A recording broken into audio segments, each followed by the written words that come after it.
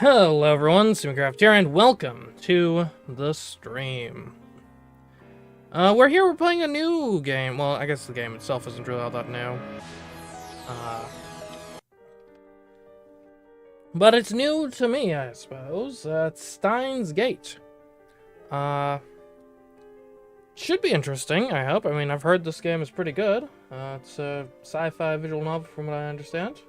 Which ought to be fun, hopefully. Yeah, no, basically, I saw that there was like a new remake or something coming out for it soon, and then I was like, oh, wait a minute. I already own that game and I haven't played it yet, so maybe I'll give it a go. So that's what we're doing today. So let's go over here to the game. That should hopefully fix itself soon. Okay. But then I need to do this and this. Honestly, I should probably go.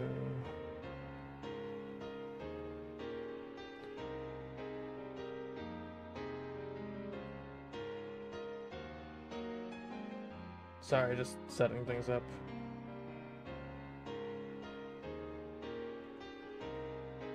It's a bit much.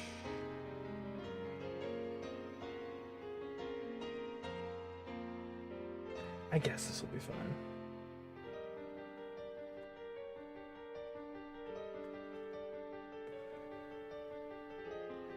Okay.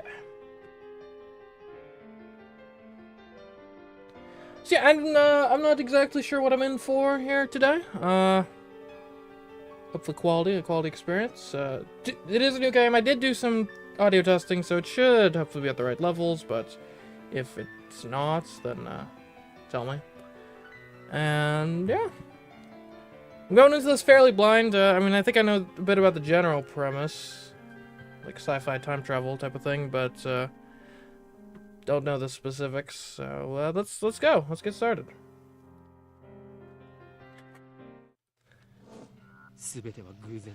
Everything is coincidence, but even coincidence is part of fate's design.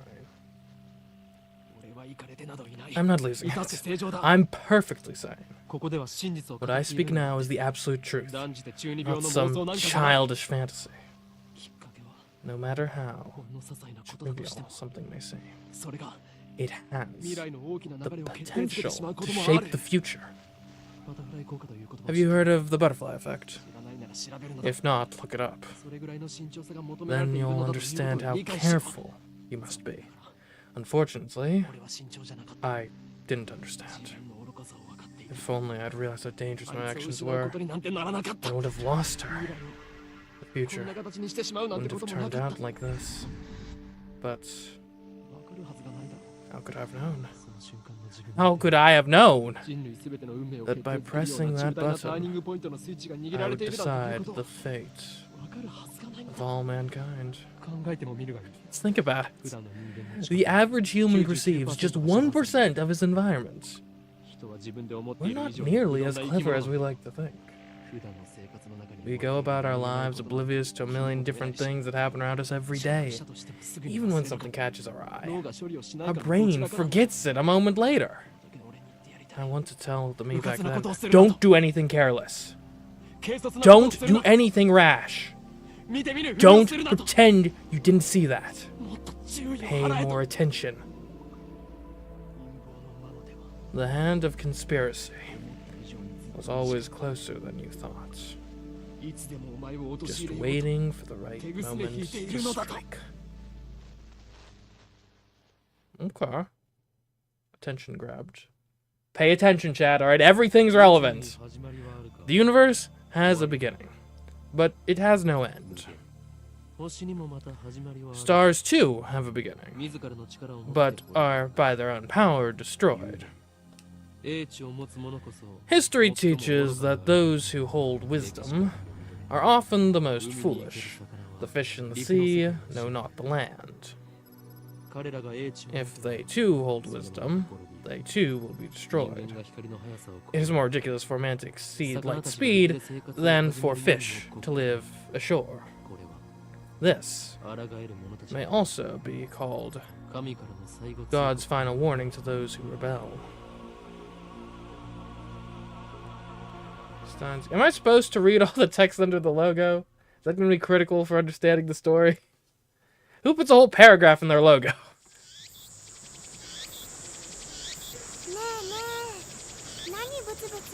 This feels loud. Can I get... Okay, well, I don't want to quit.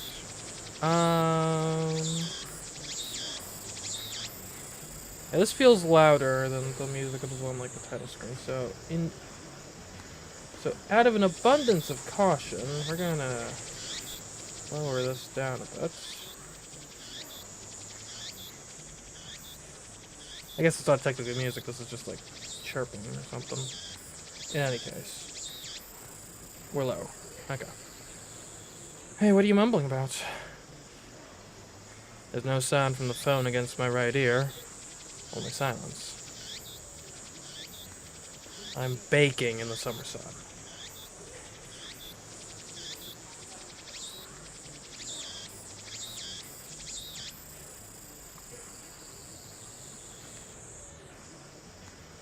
Sweat slowly slides down my chin and drips onto the asphalt.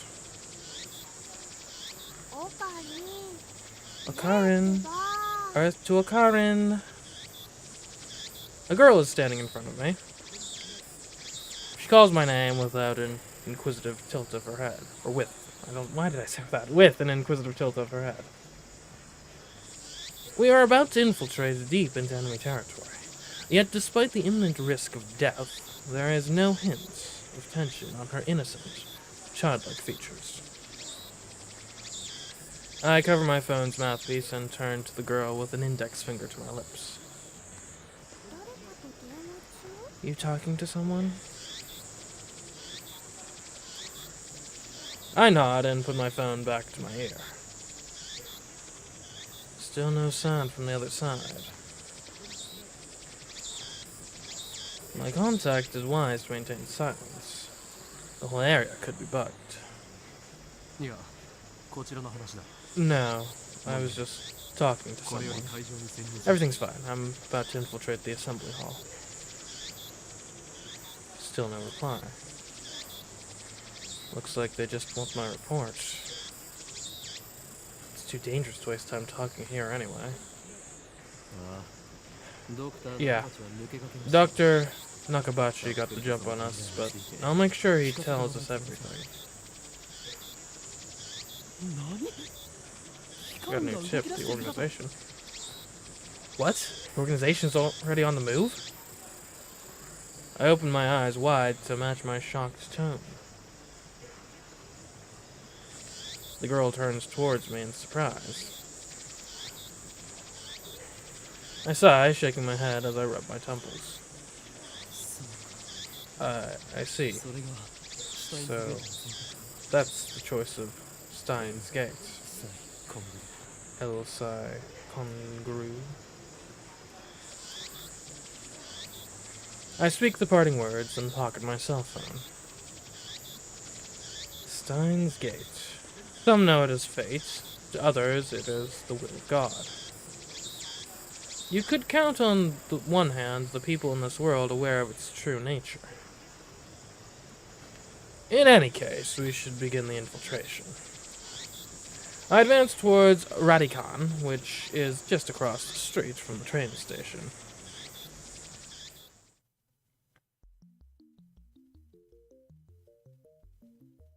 Okay.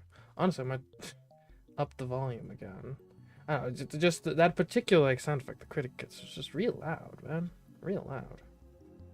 Okay. That should be fine. Respectable. Okay. Of course, this is the enemy territory. I can't just stride through the front door like an average person. I bypass the elevators and escalators and head to the 8th floor by the stairwell. Seems I'm on the 7th right now. But I only make it to the 7th floor before I have to stop and rest. Who was that on the phone? The girl, Shina Mayuri, immediately resumes our conversation. She followed me all the way here, and she isn't even short of breath. I, on the other hand, am gasping for air with my hands on my knees. Who would have thought an 8-story building would be so tall? I turned to Miyuri while wiping the sweat off my brow. If I told you, I'd have to kill you. Oh, wow. Thanks, Okarin. Miyuri smiles happily and doesn't pry any further. As always, she is quick to understand my position. We've known each other since we were both little. Miyuri is 16, 2 years younger than me, so she's more like a little sister than a typical childhood friend. I've been looking out for her as long as I can remember.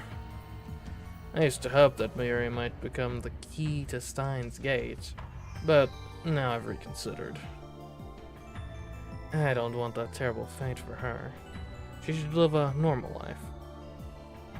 That is my present wish.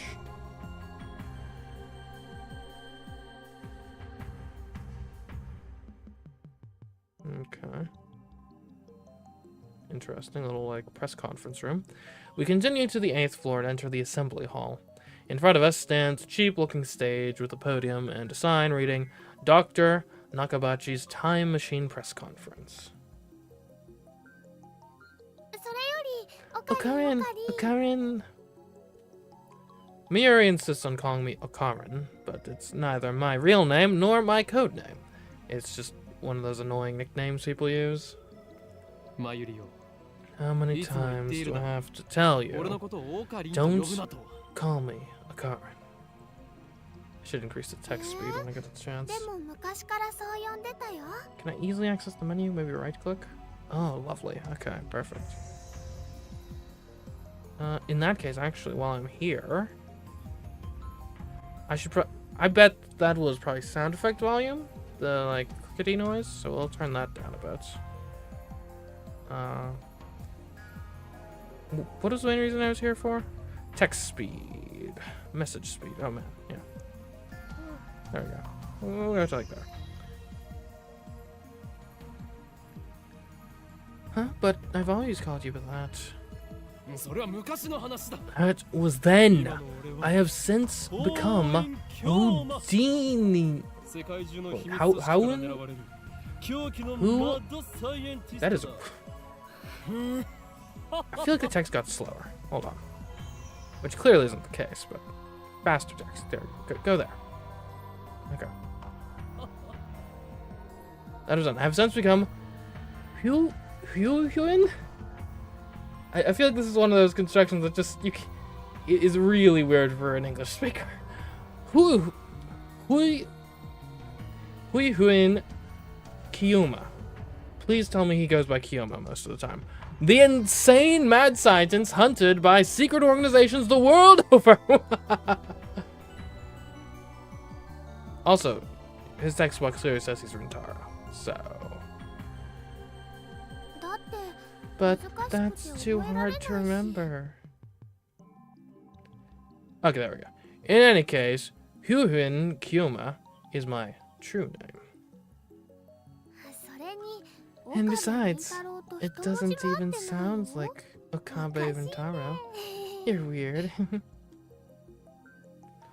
Oh, it seems the message speed only affects non-voiced lines. I guess that kind of makes sense in a certain... I guess because I guess the voiced lines are synced to the voice lines. So that makes sense. Cease your foolish laughter.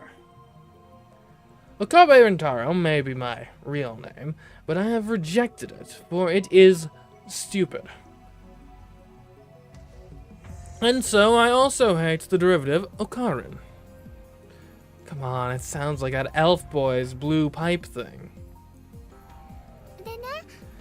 So, Okarin, can I ask you something? In one ear and out the other. She's been calling me that for 5 years now. So maybe it's time to give up.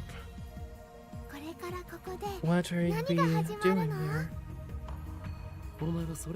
Wait, you followed me here without knowing why? Yep. She nods without dropping her smile. We're here for Dr. Nakamachi's press conference. We're standing in the assembly hall on the 8th floor of Aradi Khan. It is here that the conference will be held. Dr. Nakamachi is an inventor. He appears on TV from time to time and has a few patents under his belt, but mostly he is treated as a curiosity. Press conference? But where are the reporters? Miori's right. I've scanned the entire hall, but there's no one who looks like a reputable reporter or cameraman. There are only about 10 of us standing in the hall, including me. Considering Nakamachi's moderate media presence and the fact that he claims to have invented a time machine, I would have expected more. Although, I mean, the time machine claim might actually be part of the low attendance. Right? It's so kind of absurd on its face that, like, who's actually going to believe him and comment to the report, you know? Could this be the organization working its twisted influence? I twist my lips into a sneer. I thought that Nakamachi was like me, a scientist fighting to overthrow the organization. But this press conference suggests other motives at work. Our enemies won't miss this chance. I'd prefer not to get wrapped up in his mess. Nevertheless, I'm interested in what he has to say. That's why I'm here, blowing an afternoon of my precious summer holiday. Miori ponders my utterance for a while before finally turning her head. You wrapped something? Is it his birthday, too? I let out a sigh. Miori is known to not only make bad jokes, but to laugh at them, too. She's always been special. Keep your guard up, Miori. I suspect this won't be a normal conflict.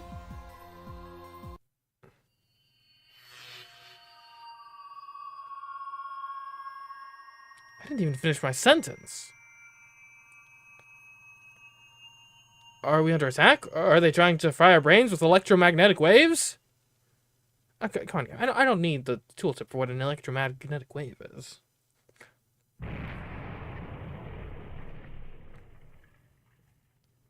That sounds bad. Dust falls from the ceiling as the floor shakes. We are definitely under attack. It's coming from above, but where on the top floor? All that's above us is the roof. An earthquake? Is it magnitude 2? What does magnitude mean again? I mean, the bigger the number, the worse the earthquake. No time to deal with Miori's confusion. Something's not right about this. I bolt out of the conference hall and run up the stairs to the roof, ignoring the no trespassing signs in my way. The door is open. Upon closer inspection, I realize that the lock has been broken. I open the door and see a billowing cloud of black smoke. Some kind of phosphorescent dust sparkling in the air. An explosion? I can't believe it. Was there really an explosion? My heart is racing. Damn, I don't know what to do. Should I run away? But why an explosion? Terrorists? No, that doesn't fit. I mean, how do you explain that? Whoa! Is that the time machine, perhaps? What the? A strange machine is sitting in the middle of the roof. It's huge, maybe 3 meters tall, and looks kind of like a satellite. Did that thing cause the shaking just now? Honestly, I'm surprised there's not more damage if that just fell here. Who put it here? Was Dr. Nakabachi? Is this part of his presentation? Impossible. Even if that were the case, how the hell would he get it up here? My head is bursting with questions. As I search for the courage to approach the machine, a throng of reporters and building staff burst onto the rooftop. They look just as confused as I am. Please stay back, everybody. Then a woman, who I assume is a staff member, appears to wave us back. The press conference will proceed as scheduled. Is she trying to hide something? Her response was unusually quick, almost like she is trying to keep me away from that device. I've got a nose for conspiracies, and this stinks of a cover-up. What are they hiding? What was that explosion? I want to know. But I shouldn't risk getting any closer. I turn and leave. But not because I'm scared or anything like that. Staff members lead all of us back to the 8th floor. Miuri is nowhere to be seen. She's not in the event hall either. I find her on the 7th floor. Several capsule toy machines are lined up next to a plate reading "Birthplace of the Japanese PC." She's gazing upon them with a wistful look. I breathe a sigh of relief, then take out my phone. It's a flip phone. It's me. I've got a bad feeling about this. Something's happening and I have no idea what it is. Yeah, I know. Don't worry. I won't do anything to jeopardize the mission. Elsai Kunguru. After I speak the words and hang up, I am able to wipe the sweat from my forehead. My sweat is cold. Half of me hopes something will happen. The other half fears the same thing. I put away my phone and look back at Miuri. She's still staring at those capsule toys. She doesn't seem to be worried about the explosion at all. I can't decide if she's level-headed or just airheaded. What are you doing?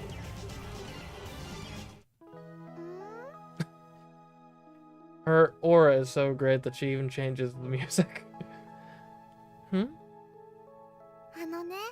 Well, I really want an Oopa. Is that like a character, or just as I thought? Miuri points to a capsule machine. The sign on the front says Rainet Kakarui 3D Character Doll Series. Rainet Kakarou is a popular anime series with its own card game spin-off. Rainet Access Battlers. They even hold international tournaments. Oopa is the series' mascot character. It resembles an elliptical egg with limbs sticking out like some kind of deformed dog. It's what they call an ugly cute character. High school girls find these creatures adorable for some reason. Last year, an ugly frog character was the rage. Its name escapes me, though. Then go for it. I can't guarantee you'll get an Oopa, though. Miuri gives me a troubled smile. But Miyushi's all out of 100 yen coins. You speak about yourself in the third person, eh? Okay. Okay. Miyushi is what Miuri calls herself sometimes. According to her, it's supposed to have an star at the end. Like, yeah, Miyushi with a little star? Okay. But who really cares? I mean, this isn't like some sort of internet user, like, gamer tag or something. So, can I borrow 100 yen, please? 100 yen is such a... And that's like a comically small amount of money. I guess. And isn't that like the equivalent of asking to borrow a penny? She holds her hands out with a look like a begging puppy. No, not a penny. A dollar. Okay. Right. 1 yen would be the equivalent of like a penny. Just okay, she's asking to borrow a dollar, basically. She holds her hands out with a look like a begging puppy. Looks like she was planning this from the very beginning. Well, at least she didn't say gimme. Do you think it's that easy, Miuri? You'll get no money from me! Instead, I'll show you just how harsh life really is. I pull out a 100 yen coin, set it into the machine slot, and spin the lever.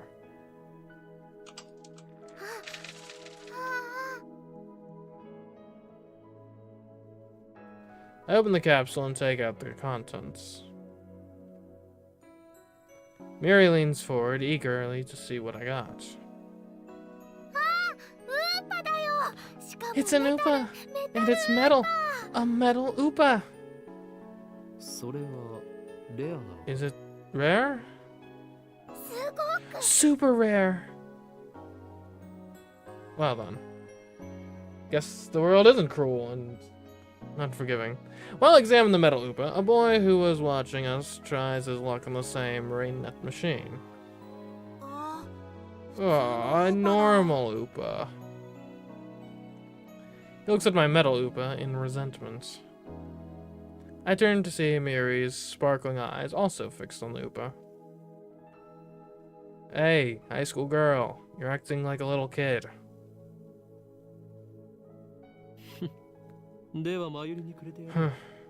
I give this creature of metal to you, Miuri. Honestly, I don't want it. Really? Are you sure, Okarin? The name's Huyun Kyuma. Thank you, Okarin.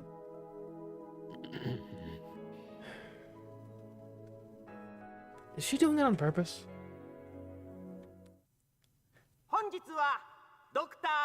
Thank you all for coming to Dr. Nakabachi's Time Machine press conference.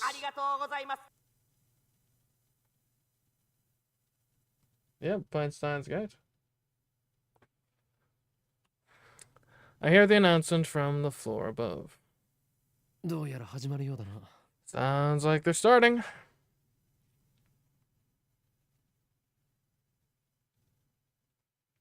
I head to the stairs. But Miuri doesn't follow. Let's go, Miuri. Just a sec, I gotta write my name. She's preoccupied with the metal Oopa I got. I go on ahead.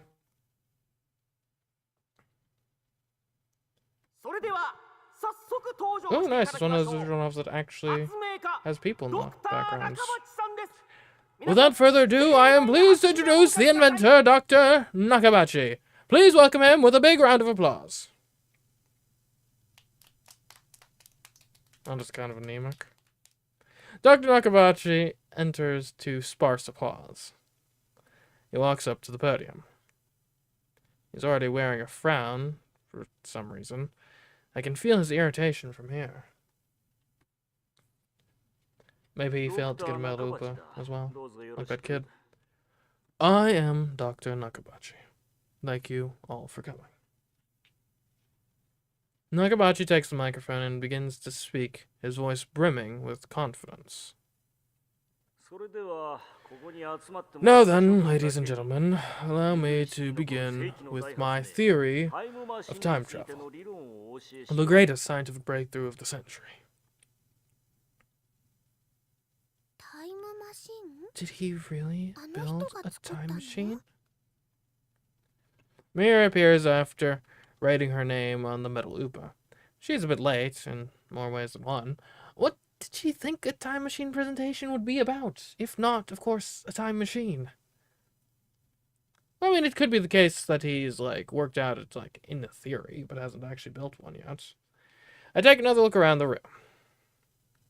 There are about 20 people now, including us, but still no media presence to speak of.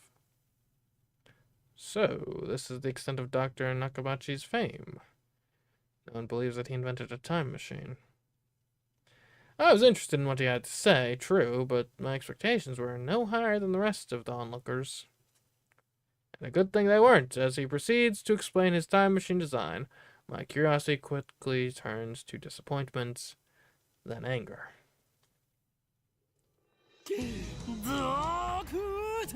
Doctor! My roar silences Nakabachi and draws the eye of every person. Why am I crashing this? What am I doing? You take us for fools! Who the hell are you? Who the hell am I? Someone who knows you for a fraud, that's who! You stole your theory from John Titor and you call yourself an inventor? So, someone throw this man out. You're the one we should throw out, Doctor. Have you no shame? Have you no right? You have no right to call yourself an inventor. Shut your mouth, you little pest. Just then, someone grabs my arm from behind. Quite convinced it's an official here to throw me out, I turn around to glare him down. Unhand me, you! Huh? Oh, hello. You're not really the security guard type. No offense, of course. It's a girl about my age. Her intense stare seems to challenge me. I take a step back. Her face looks somehow familiar. Where have I seen her before? Oh. Ah. We haven't met, but I know her face. It's Makisi Kurusu? Kurusu? A few days ago, my friend Daru showed me a magazine article titled Girl Genius Gives Lecture in Akihabara. The article is about a 17-year-old girl who had just graduated from an American university. Her thesis was even published in a major scientific journal.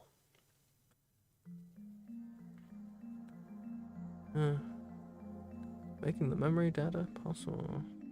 Far Eastern animation. Possible data. Girl Genius Girl Genius, Makisi Kurisu. I recognize the stubborn looking girl from her photograph. There's a diagram of her brain there. Is she in like psychology? Perhaps? Neuroscience, maybe? She's even wearing the exact same scowl. Okay, that's close. Give me some personal space, girl.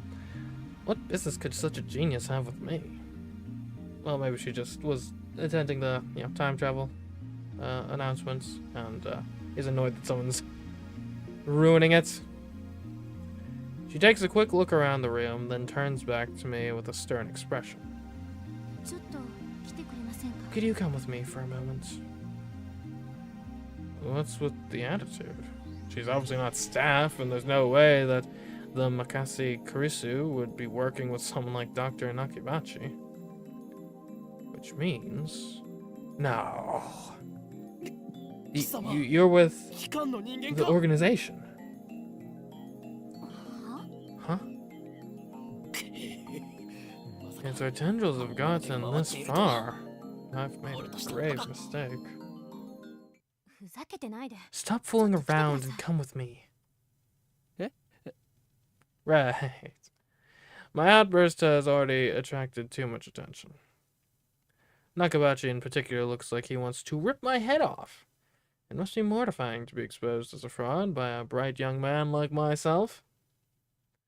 Anyway, I mustn't draw any more attention to myself. If the organization gets wind of my presence here, it could endanger Miuri, to say nothing of these ignorant civilians. I let Makase Kurusu lead me out of the assembly hall.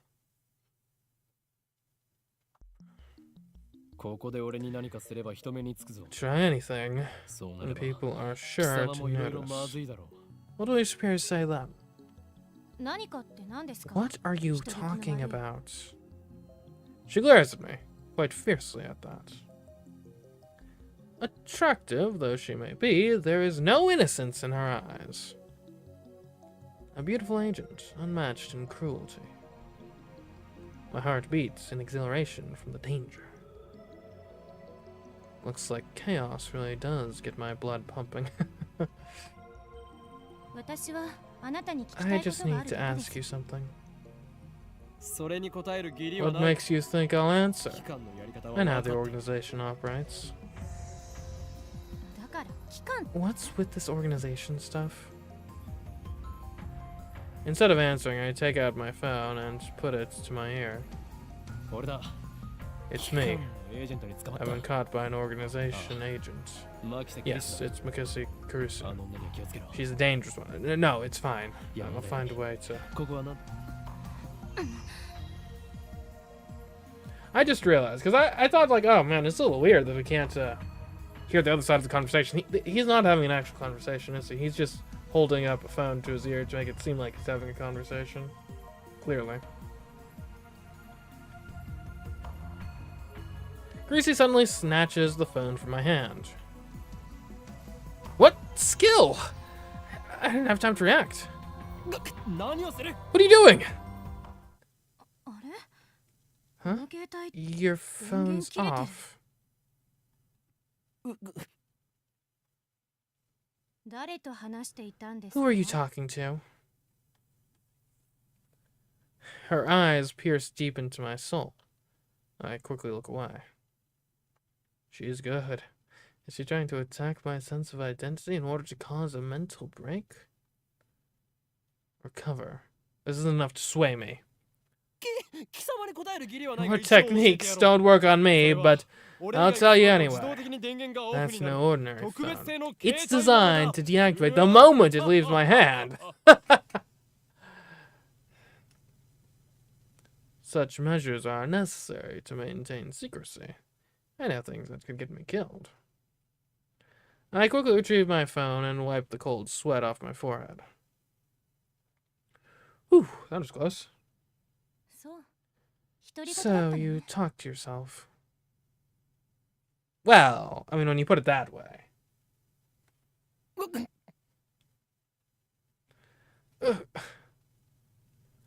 This is bad. Ordinary methods don't work on Mikasi Kurusu, the genius girl. On the contrary, she's the one psyching me out. Damn. Looks like I have to make a tactical retreat. This is peak, is it? I've heard good things, so glad to keep hearing good things. If I can just find an opening. Oh, she got closer. Suddenly, Kurusu steps up to me with a serious expression. She stares right at me, her huge eyes blazing with strength of will. Such fire, I can't look away. Could someone with such pure eyes really be an organization agent? Still have no idea what this like, is this just like something he's made up in his mind to be like self-important?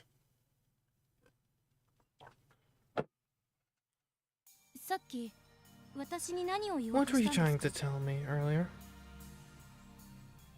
Was I ever trying to tell her anything? Earlier? What are you talking about? About 15 minutes ago, before the conference started.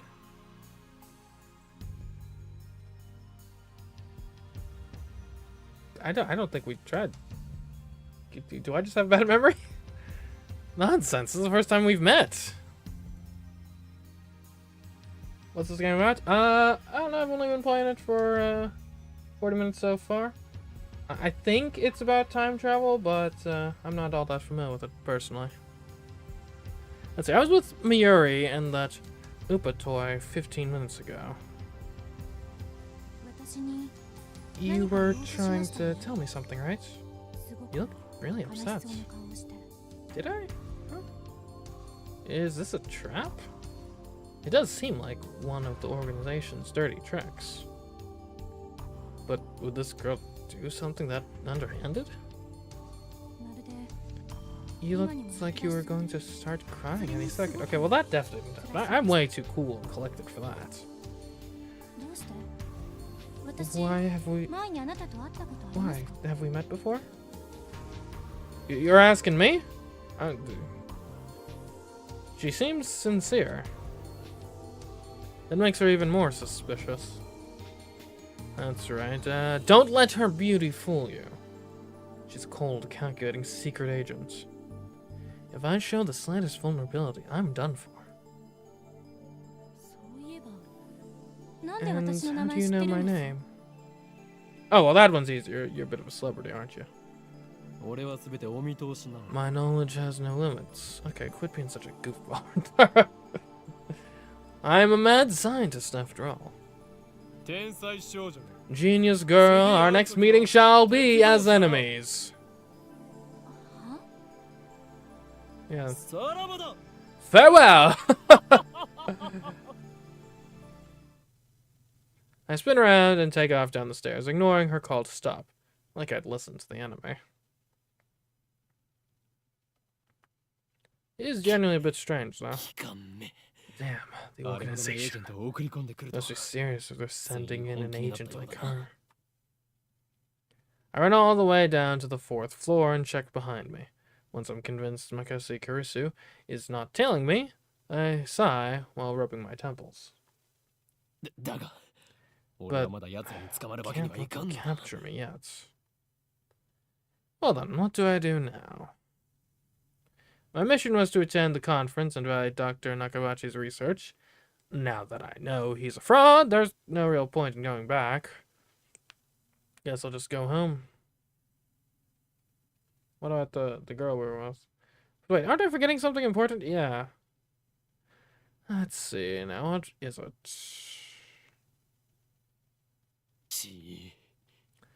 Damn. I left Mayuri behind. I knew she'd be a liability. I shouldn't have brought her along. I was trying to prioritize her safety, but got careless. I'll try calling her first. If she's alright, then I can just have her meet me here. With that thought in mind, I take out my phone. I turn it on. Okay, and it rings just as I do. Oh, someone's calling me. Oh, mail. Huh. An email. That is a weird subject line. It's not just a regular email. There's a video attached. Also, the subject line is actually blank. The weird line is the message line. I guess it has an attachment, too. And it's from an unknown address. I open the video file with some trepidation. Hopefully it's not like a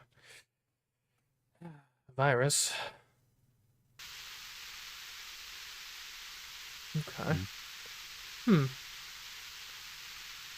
There's nothing but noise. Is this a prank? Some sort of Makase Kurisu style attack? Maybe the noise is some sort of make people go crazy frequency. No, wait. I don't remember giving her my mail address, so I'm probably just thinking too hard. I cursed myself for being gullible enough to play the video. Might have heard something. Not sure if it was in real life or the game.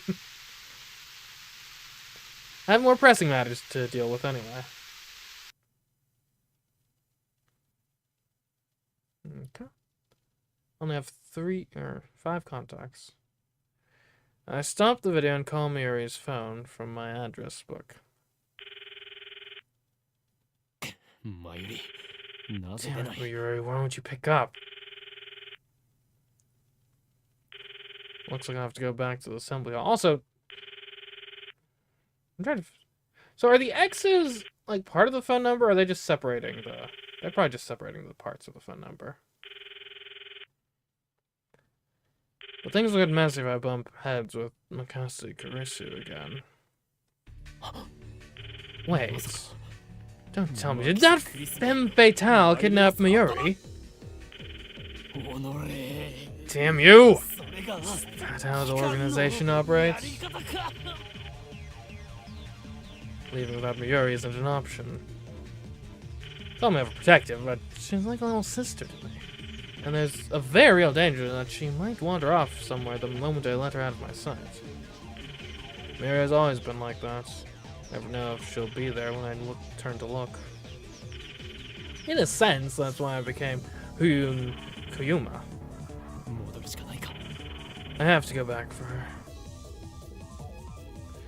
The thought of climbing back up to the 8th floor is depressing, but I have no choice.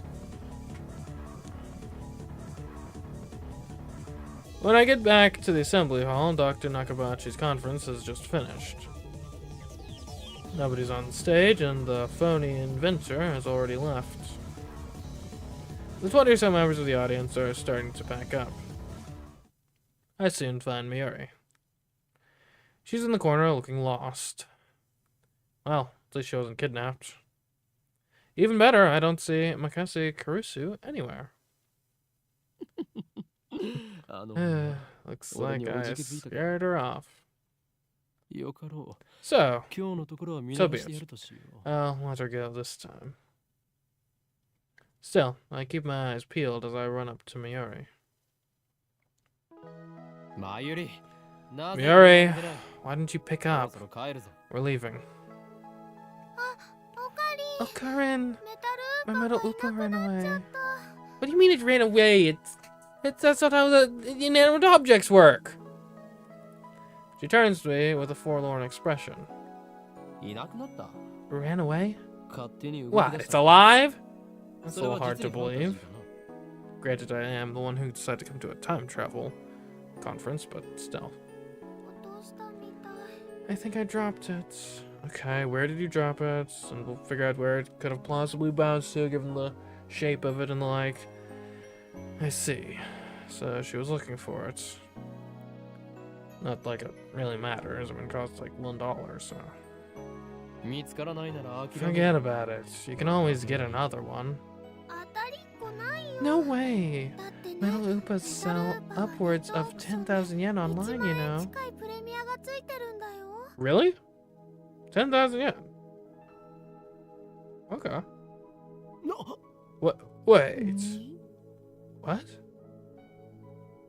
That toy is worth that much? Think, Miuri, where did you drop it? I don't know, that's why I'm looking. And even if we find it, you can't sell it, okay? That 10,000 yen will fund my research. I said you can't sell it. It even has Miyushi's name on it. Thus begins our search for the metal Upa. Upa, come out, wherever you are. Miuri tries calling its name. I don't know if she truly expects a response. By the way, Tuturu is Miuri's catchphrase. It means... Actually, I've never bothered to ask what it means. Do you know how much that is in dollars? I don't know the exact conversion rate of yen to dollars, but I think it's about 1 yen per cent.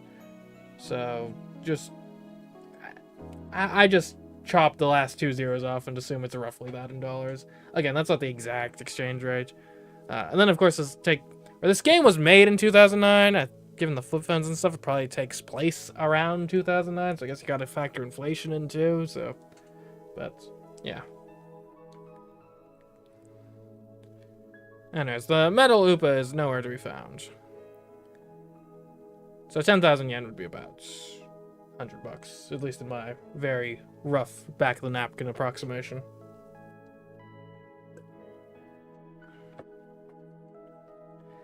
Anyways, maybe she didn't drop it in the assembly hall, but on the 7th floor landing near the capsule coin machines. Another possibility is that someone with an eye for rare items pilfered it.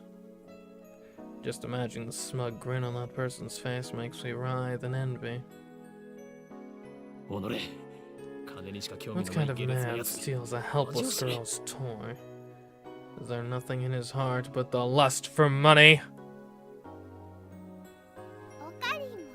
Sounds like you, Karen. Be that as it may. Oh, I wasn't expecting that from me, alright?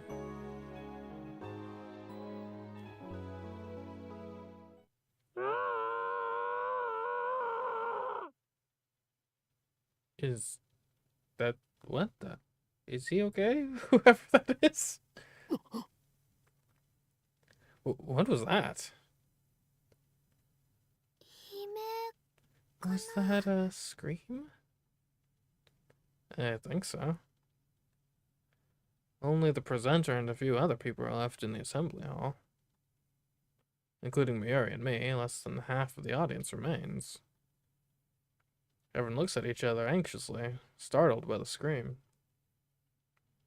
Even I cannot suppress a shiver. First the explosion on the roof, now this? What's going on here? Miuri squeezes my hand tight. Stay here, Miuri. I take a deep breath, prepare myself, and head in the direction of the scream. The echoes lead me down a dark, empty hallway on the same floor. I'm pretty sure it came from around that corner. I crouch down and turn the corner slowly, keeping my eyes and ears peeled for any sign of danger. And there, at the end of the passage, I see it. There's something on the ground. No. Someone. Motionless. Who is it? The clothes are familiar. Oh no, is it the girl we just met? Is she... It can't be. Oh.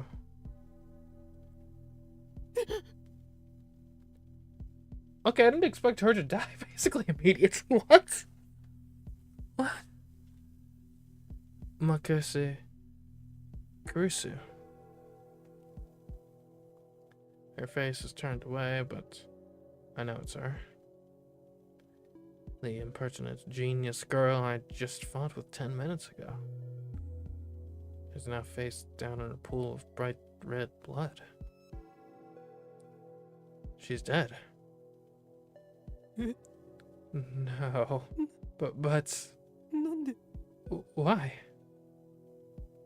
Suddenly I realize that I'm shaking. I want to run away. I shouldn't have come. This is wrong. Someone killed Makase Kurusu. There's no other explanation. Who would do such a thing? There's no one else here.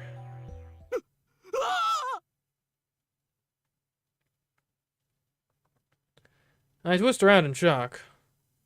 Some other men have followed me, and every one of them is ghastly pale. They must have seen the body. Call the police! A man cries out in panic. At this, everyone else starts screaming and running away. I follow them, of course. There's absolutely no reason to stay here. Concern for Makase Kurusu is suppressed by my instinctive urge to flee. When I get back to the assembly hall, Miuri is waiting for me with tears in her eyes. What happened, Karen? We're leaving. I grab Miuri's hand and run. I race down the stairs, trying to drive the image of Kurusu's dead body from my mind. But I can't.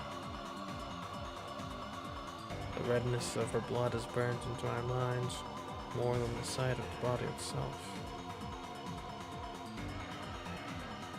That was my first time seeing a dead body. Is this what it's like? When I realized that she was dead, I felt chilling terror and a surge of nausea. But that was all I felt, fear and disgust. Shouldn't there be something more? I guess I just didn't know her that well.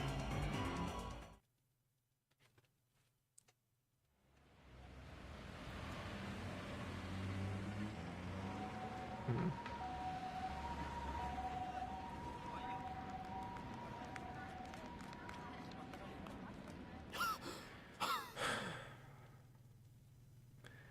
I finally stop once we get to the main street. Chiodori. My chest pounds, my breathing labored from running down the stairs at full speed. Hey, what happened? You look really pale. Miri doesn't seem to comprehend the situation. I guess because she didn't see the body. She's not even breathing hard. Man, this girl is fit. First the stairs, now this. Have we considered signing her up for like the Olympics or something? Her stamina is incredible. She looks slow, but she's actually pretty fast on her feet. Someone died.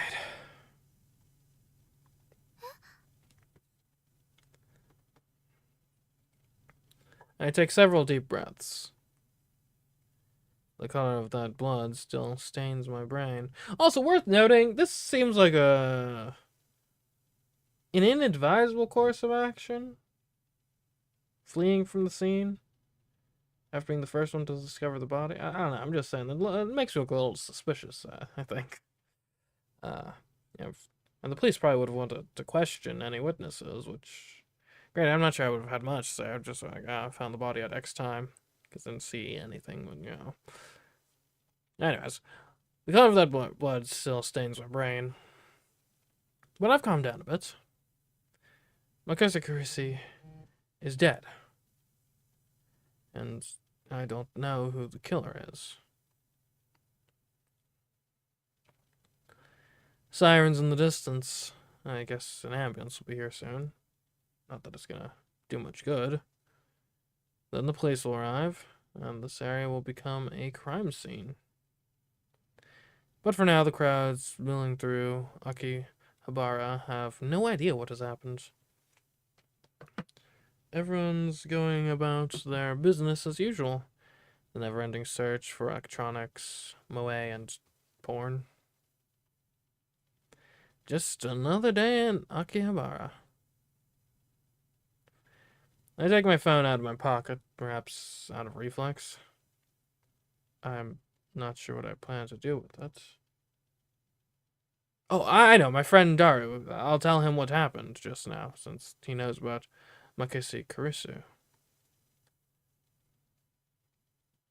I suppose it might be disrespectful to the victim.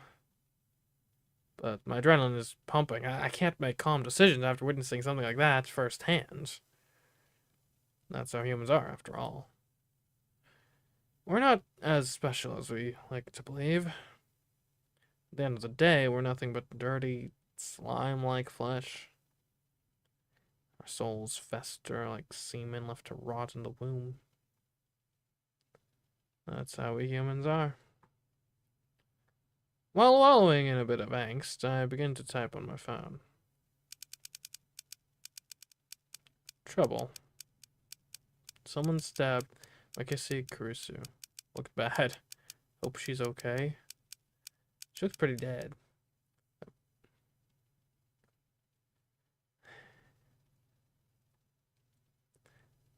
I don't know if she was stabbed. That just seems like the most logical explanation given the amount of blood and the absence of a gunshot. On the other hand, I didn't write that she was dead, even though I'm pretty sure she was. I guess part of it doesn't want to, like, accept that fact. I can't exactly explain why I didn't. If I had to say, I guess I felt like writing it down would set it in stone. It might make me feel guilty as well. The thought brings a smirk to my face. Not like I'm the one who killed her. Why should I feel guilty? I just saw someone's death up close, and only a few minutes later I'm smiling. Am I really that cruel and cold? Well, I am a fiendish mad scientist, so it suits me. I finished typing and placed my thumb over the send button. And then I pressed down. Sending.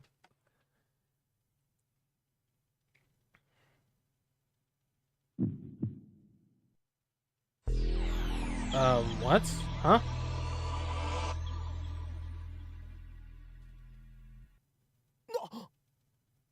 What? What was that? Wait, look around.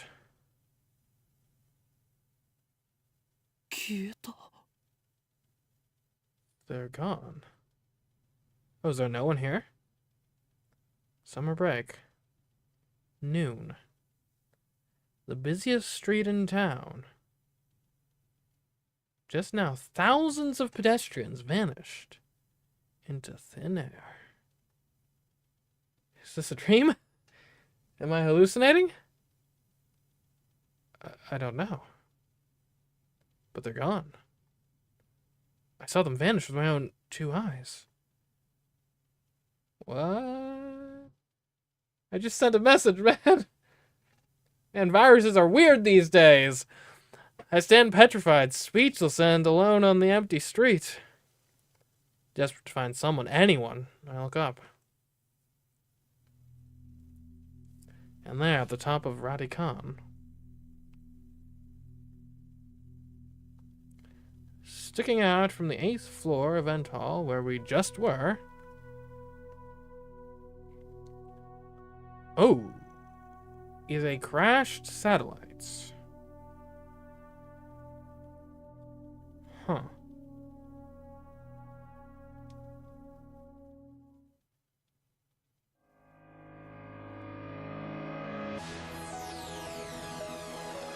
Okay.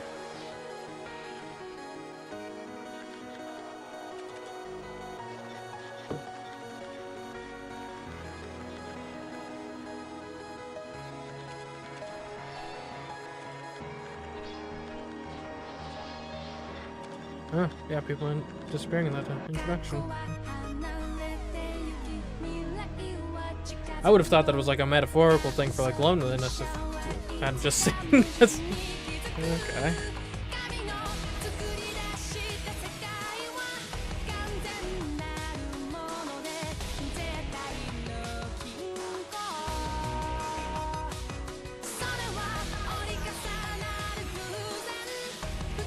What was that like transitional screen? Like those vacuum tubes?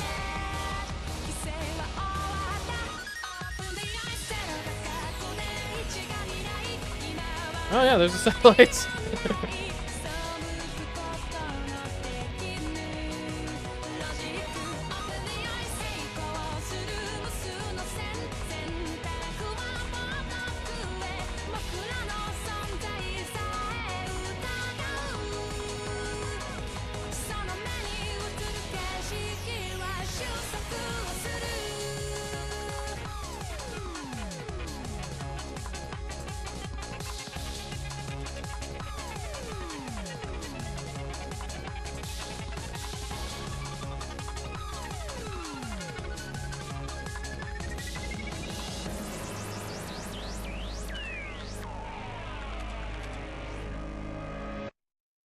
Stein's good. Oh, that's the prologue. Boom, prologue clear. All right, chapter 1, here we go. Oi. そこの貴様。俺たちが見えているか? What? Okay. Well, this clearly isn't a direct continuation for what just happened. Hey, you. Can you see us? なぜ何も答えない? Why won't you answer? 貴様に聞いてい I'm るの asking you a question. Yes, you on the other side of the monitor. They're breaking the fourth wall. What's going on here? Your silence only strengthens my hypothesis.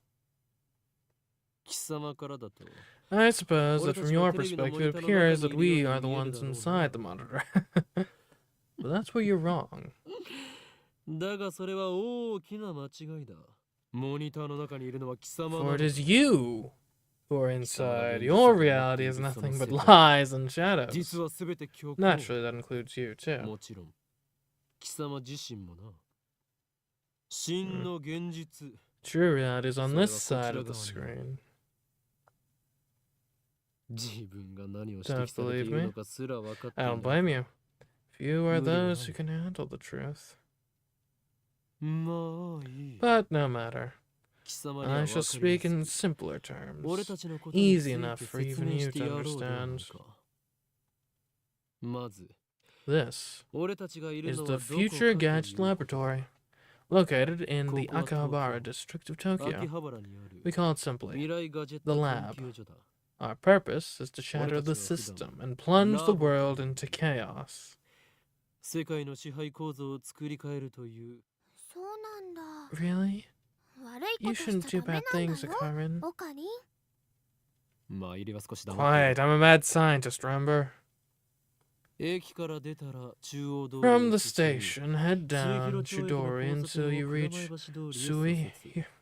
Suihirocho Station. Then take a left onto Kuramabashi Dori. In the alley before the traffic light, you'll find the run-down Ohiyama building. The lab is on the second floor. On the first floor is a store of ill repute called the Brawn Tube Workshop. You can't miss it. It deals exclusively in CRT monitors, of all things. Can you imagine? Even in the heart of Akihabara's electric town, the demand for CRTs is practically non-existent. But the proprietor of the Brawn Tube Workshop, Tenuji, is also the owner of the building. So it's a bit of a vanity project. Like, oh, I don't have to pay anything in rent, so I might as well open the store of my dreams. That's how he can afford to maintain his ridiculously niche hobby shop, even as the land value continues to rise. He may seem a rough sort, but he was no match for my charisma. Now the entire second floor is mine for next to nothing. I digress. The Future Gadget Laboratory is currently experiencing a severe shortage of manpower. We welcome dedicated scientists from all fields to apply. At present, our researchers are... Akarin, you've gotta say lab mems, not researchers. Our lab mems, laboratory members, are 3. I am the founder of the Future Gadget Lab, Lab Mem number 001, the insane mad scientist Huin Hyuma. Akarin is cuter, though. Next, we have our resident cosplayer, and only female member, Lab Mem number 2, Shina Mayuri. Call me Mayushi. I like making costumes more than wearing them. And last, we have our resident super hacker, Lab Mem number 003, Hashira Itaru. Stop calling me that. It's super hacker. Duh. Here at the Future Gadget Laboratory, we devote ourselves to the art of invention. For details, see our lab's homepage. Our top priority, of course, is to develop weapons for the war with the Dark Dominion. But that research has spawned a number of offshoot inventions. In fact, that's all it's spawned. Our arsenal of future gadgets is up to 8. But this is just the beginning. I have a total of 108 inventions to create. Like in that tennis manga, right? Or, manga. I get it. No, it's the number of earthly desires in mortals. You at-channel junkie. And I thought I told you not to interrupt me when I'm talking. Yeah, wouldn't want to interrupt you talking to yourself. I'm not talking to myself. Can't you see? I'm talking to the person behind the monitor.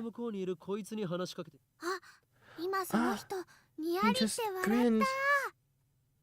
What are you grinning about? Damn you. You don't even exist outside that monitor.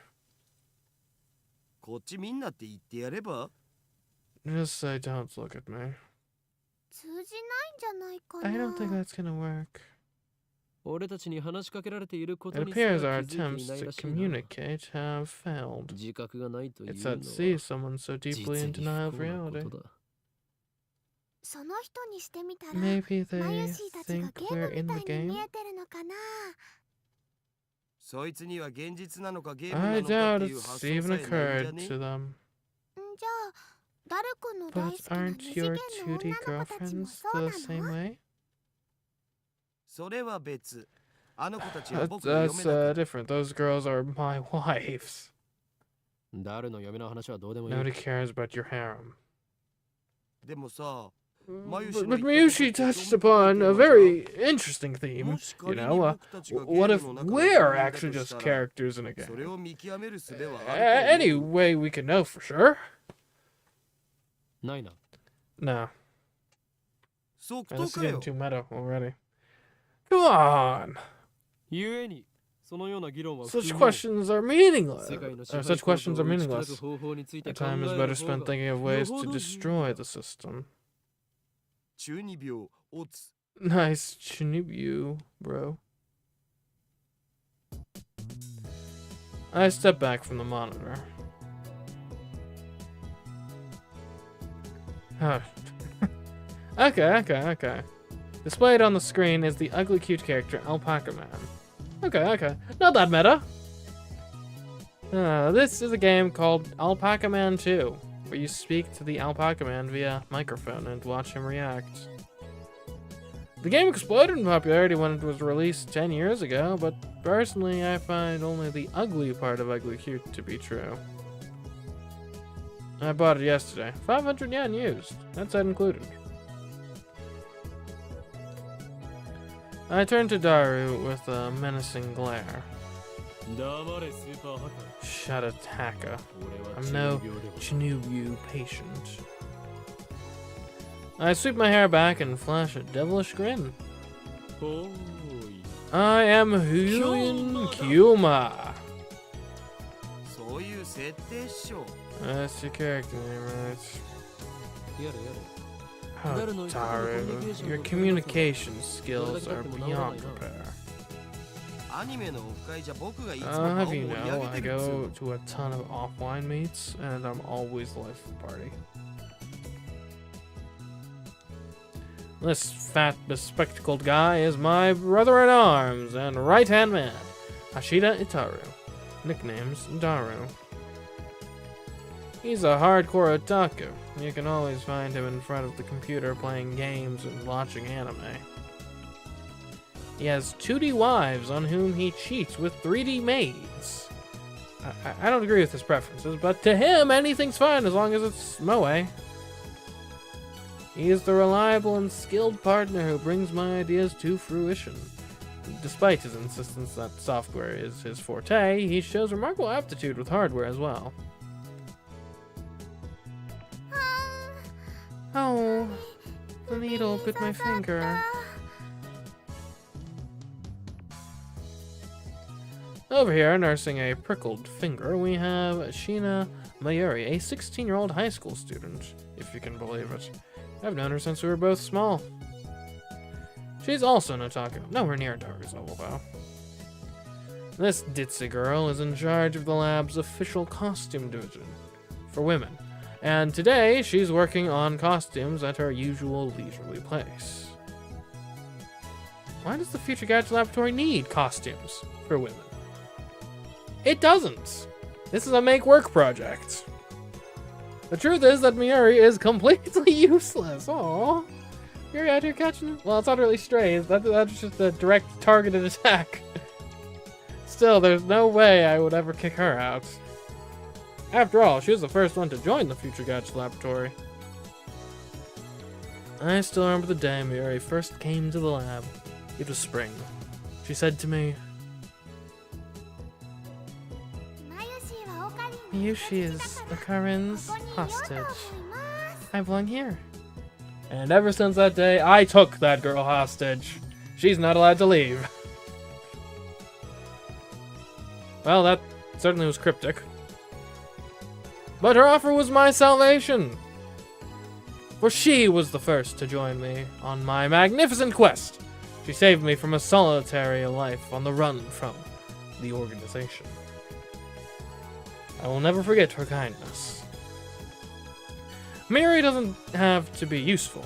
Her being here is enough. So, did Alpaca say anything? Yeah, then. Nope, nothing.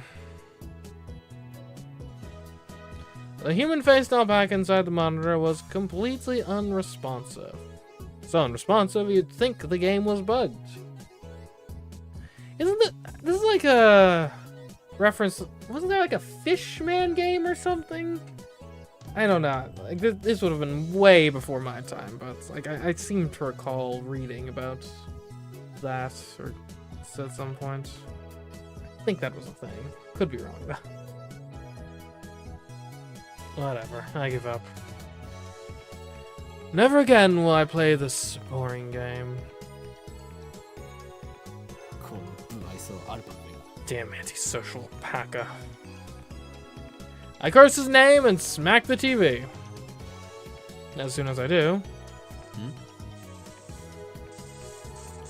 the TV makes a sound like it's shorted, and then the screen goes blank.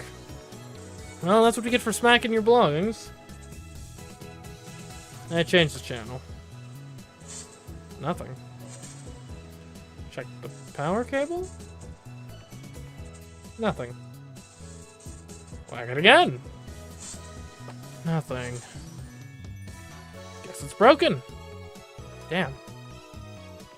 This crummy TV is on lease from the Braun Tube workshop downstairs. It's probably just old. You made Mr. Alpaca angry. Damn. I'll have to get prepared later. I turn off the TV and lie down on the couch. I'm fed up with the humidity of Japanese summers. I stare at a conspicuous stain on the ceiling while fanning myself. I close my eyes. And what actually comes to mind is that impossible scene I saw an hour ago. Okay, so this is after the prologue. They're gone. As I left Radicon, everyone vanished before my eyes. I can't explain it. It wasn't just the people in the street. The people in the stores, gone. And the restaurants, gone. Even the cars vanished, drivers and all. It all happened in the blink of an eye. Suddenly, an empty city spread before me. I could still hear the music from the stores, but those catchy melodies were the only sounds of life remaining. Heat was rising from the asphalt in waves, but I felt only a cold chill down my spine. I just stood there breathless until... What's wrong? Miri's voice brought me back to reality. Miri hadn't disappeared. She was right there looking at me with questioning eyes. Everyone disappeared just now, right? Huh? You saw it too, right? Just now, before our very eyes. Panic took hold as the enormity of what had just happened struck me. Unable to control myself, I grabbed Mayuri by her slender shoulders and shook her. Did you see it, Mayuri? You saw it, right?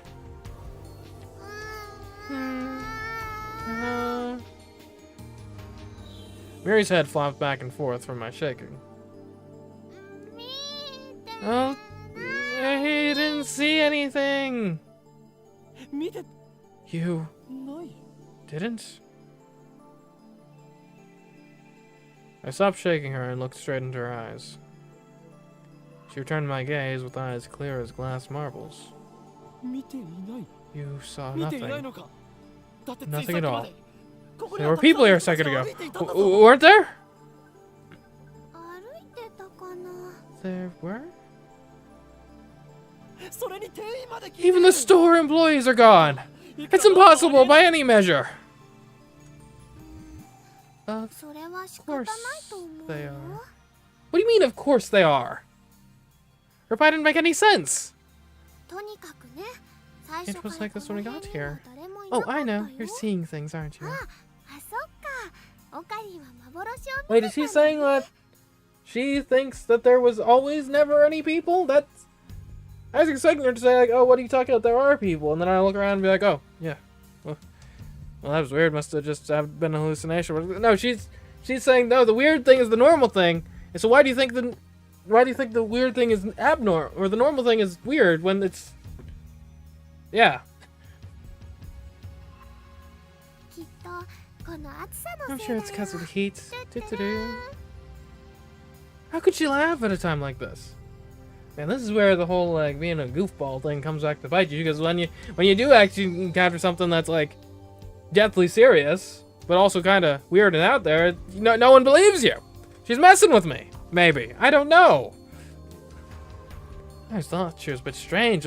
Maybe her brain is actually broken. I realized that she couldn't help me. With nowhere else to turn, I looked up at the bright blue sky. There wasn't a cloud in sight. The scorching summer sun shone bright through the gaps between Akiba's buildings. Naturally, my eyes drifted to the top floor of Radikan, where I had just been a moment before.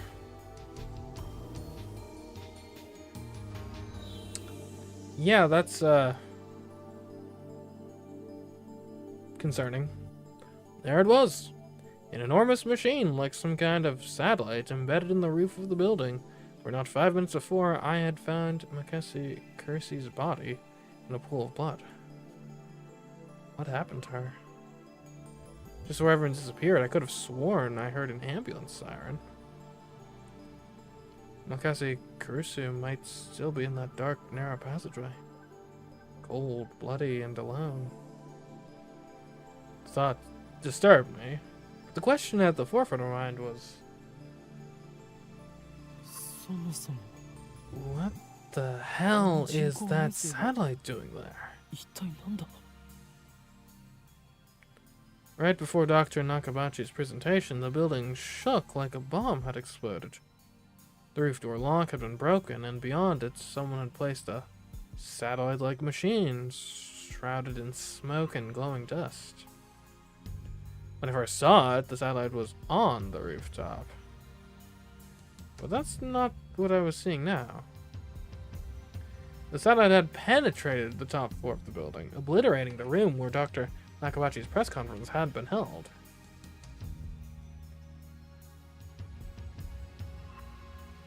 Alright. I'm not calling it now, because I don't think this is what's going on. Because I don't think this game would be as acclaimed if the central twist was just this, but... This almost does seem like a I'm dead setup. You know? Like I was in the room and just got killed by a random falling satellite, and now I'm in some sort of weird limbo afterlife thing. Like I said, not calling it now. I'm not saying that's what's happening, because, again, that seems a bit trite for a game of this reputation, but... It seems like it could be something that they want us to think, at least right now. It must have fallen out of orbit without burning up in the atmosphere somehow. It was crazy, but what other explanation could there be? The real question was... when did that happen? Mayuri, about that satellite. Yep, what a surprise, huh? What do you mean? What was a surprise? It made a huge kaplow sound. A huge kaplow? It certainly did make a sound. But I don't think it was kaplow. I think it was more like vroom, you know? That satellite fall out of the sky. Did it? Do you think any aliens were on board? I mean, unlikely. Most satellites are, you know, launched by us, so... Had I lost my mind? What I had seen didn't match at all with what Miyuri was saying. Suddenly nothing seemed real. Had I dreamt it all? Hey, you two! Oh, good. Another person. Just then, a uniformed policeman ran up to us, his expression stern. What do you think you're doing here? This area is off limits. You have to leave. We're sorry. First, my good man. Let's call you Officer A. I have one question. Officer A? Thousands of people just vanished. You saw it too, didn't you? What are you talking about? Get out of here! I was quickly losing confidence in my own memories. I decided to tell him about Makisi Kurisu and get him to call an ambulance, but before I could... Look, I don't have time for your nonsense. The policeman took me by the upper arm and said, no one got stabbed at Radikan. What?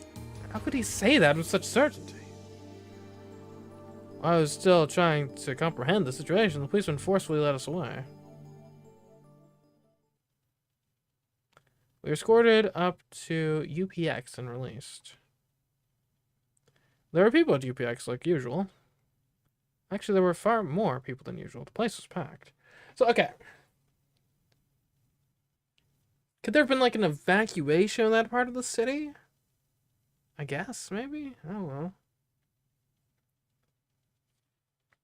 And then, theoretically, I guess one way it could appear, especially if time travel is a thing, which there's definitely time travel themes so far. So if time travel's a thing, it's conceivable if you were to travel, like, either forward or backwards in time, from just, like, a normal place to the same location, but, like, a different point in time during, like, an evacuation or something. Which, if a satellite fell on a building in the region, then, yeah, there'd be an evacuation for sure. And that could create the effect of it seeming like everyone vanished. So perhaps. But I'm unclear as to the mechanism, if that is the case. Because all I just sent a message, you know? Like, I don't think my phone's a time machine.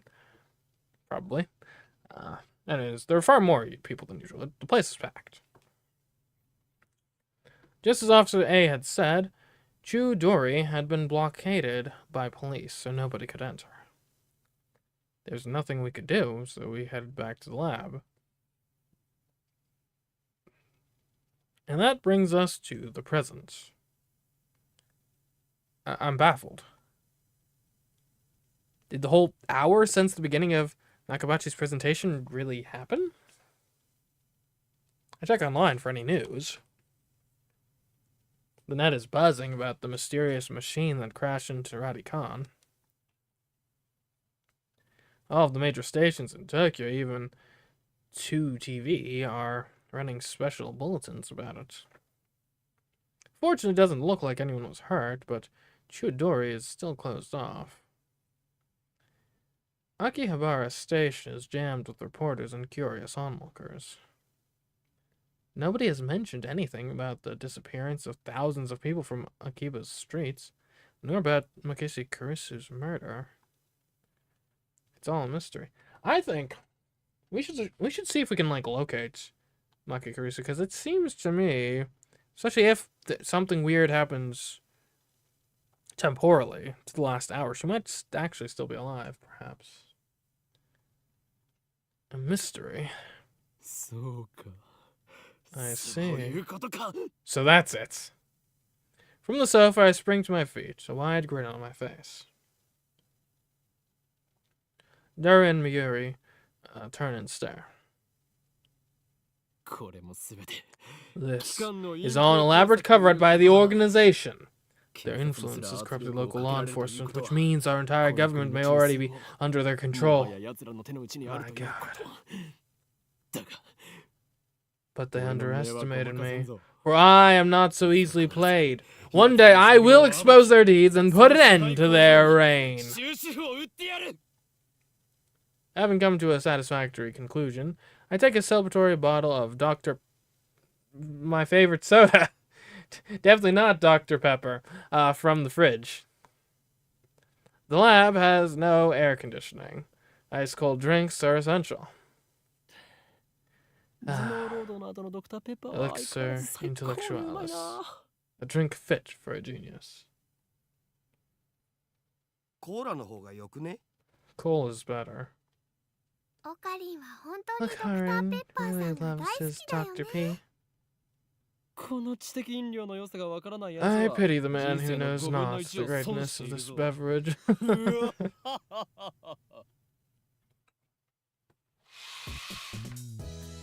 Step through the curtain dividing its center, and you'll enter the heart of the Future Gadget Laboratory, the development room. Just as the name implies, this is the room where we develop future gadgets.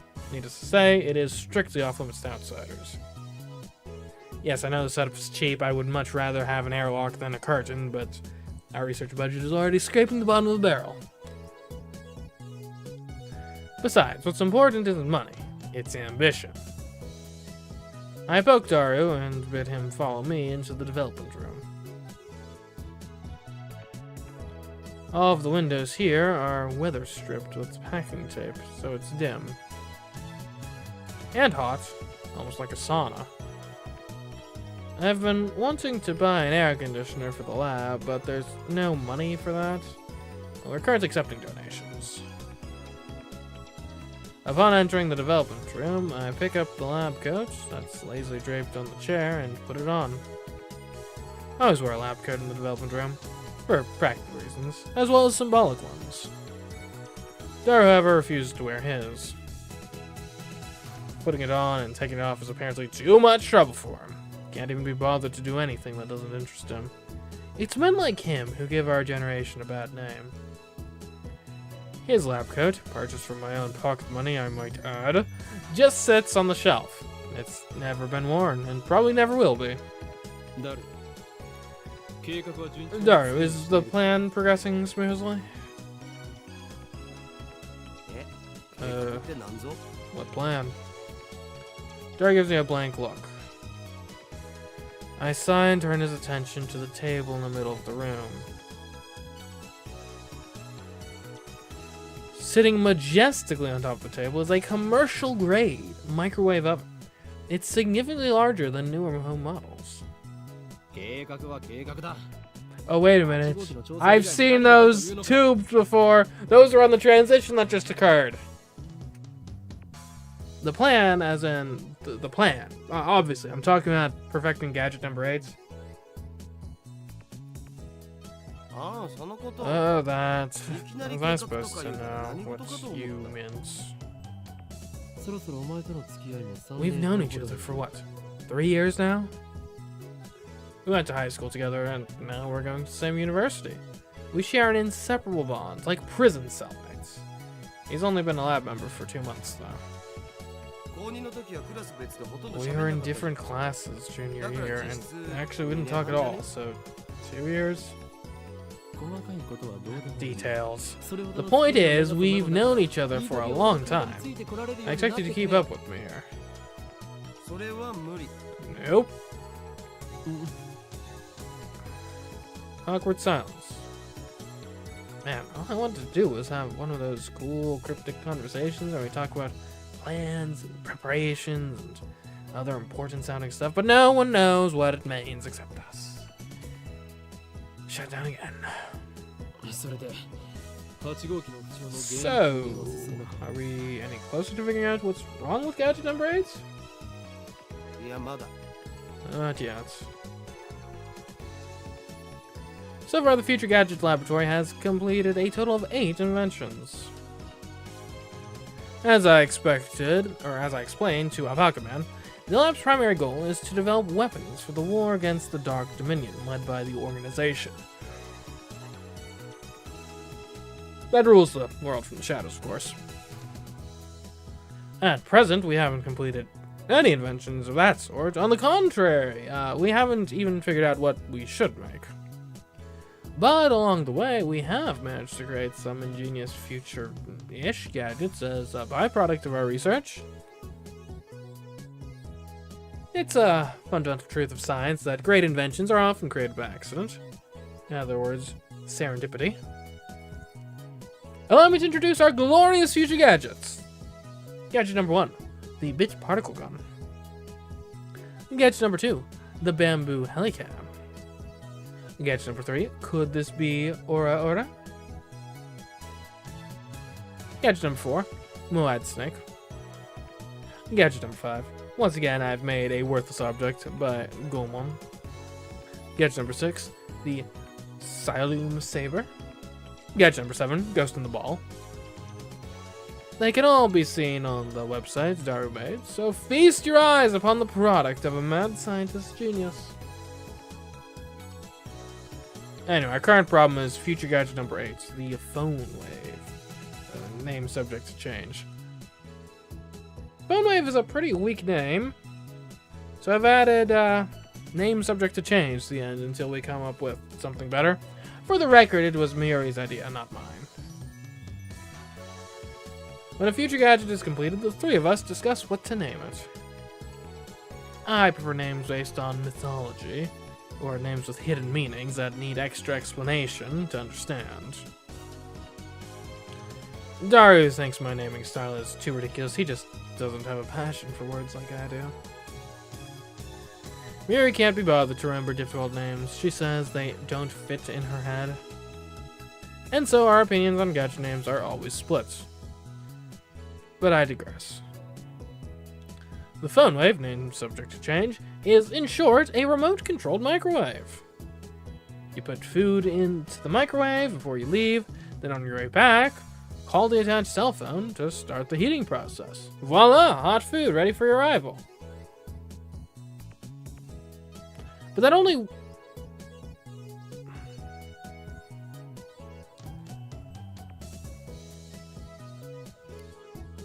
That seems kind of impractical.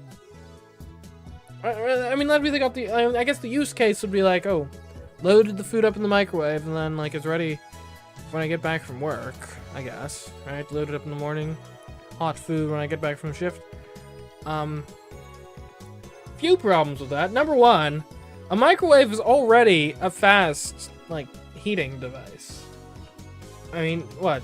If you're heating up just, like, something in the microwave, we're talking a few minutes. So it's not like you save much time by, like, preheating it while you're on your way back from work. You know? Like, if this was, like, a remote control oven or something, you know, maybe I can see it. I see the vision. However, A, that would be a safety hazard, and B, this is a microwave, so... And that's even before you get into the fact of, like, a lot of things you would want to use the microwave for is something like a freezer meal, which obviously you wouldn't want to, like, just drop a freezer meal in the microwave before you leave for work, and then turn it on as you're heading back, because it would defrost and then not heat up how it's supposed to. I'd probably go beyond defrosting, honestly. It might not even be safe to eat after spending a full workday out of the freezer or anything. So I guess it's useful for specifically room temperature stable food that heats up in the microwave that you're desperate to eat on your way back from work. And now granted, this is Japan, so this is not as much of a problem because you're probably taking the train back and walking and stuff, but if this was a product in America, I've got to make a call while I'm driving, which, you know, is potentially illegal in some states, so... Anyway, so it's basically a piece of junk. A few days ago, however, we discovered that the phone wave, named subject to change, has a second unintended capability. Our brave, or possibly just ditzy, Miori, had made it her daily routine to eat some frozen fried chicken by remote control. A long story short, she was defrosting her beloved juicy chicken number 1, as usual, when the unexpected happened. The chicken came out more frozen than when she'd put it in? The microwave refroze the chicken. What? How? Huh? That doesn't even make sense. That's not how microwaves work. Like, I don't think it's possible to cool something with microwave radiation.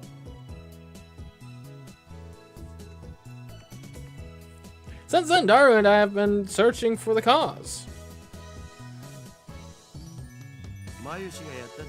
We tried copying what Mayushi did, but we can't reproduce the freezing phenomenon.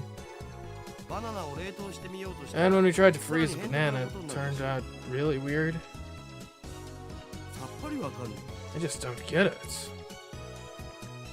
Daru, now looking completely fed up with the heat, starts fanning himself with his shirt. Wait, how did the banana turn out? Because this could be important to figure out how this... what happened to the banana exactly? I know what he means by really weird. Okay, good. Let's see if we can't make it happen again. Miuri, bring forth the bananas! Are you gonna turn them into gel bananas again? That's been bugging me, Miushi. Can you stop calling them gel bananas? But gel bananas are gel bananas. I take the banana from Miuri and stick the whole bunch into the phone wave. Name subject to change. Why do you have to use the whole bunch? It's a waste of food. Your stinginess could cost us the battle with the organization. That's fine with me. Miushi always buys the bananas, and now Miushi can't eat a single one. That's fair. We should give her a banana. Next time we'll only do one banana. But I already put the whole bunch in, so ignore her hungry complaints.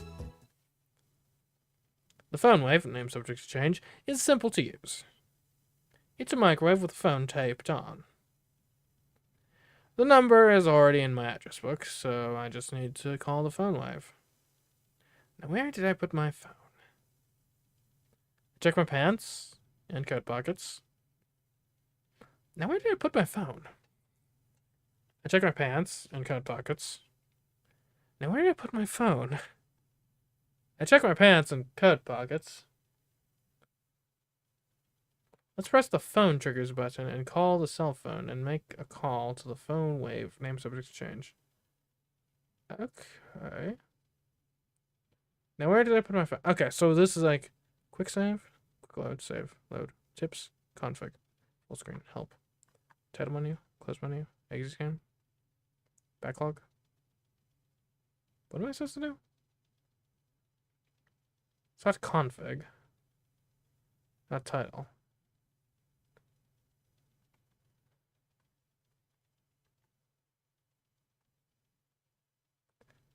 Alright, press the phone triggers button and call the cell phone.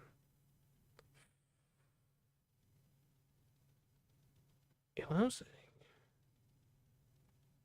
how do I know what the phone triggers button is? I have to go to the config. Is there like a key bindings or something?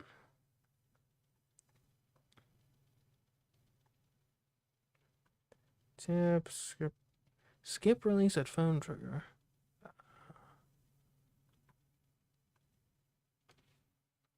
Select enter.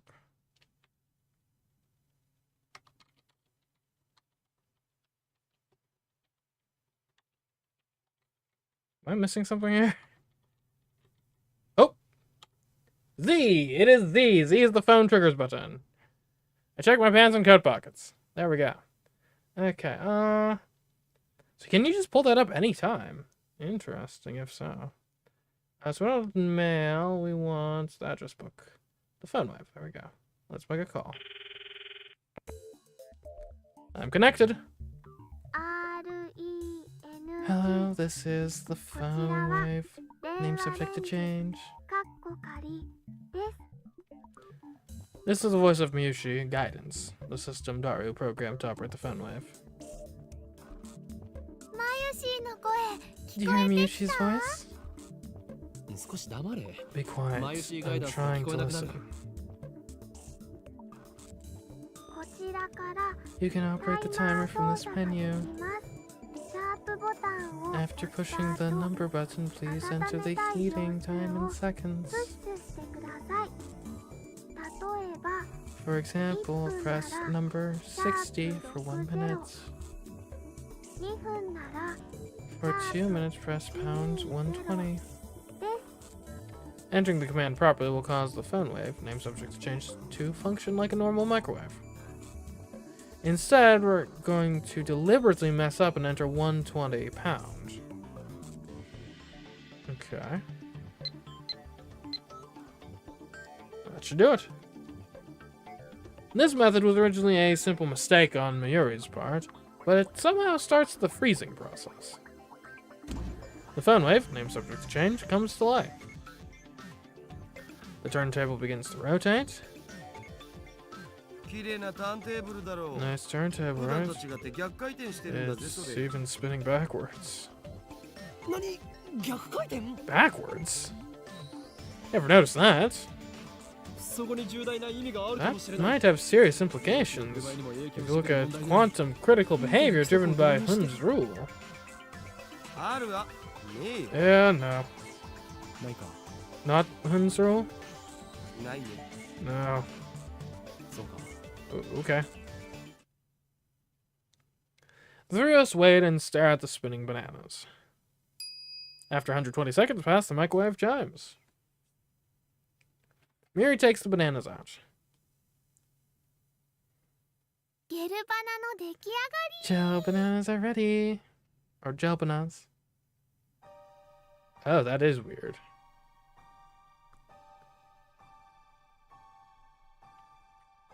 Huh. The bananas have become not bananas. Gelatinous blobs coated with a thin membrane. After Mayuri discovered that the phone wave, name subject to change, had a freezing function, we attempted to freeze a bunch of bananas. This is what happens. It just gets more confusing each time. だるよ Daru, このバナナ you wouldn't mind eating one of these, 食 would べ you? てみようとは思わ Of course ない you か would. It's 思 for うか science. Your sacrifice will forever be 我々の犠牲と remembered. なり散ったダルに敬礼すげえまずそうじゃん。 They look really nasty. 味は関係ない食べ The ること taste に doesn't 意味があ matter. る What のだ matters is that you eat it. So come on, Daru. No need to be shy. Break a leg or a stomach and go for it. いらね No way. ではもゆりお前 Fine, Mayuri, the honor shall be yours.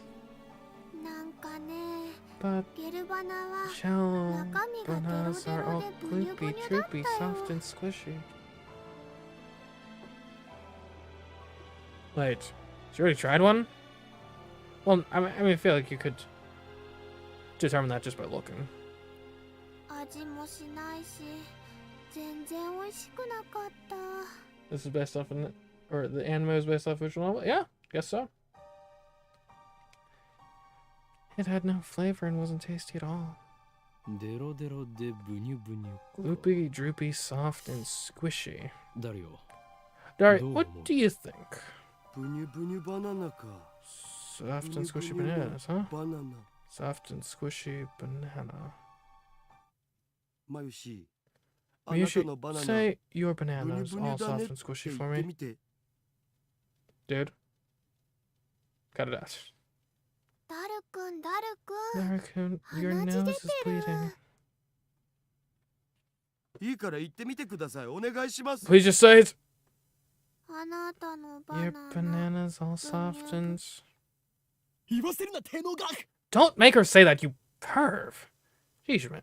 She's 16. Daru retreats after I hit him with a tissue box. Muri looks at us with an innocent smile. She doesn't get it, obviously. Anyway, have we tried freezing anything else in this, or is it just the bananas and the chicken so far? They're gelatinous, a semi-solid state of matter. In other words, there is a possibility that the intermolecular bonds were weakened. What could have partially liquefied the bananas? そうかわかったぞ I've got it. Also, how to check. Okay, so I can't actually just pull up the phone whenever. Seemingly. Interesting.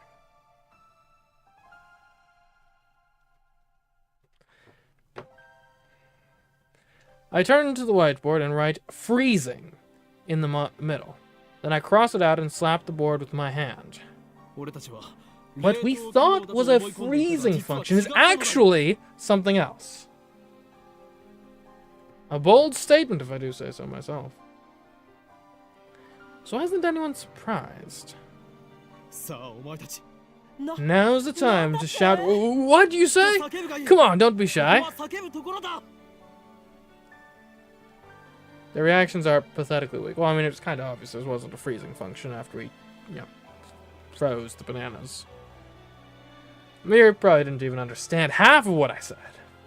We already knew that. Oh. The problem is we don't know what it is doing or why it's doing it. If it's the opposite of freezing, then couldn't it be thawing them? But the chicken, though, the chicken. What a silly question, Miri. What you're describing is just a normal microwave. Then what is it? We don't know, and that's the problem. He's right. To be honest, I haven't a clue. In any case, there's nothing we can do about it now. It's time for Daru and I to head to Daibaru. There's going to be a seminar at ATF, and we have to be there. It's part of our studies at Tokyo Denki University. Not sure why there's a seminar at Alcohol, Tobacco, and Farms, but whatever. Summer credits, basically. We have to attend the seminar and write a report. Come to think of it, what's today's seminar about again? I looked it up before the summer holiday began. I should have written it down. Behind me is the large unidentified object that crashed into a building near Akihabara Station. The building is under police barricade. No one is allowed to approach. But from a distance, the object appears to be some kind of... Am I receiving mail? Okay, what? Hello? Got mail? Okay. From, Miyuri. Let's see. You know, I'm really sad about dropping my Upa. It's worse than last year when I missed buying Fatty Giro Froggy. What the heck is a Giro Froggy? Oh, okay, hold on. Okay, so I can do a reply based on either of those. We'll reply about the Upa. I feel your pain. That thing was worth a fortune. Our precious research funds. There, send that, yeah. Alright. That's neat.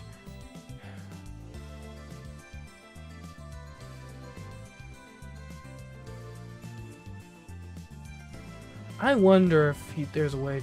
Is this a code? Could you, like, cipher this into something intelligible, perhaps? Or is it literally just random noise? Any pattern to it? All the numbers.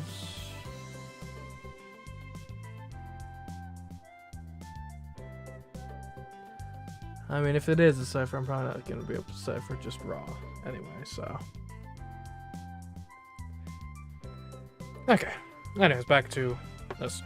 The building is under police barricade. No one is allowed to approach, but from a distance. The object appears to be some kind of satellite. As we cross the overpass that connects UPX and Daibaru, I look down to see a huge crowd of people moving through the plaza. There are even some garishly dressed young men and women, the sort you don't usually see around Akiba. Everyone is walking towards the main street, which is still cordoned off. Daru, aren't you going to check out Radican? Oh, point. Can't get close. I've been following the news online, though. There's already 100 threads about it on that channel. It's huge, man. So that's why he was staring at his phone earlier. You enter Dabaru and take the elevator to the 5th floor, ATF Assembly Hall. Man, feeling that AC. I'm alive. Unlike the lab, Dabaru has air conditioning. Yet another reason for our diligent participation in the seminar. About the phone wave name subject to change, I might have found our answer. You know that name subject to change thing is really annoying. I don't give in that easily, even if no other lab members use name subject to change. I will carry on until the day we decide its true name. Now's not the time. So what's your latest ridiculous theory?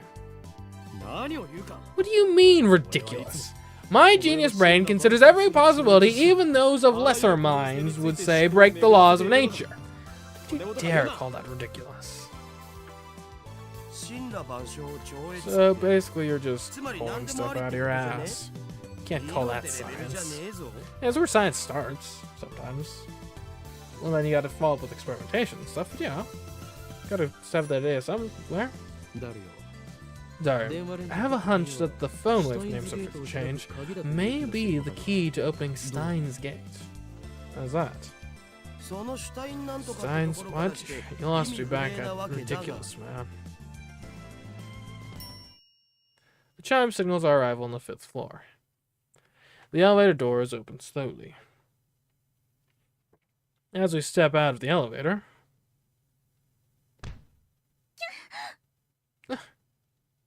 I bump into someone. I quickly grab the person's shoulder to keep them from falling. I'm sorry. You're dead. She's dead. Chat. She's dead. What? It's a girl. Maybe she just looks similar. We're trying not the same girl. And I recognize her. Maybe she has a twin.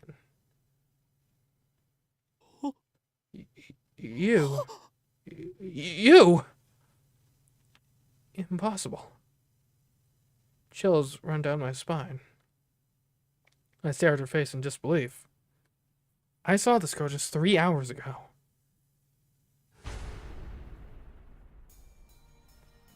Makisi Kurusu. Is there something wrong? Kurusu frowns and tries to back away. But I don't let go of her shoulder. My grip tightens. Ow!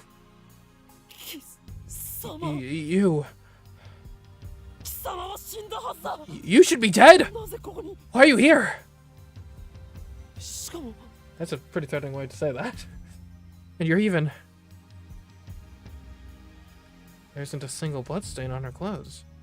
And they're the same ones she was wearing when I found her.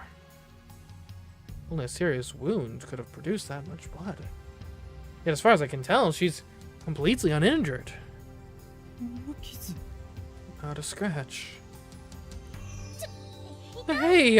That hurts! Let me go! Kurusu pushes me away. Then she shoots me a wary glare. I realize that I'm gaping in disbelief. What's wrong with you? You're okay. That's impossible. Someone stabbed you. I saw you lying in a pool of blood. That again. Dario interrupts. Wait, there's something strange about what he just said. What do you mean? Again. I mean, you sent me that email like a week ago, right? About what? I sent you an email? Don't be ridiculous! I saw her dead just 3 hours ago! Hey, could you not talk about me like that? I'm perfectly fine. You know, that message was kind of weird. It was dated a week after I got it, which means it came from the future. Well, it's probably just... someone just spoofed the metadata, probably. Actually, I forget how I managed this. I think it might have been something to do with the time change. But... I don't think I was messing with my system clock, but I think it might have been time change related. Maybe it was system clock. Anyway, somehow I was like browsing my files, and I had files that were dated as created tomorrow. Which was... that is a little... it's one of those things like... Again, I'm not shocked that it was possible to do that, because obviously if you change like your system clock and stuff, that would be, I presume, what all of the times are based off of. So if it's a future time, then, you know, that's how you get tomorrow. I was kind of... it was interesting that I didn't expect Windows to have, like, a word for that, if that makes sense. Well, I guess it's... If you know people can change the system clock, which... and potentially download files dated in the future, I guess it makes sense to have a form of, like, oh, by the way, it's from the future, but... Kind of funny. Anyway. Point being, not the only explanation. Time travel not the only explanation for this. It could just be some spoofed metadata. It came from the future. That sounds like something you read on the internet, Dario. It's there for you to talk out ridiculous theories. No, the date was definitely a week later. It came from the 20... Wait, that's the day. Dario pulls out his phone and shows it to me. He's right. The email was sent from my phone. Wait a minute. Isn't that this message I sent earlier today? You received on July 21st at 12:56. But it was sent on July 28th at 12:54. What time is it now? Does my phone have a clock? Doesn't seem to. Okay. It was split into 3 mails. Someone's stab. Bed Makasi K. Erusu don't.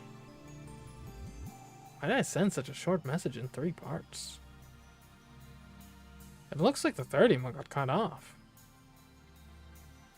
I do recognize the contents, though. This is the email I sent you 3 hours ago. But I sent 1 mail, not 3. And there should be more text. Did Dario really get this a week ago? Interesting. Her demeanor's changed quite considerably. Suddenly Kurisu is standing next to me, peering intensely at the screen of Dario's phone. Oh right, the email's not important. Well, maybe it is, but not right now. The real question is why she's still alive. Is she an illusion? Nah, an evil spirit? Am I haunted? I don't believe in such unscientific drivel. I am a mad scientist. Emphasis on the scientist, for now, at least. I timidly reach out to Kurisu's face. Dude. Huh? My fingertips stroke her hair. I get what you're doing, man. Of like, oh, I want to make sure she's actually like a physically present corporeal being. But like also, you can't just do that, man. Feels silky. Quite the cuticles. Substance. She has substance. Of course she's not a ghost. Silly of me.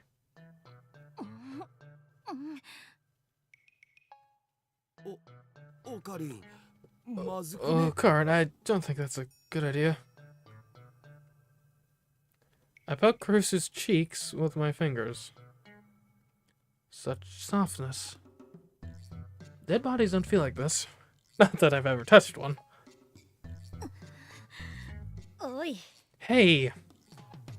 Wait a minute. We already touched when I bumped into her coming out of the elevator. I even grabbed her shoulders before being pushed away. True. And I still doubt that she had substance. That's proof of how confused I am. If she's alive, then what did I see back at Radicon? What was that scream I heard? Were they hallucinations? Just like that mass disappearance? That's right, she was stabbed. Maybe she's just hiding her wounds? This requires further investigation. I grabbed the hem of her blouse and slowly lifted it. Are you trying to get yourself arrested? No, I'm just curious for the sake of science and like. I just want to know the truth. I stare straight back at Kurusu as she trembles with anger and lift her blouse a little higher. What truth, you perv? You stupid... Wanna die? She pushes my hand away. Luis-chan's famous line for the win! Daru shouts something silly, but I ignore him and press Kurusu. I know what I saw! No way. Just see my under... That's not what I was referring to! Kurusu's face turns bright red. She firmly pulls her blouse down. No, you fool! Not that!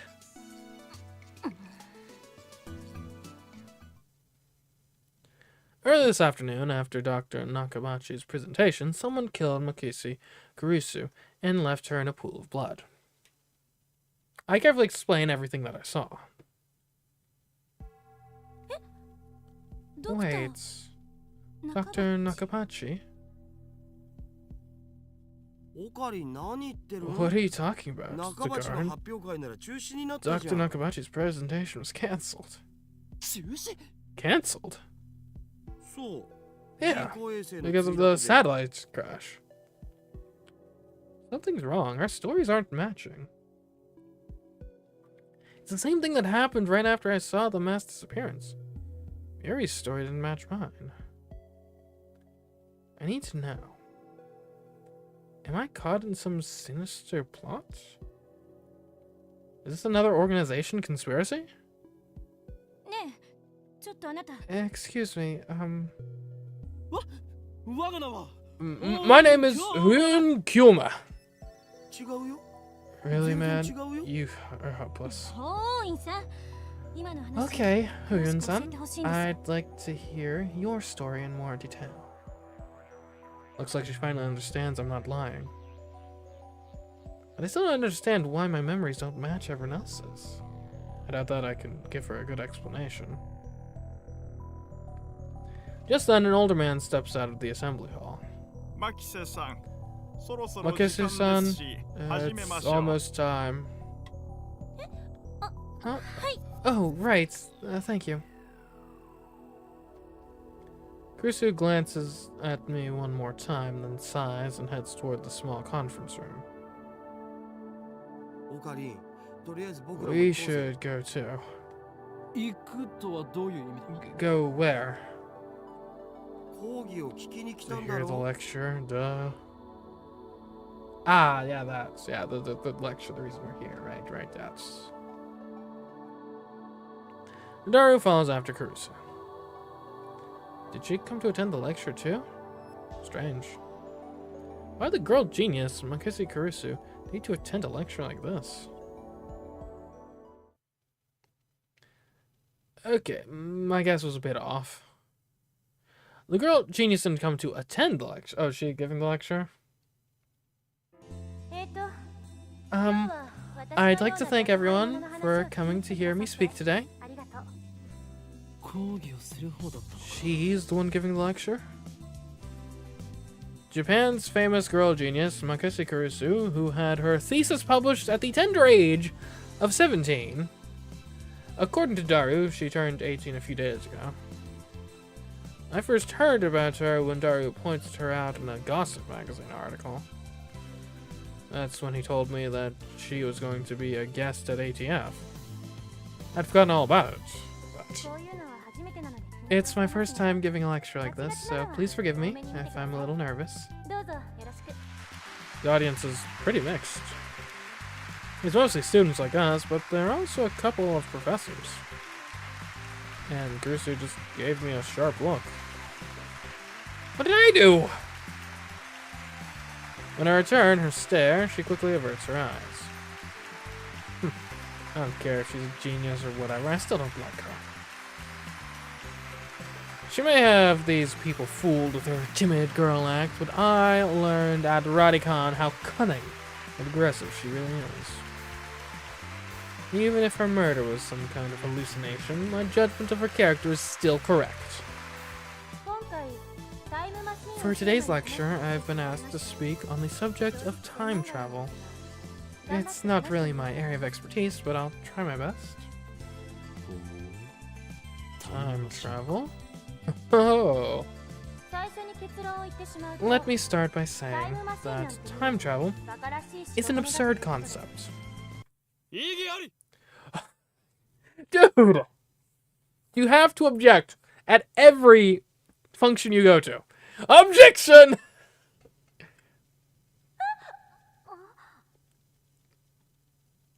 Every member of the audience, not just Kurusu, is startled by my interruption. Perhaps I'm being slightly rude here, but I'm not one to just sit and listen to some genius girl's drivel. It's presumptuous for you to claim that time travel is absurd. Corinne, you magnificent fool. Sat on my side, Daru throws me a small salute. ATF staff are approaching, probably to kick me out. Perhaps I got too carried away? Okay, it's fine, I guess. It'll be easier to talk in a discussion format. Thanks to her proposal, the event staff refrained from escorting me out. She sounds a little pissed, but let's not mind that. But before that, please listen to my thoughts on the subject. Scientists have proposed many theoretical models of time travel, but there are 11 in particular that bear mentioning. What are the major theories of time travel? I've heard about the cosmic string theory, at least.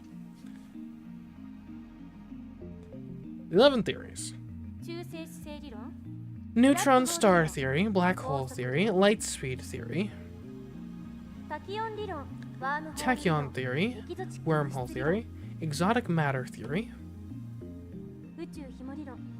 cosmic string theory, quantum gravity theory, cesium laser theory, elementary particle ring and laser theory, Dirac antiparticle theory,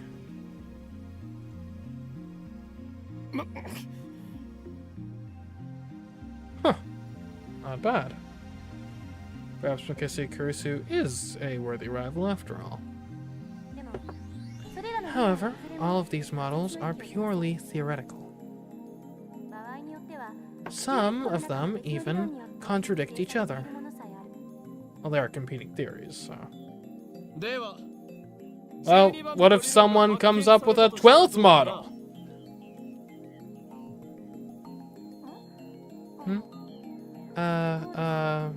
Right, well...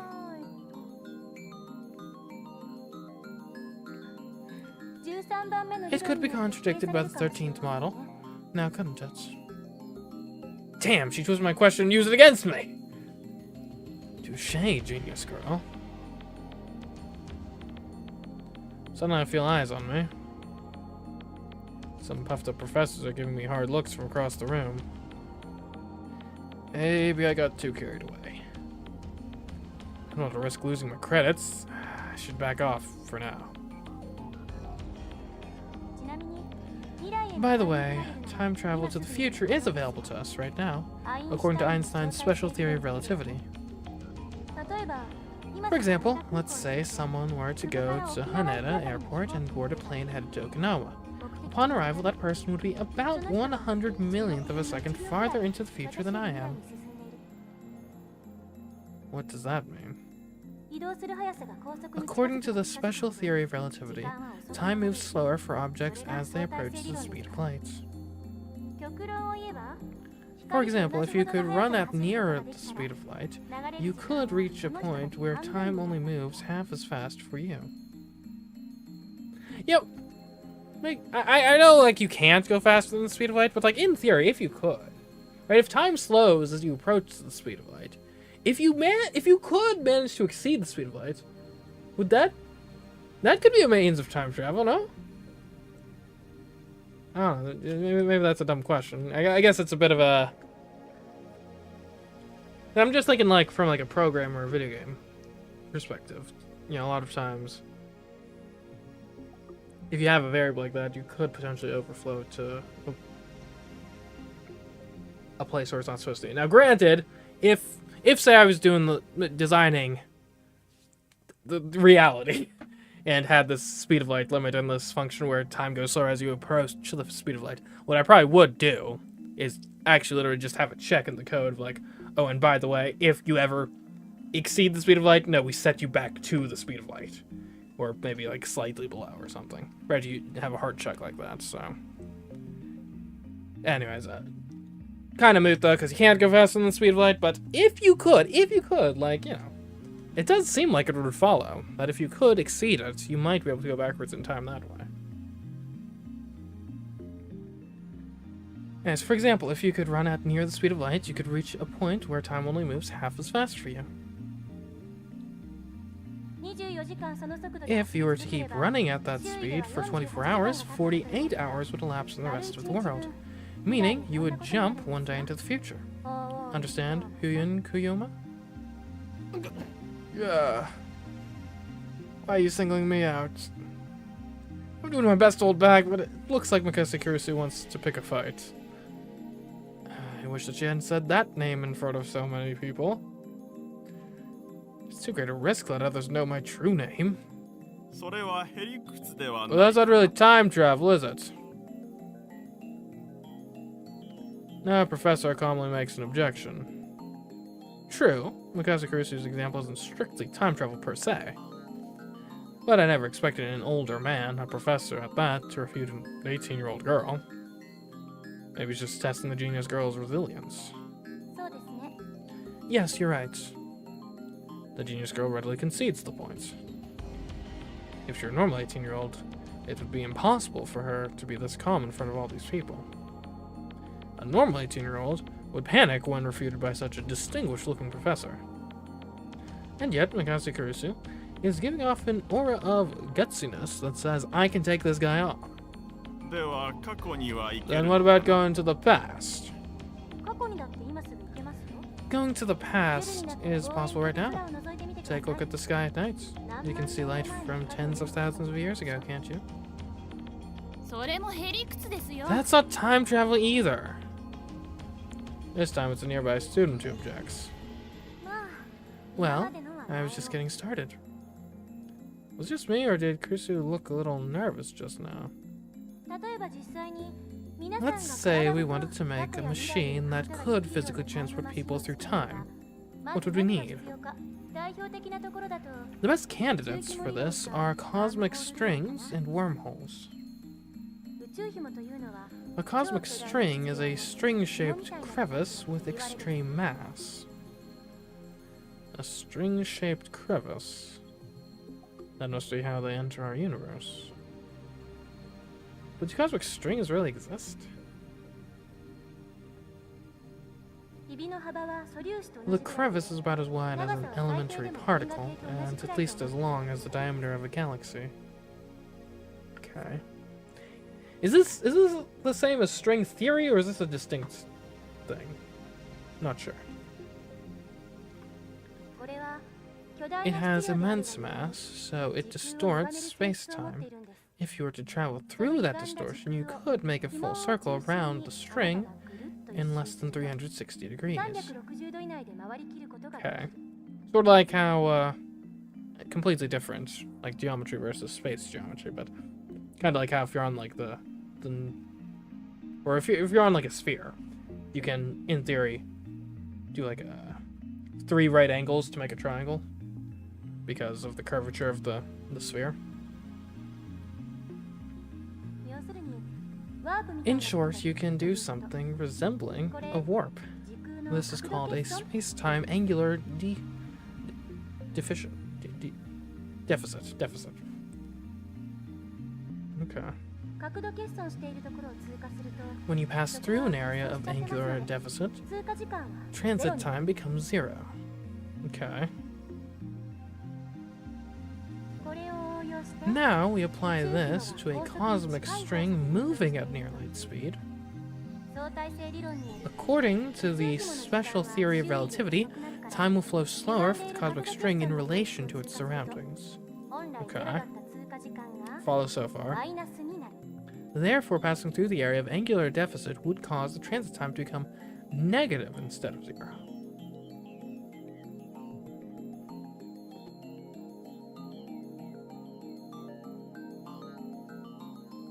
What is?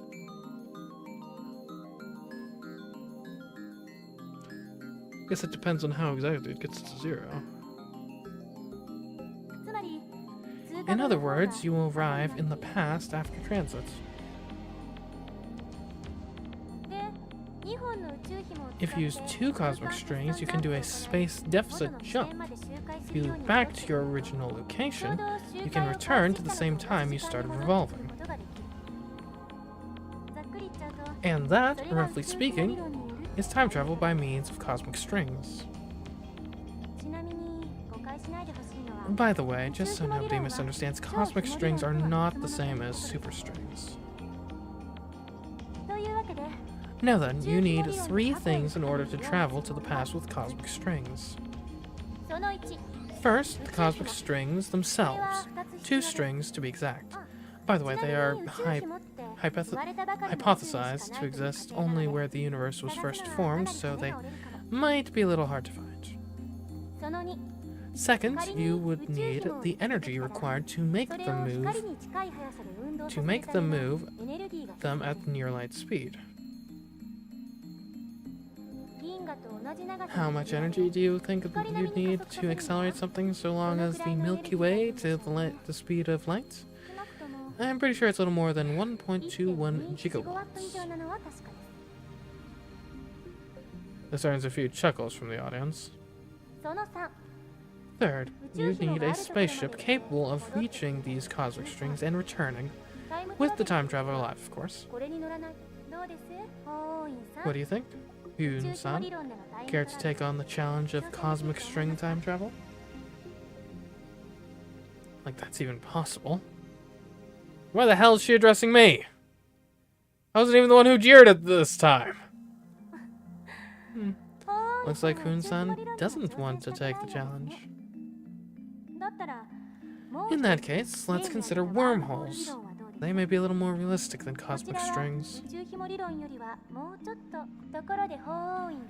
By the way, Hoon-san, do you know what wormholes are? Yeah, I guess? No, don't ask me. I'm trying to hold back here. Since I've been challenged, though, I can't leave the question unanswered. It's like a shortcut through space, right? Yes, that's correct. I got it right. I sigh inwardly in relief. There are 2 wormholes joined by a tunnel. Now, how far the wormholes are, transit time through the tunnel is 0. Okay. But oh no, there's a problem. The wormhole tunnel suffers from supergravity and collapses as soon as it opens. Okay. So we need something to negate the effects of gravity. So-called exotic matter, a substance with negative mass which repulses other matter. Negative mass, huh? Is it something that floats if you leave it on the ground? Maybe not. I can't even begin to imagine what it would be like. Kurusu raises her right fist. Say that the wormhole tunnel is being squished by an invisible fist. In order to pass through, you need something that could oppose my fist's grasping force, so I can't squish it anymore. Kurusu opens her fist. If you stabilize the tunnel with exotic matter injection, instantaneous travel between wormholes becomes possible. To travel through time, however, takes a little more effort. For example, let's say there is a wormhole entrance here in Akihabara and the exit is in Los Angeles. First, we send the wormhole in LA all the way to the end of the universe at near the speed of light, and once it's there, we yank it back to LA. How? According to the special theory of relativity, time slows down for objects moving at the speed of light, meaning the hole that returned to LA would be further in the past than the Akihabara hole. Okay. I think I'm following this time, at least. Okay.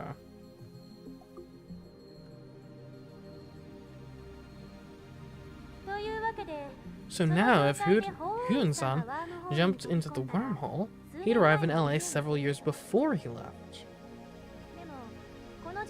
However, this still can't be called true time travel. It only seems that way. This is called the Urashima effect. The important part is to return to Akihabara from LA through the wormhole once more, since the transit time is 0. Hyun-san will return to Akihabara several years in the past. Time travel completes. The prerequisites for wormhole travel are simpler than the ones for cosmic string travel. First, the wormhole itself. They may exist somewhere in the universe, but nobody has ever seen one. Second, the energy required to move a wormhole to the end of the universe and back at near light speed. Third, exotic matter, which, by the way, has not been confirmed to exist. So, implementation of either one would require a ridiculous amount of effort. Now, do you see what I meant when I said that time travel is an absurd concept? Time travel theories are all just thought experiments. Not one of them can create a viable time machine. That is my answer. Is there anything simple, like something you can pull out of a drawer and just use or something?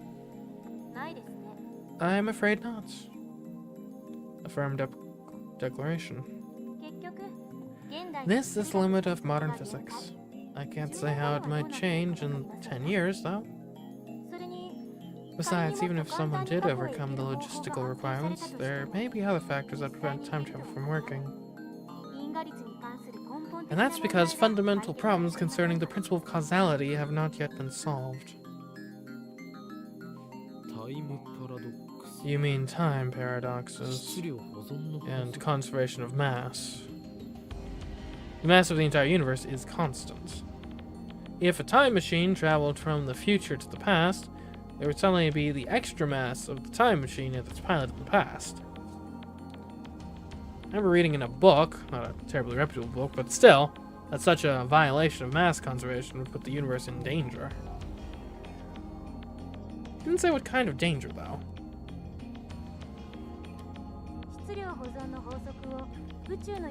If you think that conservation of mass applies to macro systems like the universe, or microsystems like atoms, or elementary particles, you're mistaken.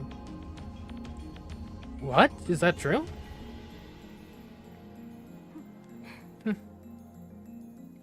She's laughing at my reaction. A little. I'm mortified. Conservation of mass only applies to chemical reactions. It doesn't hold in modern physics at all. Something can come from nothing. Oh, that's pretty amazing. Then what is the problem? The time paradox of time paradoxes. In other words, the grandfather paradox. The thing where you kill your own ancestors before you were born. As long as this paradox goes unsolved, time travel can never be realized. Never. What if you just don't kill them? You can't think of it like a sci-fi movie. It's not just about your family tree. There are far greater dangers than that. Really? Doesn't seem that dangerous. Any paradox, no matter how small, would cause the total collapse of causality, relativity, and every other physical law in existence. Paradoxes are nothing more than thought experiments. They cannot occur in reality, and they should not. Nothing that has even a 0.00001% chance of causing a paradox can happen. The universe won't allow it. Wouldn't you say this is the logical conclusion? There may be loopholes, like parallel worlds or the self-consistency principle, but those seem too much like fantasy for me to accept. I grind my teeth. When I see Makase Kurusu looking at me with her composed expression, I avert my eyes. Looks like I have no choice but to concede. Makase Kurusu is truly a genius. I ended up listening to all of Kurusu's lecture at ATF.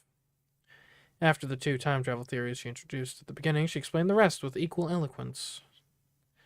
She seemed a little nervous at first, but then quickly changed as she spoke. By the end, it was an impressive lecture. So impressive that you wouldn't think it was an 18-year-old's first time. She did well to respond to my malicious questions with sarcasm. She's got guts. Wait, why am I praising her? Leaving that aside, I saw Makase Kurusu dead. And yet she is alive. My memories don't mesh with reality. Not just about Kurusu. My conversations with Daru and Mayuri didn't make sense either. Everything would be solved if I just told myself that what I saw was a dream, an illusion. It never happened. But never say never. This leaves you with no choice. After parting ways with Daru at ATF, I head to Yanabayashi Shrine. I need to get exercised. I seriously doubt that the Makase Kurusu at ATF was a ghost. Regardless, it's natural to seek an exorcism after such an experience. I'm Japanese. It's in our blood. Yanabayashi Shrine is located on the other side of Kanada River. To find it, enter the first side road after crossing Manasabaya Bridge. It's a very small shrine that doesn't fit with the surrounding multi-tenant buildings. Kanada Myoin is the more famous shrine in Akiba, but I deliberately chose this one. The shrine is so small you could easily miss it if you weren't looking. Regardless, I can hear the chirping of cicadas from the few trees growing here. It's a Korean. There are 2 girls standing in front of the main building. One of them is Mayuri. The other is a docile-looking beauty in traditional Miko attire. Urashibara Luka. A stunning example of feminine charm and grace.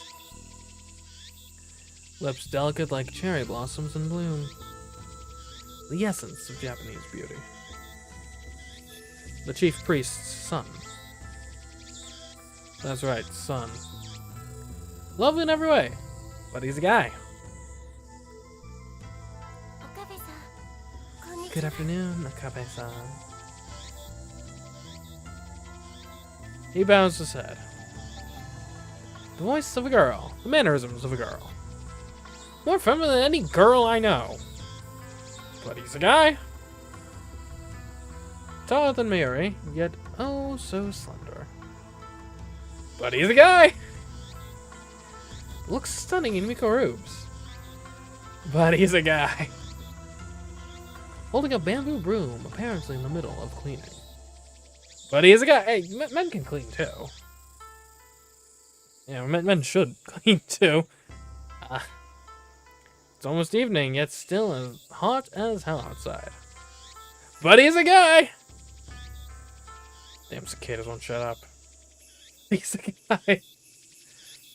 These becoming more and more non sequiturs.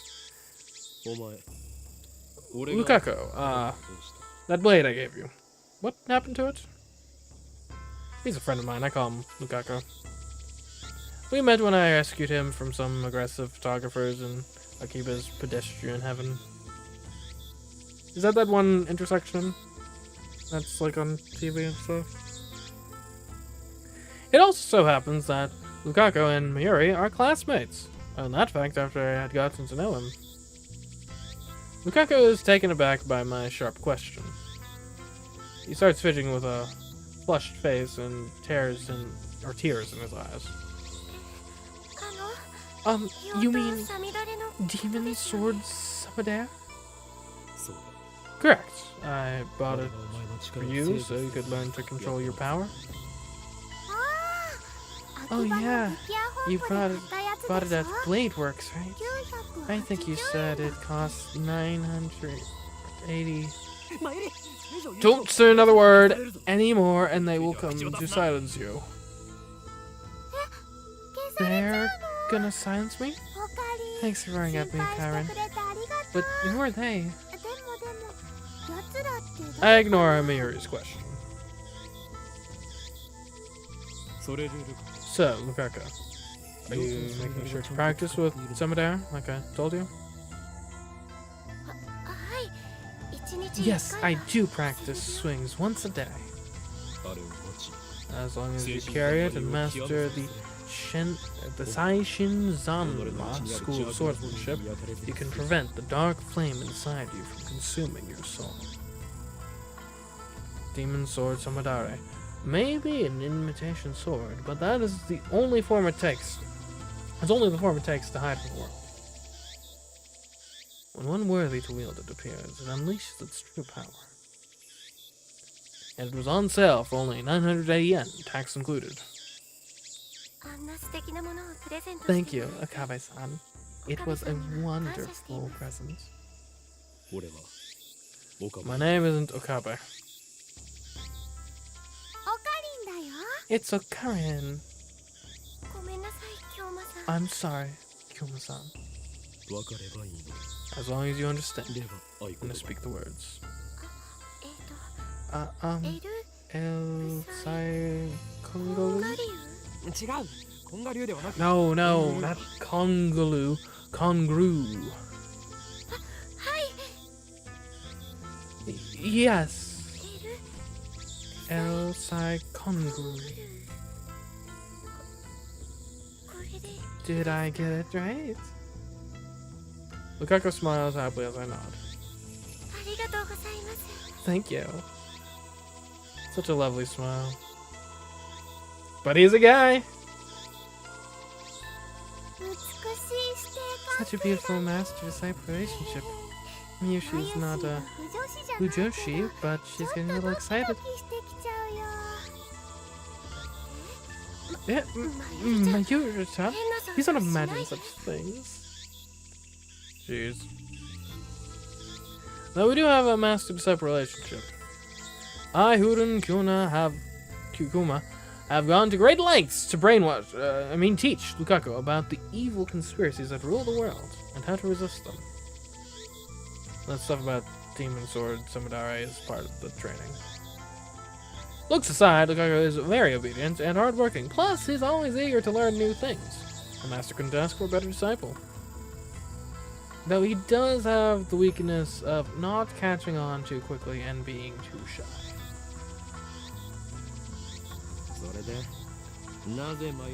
What are you doing here, Mayuri? I came to see Lukaku. Kamima is coming up next month, and I want him to cosplay as Kirari-chan from Rhinuts, but he won't say yes. But cosplaying, that's just too embarrassing for me. But I'm sure you look great in it. Praise someone this cute can't be a girl. It's really popular, you know. Come on, make your cosplay debut. Yuri's hobby is making costumes. She's made at least 30 so far, but it's rare for her to wear one herself. Instead, she seems to get her kicks from seeing other people wear them. It looks like she's chosen Lukaku as her next target. Naturally, Give me my backlog. Naturally, the costume Miuri is currently raving about is for a female character. Normally, I would understand why a man wouldn't want to dress like a girl, but come on, Lukako. You have no problem wearing Miko robes. Why should cosplay be any different? But whatever. I have business to take care of. Save the trivia stuff for later. Eh? But it's really important to Miyushi. And it's trivial to me. Anyway, Lukako, there's a good reason for my being here today. I need you to perform an exorcism. An exorcism? Then I'll go get my dad. Please wait. No, nothing that serious. I just need some peace of mind. That's why I came here instead of Kanata Shrine. So, with that said, bring out the usual. The usual? You mean Samadare? No, who the hell uses a demon sword for an exorcism? The usual for an exorcism should be obvious. I don't know what it's called, but it's that stick with the zigzaggy paper thingies the priest does a shaky thing with. That sounded really dumb. Okay. Quite a shock to hear that from Mayuri. Oh, the Uana-san. I don't know if my father will lend it to me. I'll go ask him. Lukako makes a quick bow, then runs off towards his house, which is on the shrine grounds. Meanwhile, Mayuri takes her pocket watch out of her bag to check the time. It's a very old watch, not the sort you'd expect a high school girl to carry. Its name is Pockety. Of course it is. Obviously that's the name Mayuri gave it, not its brand name or anything. Ever since elementary school, Mayuri has carried Pockety with her everywhere. It's her most important treasure. Well, time for me to get to work. Do your best. You're going straight home afterwards? Yep. Mayuri lives in Ikebukuro. She comes to Akiba by train just about every day. Yeah, it should be obvious since we're childhood friends and all, but I live in Ikebukuro too. Though I've been staying at the lab since summer break began. See you tomorrow. I call Mayuri to stop before she trots off. Wait, Mayuri. Back at Radicon, you heard a man scream, right? Scream? Mayuri blinks several times and puts her finger to her temple as if in thought. Then she gives her usual smile. When was that again? This afternoon. I don't think I heard anything. Oh. Well. Alright. The Karen's a weirdo. Bye-bye. Toodaloo. Mayuri leaves, this time for good, though she pauses to wave at least a half-dozen times before disappearing beyond the archway. Thanks for waiting, Okabe-san. Lukako returns shortly after Mayuri leaves. In his hands is the white zigzag thing I asked for. That was borrowed it. Thank goodness. Did Mayuri-chan leave? Don't worry about Mayuri. Begin the exorcism at once, Lukako. Okay, but do you really want me to do it? What exactly am I exercising anyway? Lukaku's flustered. Is he really up to this? I'm beginning to doubt. I should have known better. The instant doubt touches my heart. A terrible chill shoots up my spine. It's the evil spirit in my arm! I grab my violently shaking wrist. Be still, foul spirit! Hurry, Lukaku! He's trying to take over. No way! Please hang in there, Okabe-san. I'm not Okabe-san. I'm sorry, Kyumu-san. But what should I? The exorcism! Hurry, just do it, like I taught you. Okay. With a serious look on his face, Lukaku grasps the unusa with both hands as if it were a sword. His stance is impressive. I've taught him well.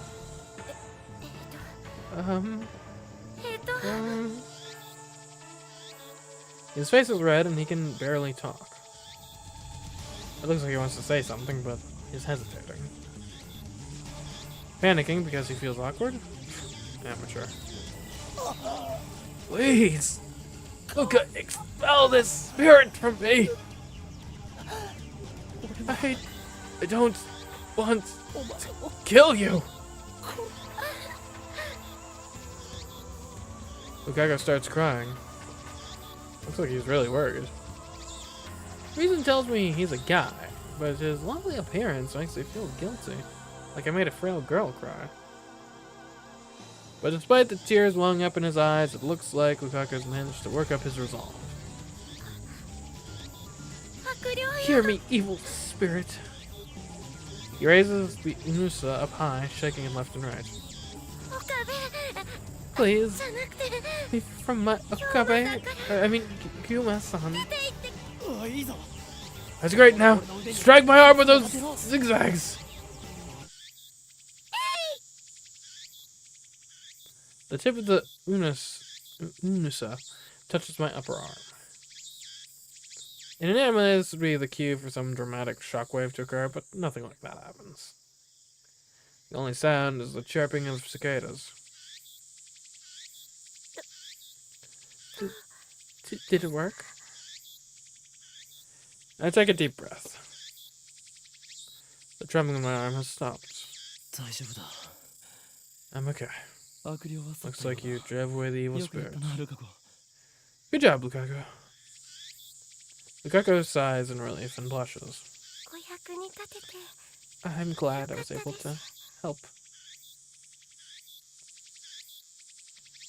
His shy smile really does make him look like a girl.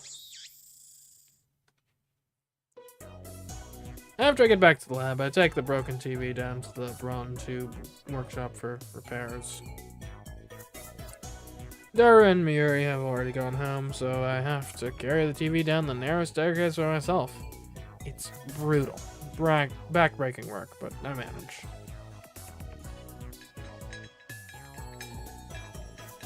I push the workshop door open with my hips and head inside. The room is dimly lit by the setting sun, but the gloom is offset by the glare from the gigantic CRT in the center of the room. A 42-inch CRT television. Doesn't seem like something you could get in modern Japan.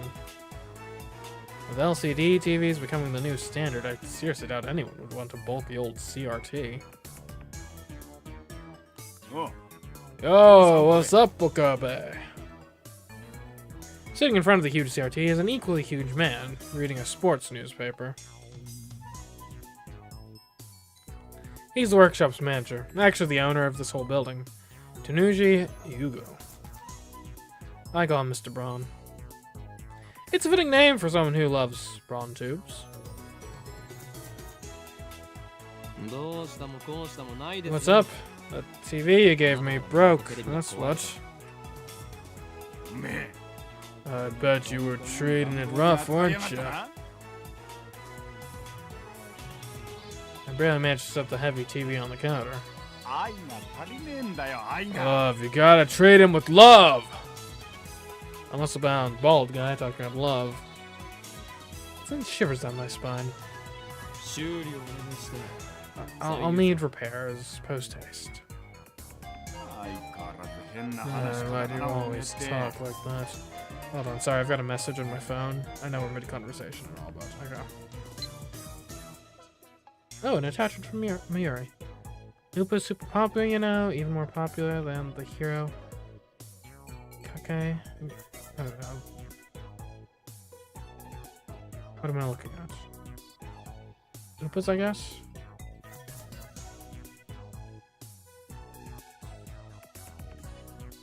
And he's even more popular than Kake-Rukun. They're so cute, I want to collect them all. It's like how you used to collect black fingerless gloves, remember? Don't sell it. Okay.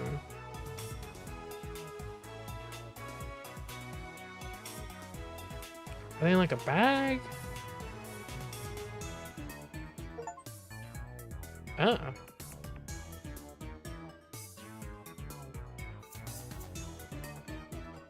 It's a wallpaper. But does that mean I can like put it? Change wallpaper. Yeah. Look at that. We got a.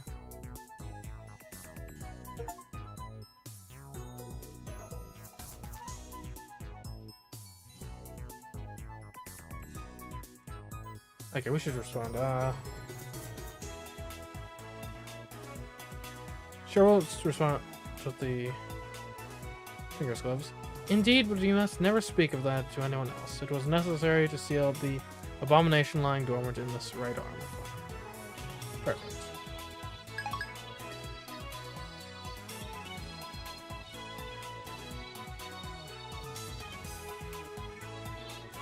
Nice. Okay. Man, why do you always talk like that? Mr. Braun begins investigating the cause of the problem. With nothing better to do, I look around the store. I don't know if it's just the dust hanging in the air, but something feels stagnant about this place.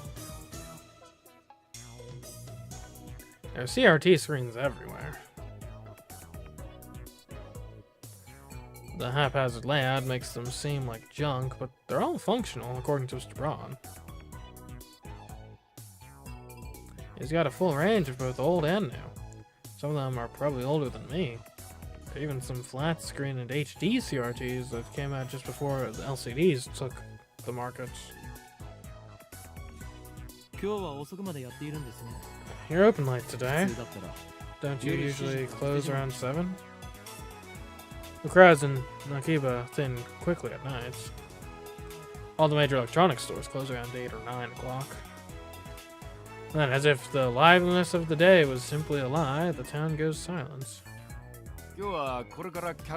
I'm expecting someone.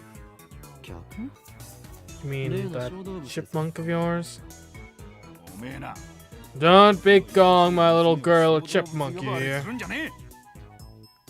The manager glares at me and takes a photo from his wallet. It's a picture of a young girl shyly making a peace sign at the camera. One might assume this muscle-bound man to be some kind of pervert, but the girl is actually his daughter. She's about 12 years old now, I think. His love for her is second only to his love for CRTs. Or is it the other way around? I see her in the store every now and again. What was her name again? If you touch Nay, you're dead. That's it, Nay, a rare name. That means to braid. She pops up at the store now and again, so we've interacted with her before. And by we, I mean Mayuri, since she's the only one Nay gets along with. Nay always hides when she sees me or Daru. I must admit, I'm impressed she can sense my aura of madness at such an early age. Mr. Braun makes a grandiose kissing gesture at his daughter's photo. Once again, shivers down my spine. But seriously, besides your daughter, has this workshop ever had a customer? I've been renting the second floor for about 6 months, but I don't recall ever seeing a customer. I would be surprised if this place were actually making any money. Ain't a customer. He puts with the photo and goes back to checking the TV, leaving me with that vague answer. There's probably just a loose solder on the board. I can fix it. Really? Well, then by all means. Hold on. I'll get you an estimate. What? You're charging me? What'd you think? This ain't some charity. You're the one who gave us the TV. Yeah, so what? Never said I'd service it for free. Curse you. You have some gall to say that after foisting a half-broken piece of junk onto us. Oh, shut up. If you don't want it, I can take it back. I'll have to charge you for its safe disposal. What? Extortion! You dare cheat the man who very well may change the future of mankind? Who's that now? Me, of course. Who else? Brush your teeth and go to sleep, kid. You got some nerve to be back talking when I'm letting you rent the second floor for next to nothing. You shall have your money, Mr. Bond. In the end, I'm no match for him. Just then I hear the door open. I look up to see that a girl has entered the store. She's wearing a vintage jacket and tight shorts that highlight her long limbs and athletic figure. I found myself particularly impressed by her well-defined thighs. What's up? Oh no, I've entered the negative zone. What's going on?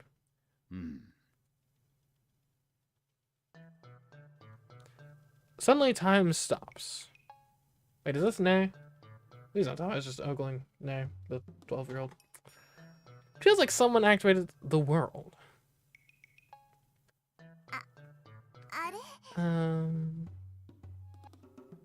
The girl is still standing there, with her arm in the air. Her smile gradually fades into confusion.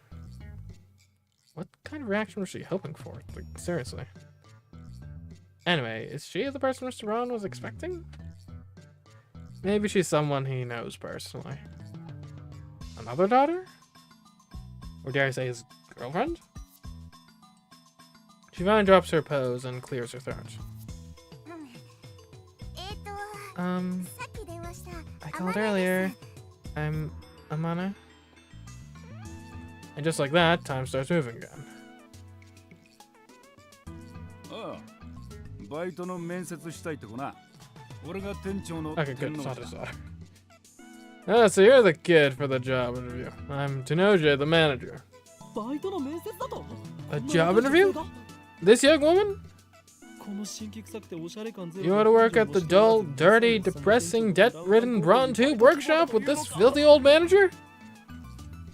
You want an extra 1,000 yen added to your wrench? My words about the truth.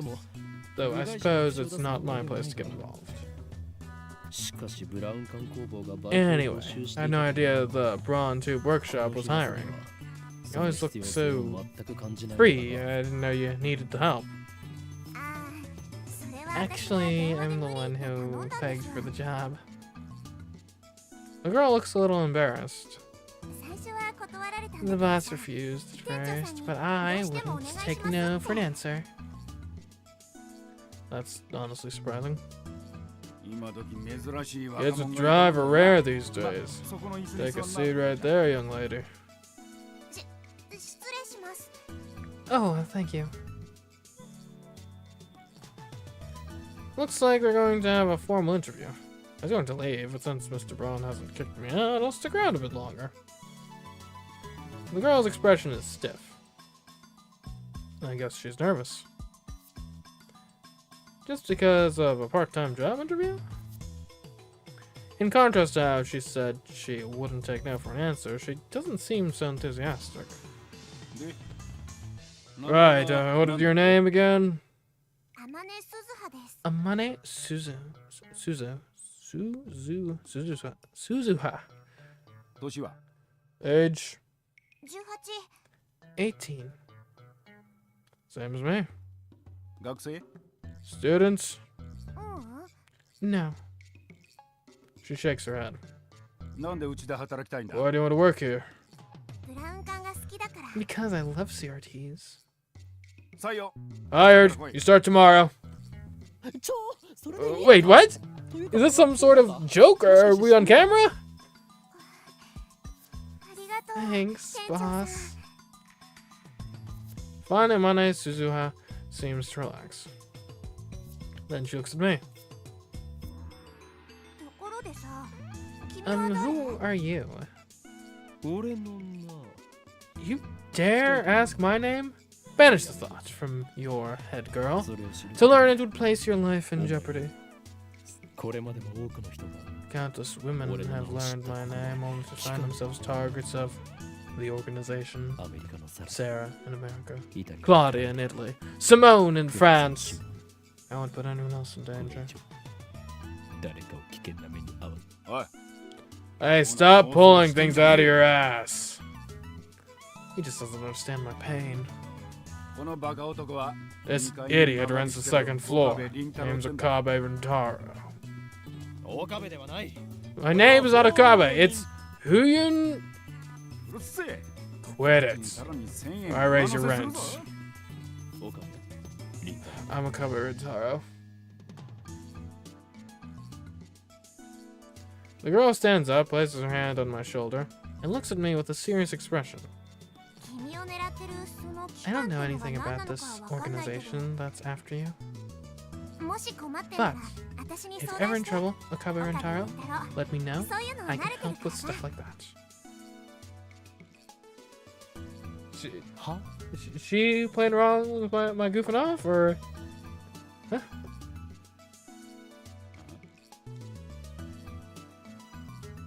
These two might be perfect for each other. They seem on the same wavelength. Stuff like what? If necessary, I can hurt them so bad they'll never bother you again. Mr. Brown. Mr. Brown, I don't think you should hire her. Yeah, she might be a wild one. I'll fire her if she causes any trouble. Anyway, ignore that organization nonsense on Okabe's head. It is. You just keep thinking that. But someday the world will kneel before me.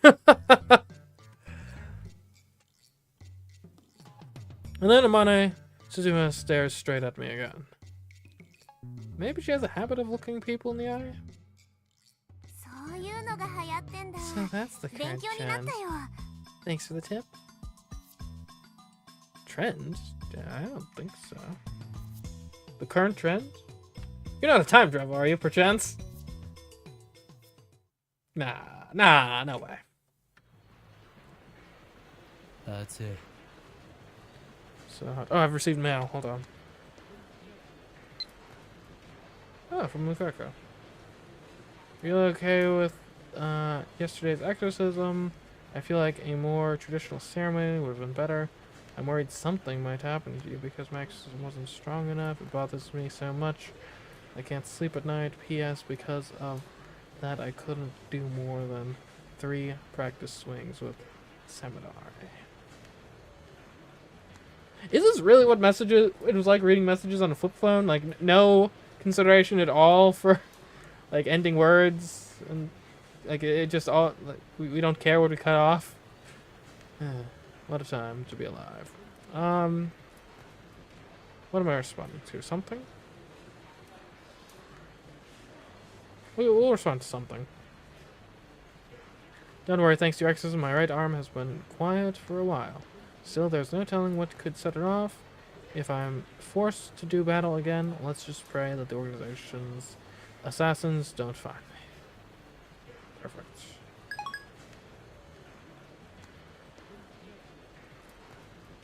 Okay. So hot. I was at university all morning. As I returned to Akiba, the heat is now becoming unbearable.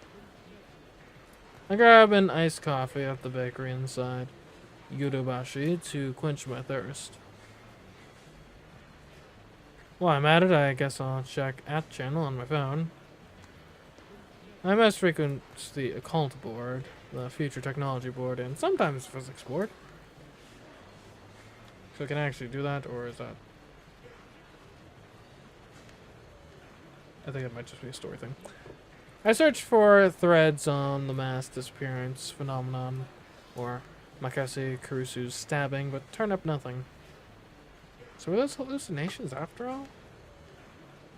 When I peek at the occult board, I find posts in multiple threads from someone claiming to be John Titor. Wait, John Titor is back? John Titor appeared on an American BBS 10 years ago, claiming to be a time traveler. He claimed to have traveled from the year 2036 in order to obtain an old computer, the IBM 5100.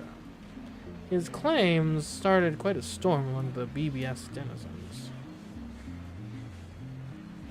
Titor also made several accurate, if fragmentary, predictions of future events. The start of the Iraq War, and the spread of Creutzfeldt-Jakob disease, for example. To prove he was from the future, he explained the principles behind his time machine and provided pictures of its operation manual.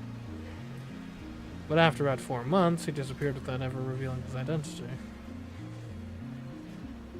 At one point, his predictions gained popularity even in Japan. Yes, he certainly did get some things right. On the other hand, he missed several others. Some of his posts contradicted each other, too.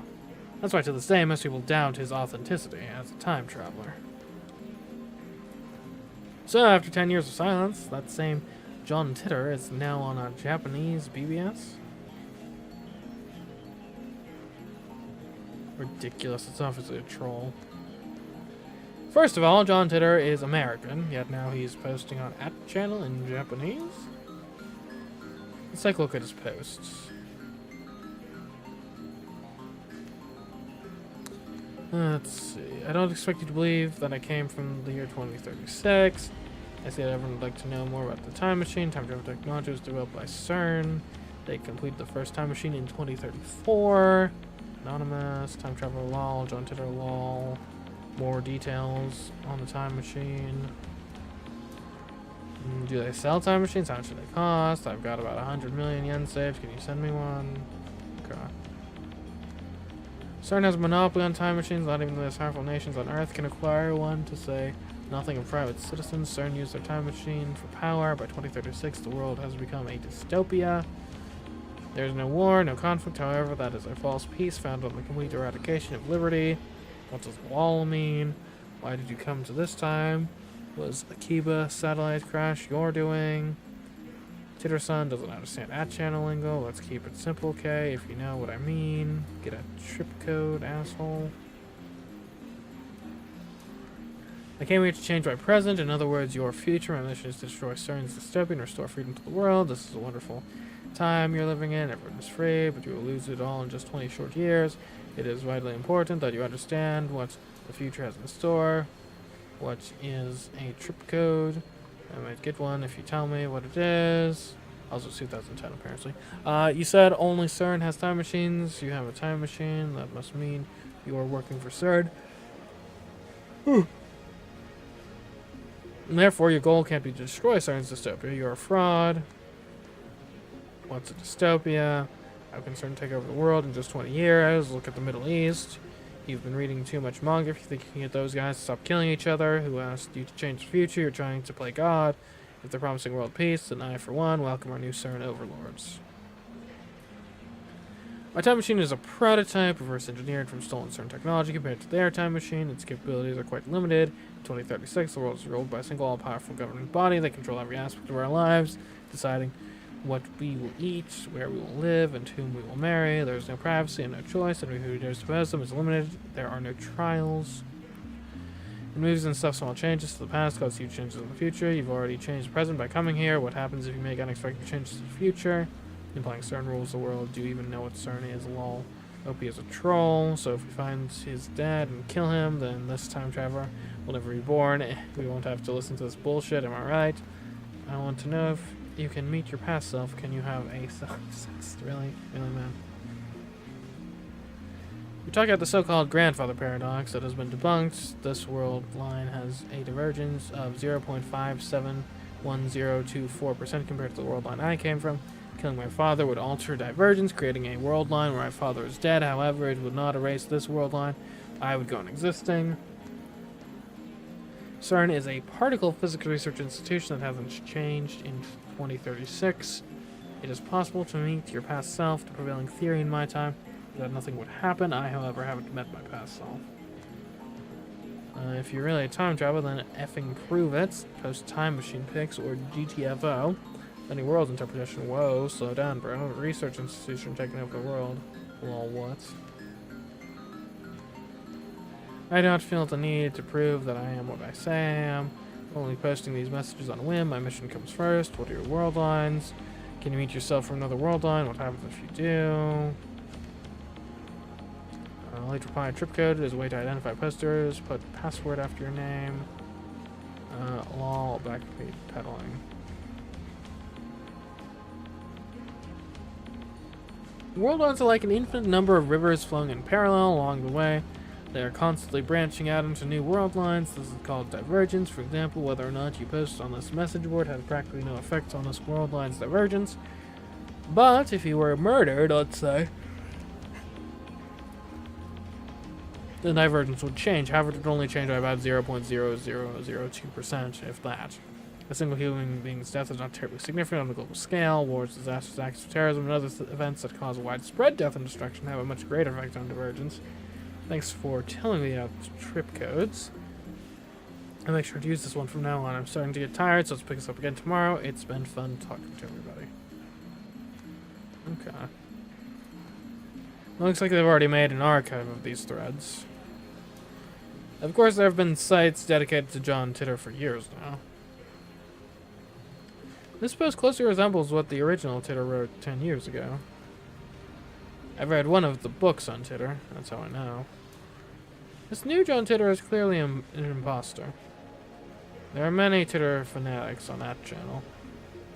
He's not exactly a household name in Japan, but I doubt anyone would fall for this level of trolling. As I continue to read, however, I find the response the opposite of what I expected.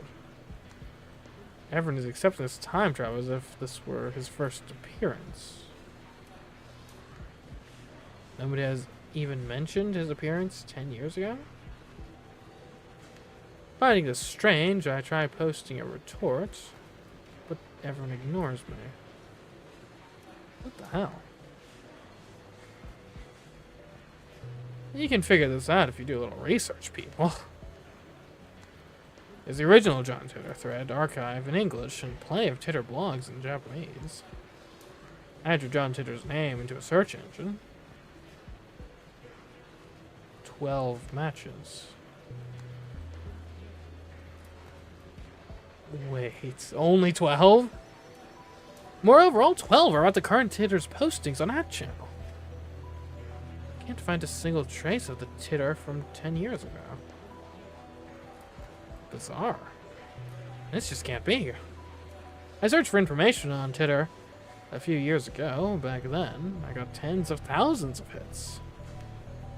Is this search engine filtered?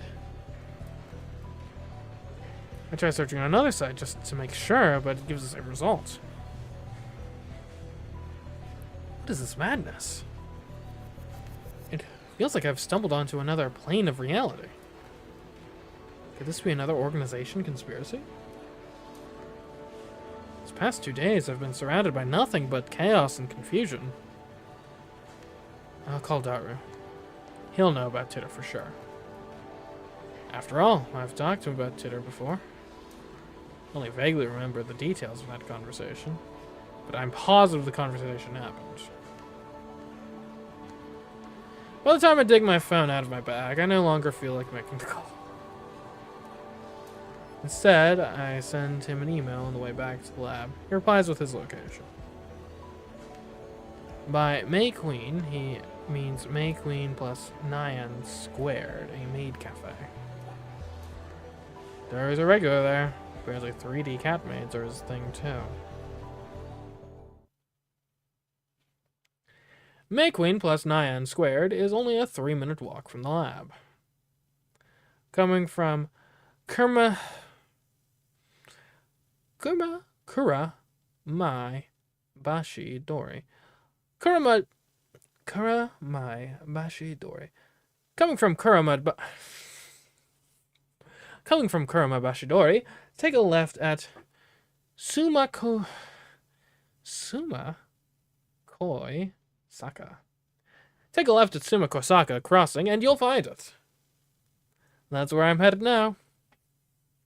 It's usually busy in Akiba during summer break, but now it's even busier because of the Radicon incident. The area was blocked off yesterday, but it doesn't look like they could keep the main road closed for 2 days straight. Haven't seen a single police officer today.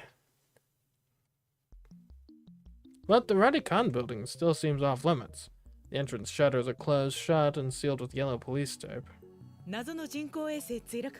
We're here now in Akihabara, the day after the unexplained satellite crash. The police barricade has been lifted, and a tremendous number of people have gathered in front of the station. The satellite's origin is still under investigation. We're told that it can't be removed until the authorities have more information. According to the police, the satellite does not appear to be dangerous. However, tourists and local business owners have raised concerns. The media has dozens of cameras set up outside of the police line. Oh, and there are nearly twice as many onlookers as reporters. Enough to fill the entire street with people. Everyone's aiming their phone cameras at the satellites like object. So many people. Living in Akiba, you get used to crowds and big events, but a gathering of this size is unusual. I wonder when they'll get rid of that thing. Hope it doesn't explode or something. They've been letting people back into the area, so I guess there's no danger. Still, considering its unknown origin, I'm surprised there isn't more security. Today, like always, otaku are shopping for doujinshi, import games, electronics, or whatever strikes their fancy. Aside from the scene at Radicon, it's the same as any other day. But I still don't understand what I saw yesterday. I've half accepted that the mass disappearance was just my imagination. Maybe I've become unable to distinguish reality from fantasy? Like the media likes to say about teenagers these days? With that thought in my mind, I returned my gaze to the street. And there in front of me stands a woman holding her phone in front of her face. Did she take a picture of me? She took a picture. Her phone was clearly pointed at me. I tried to cover my face, but not quickly enough. I turned around just to make sure that she wasn't pointing it at someone behind me, but that doesn't seem to be the case.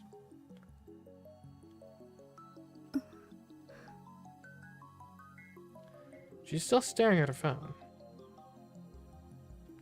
Without even glancing at me, she turns around and points her phone at some other pedestrian. Maybe she's taking photos of everyone at the scene, and not just me?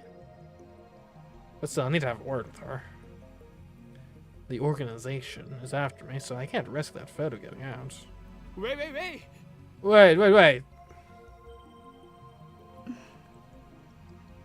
She doesn't turn around.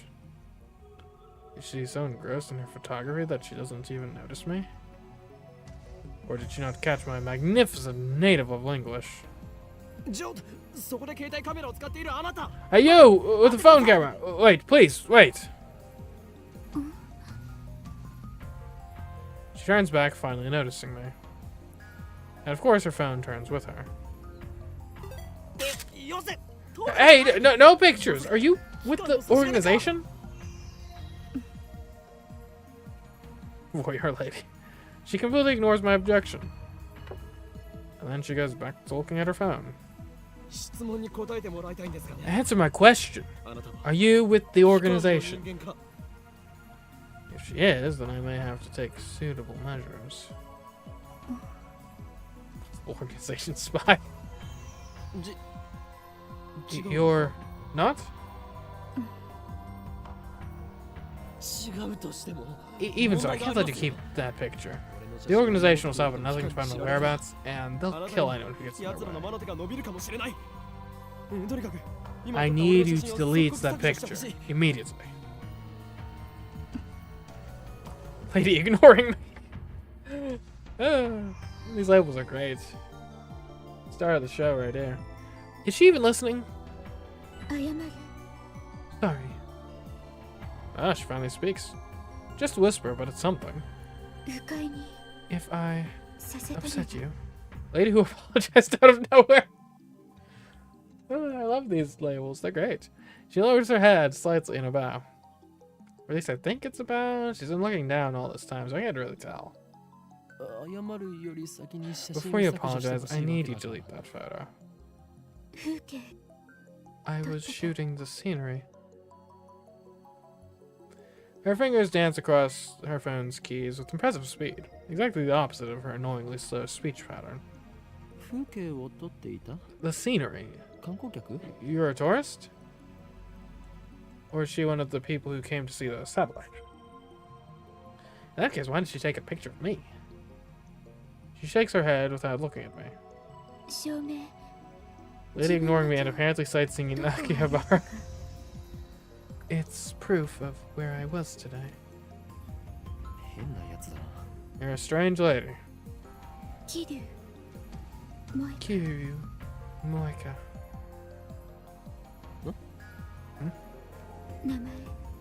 My name. I guess she's introducing herself? That's nice, but I just want her to delete that photo. I have a question for you. May I? First, the photo. There's an urban legend in Akihabara. Have you heard of it? I mean, I'm sure there's plenty, but... An urban legend? What is she talking about? Don't tell me. There is a brilliant but insane mad scientist said to be lurking in Akihabara. And now that brilliant but insane mad scientist is the target of every assassin in the underworld. I've remained in this town for far too long. I'll need to make plans. Akihabara, you're in such a bad town. I'm glad the Phantom Retro PC. Huh? Retro PC. She replies with a nod, or something like a nod. They say there's one in Akihabara. Oh. Nothing about a mad scientist. I'm relieved, but also disappointed. At any rate, this is the first I've heard about a Phantom Retro PC. Retro PC? You mean like a 98? That's the first model that comes to mind. But are 98s really that hard to find? She shakes her head slightly, or something like a shake. No, this. She turns her phone toward me. The screen shows an oddly shaped computer.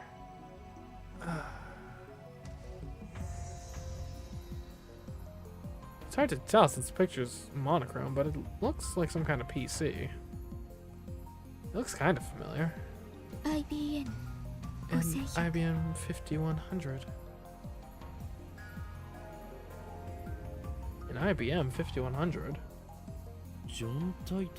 That's the computer John Titor tried to get. Her fingers twitch, I think.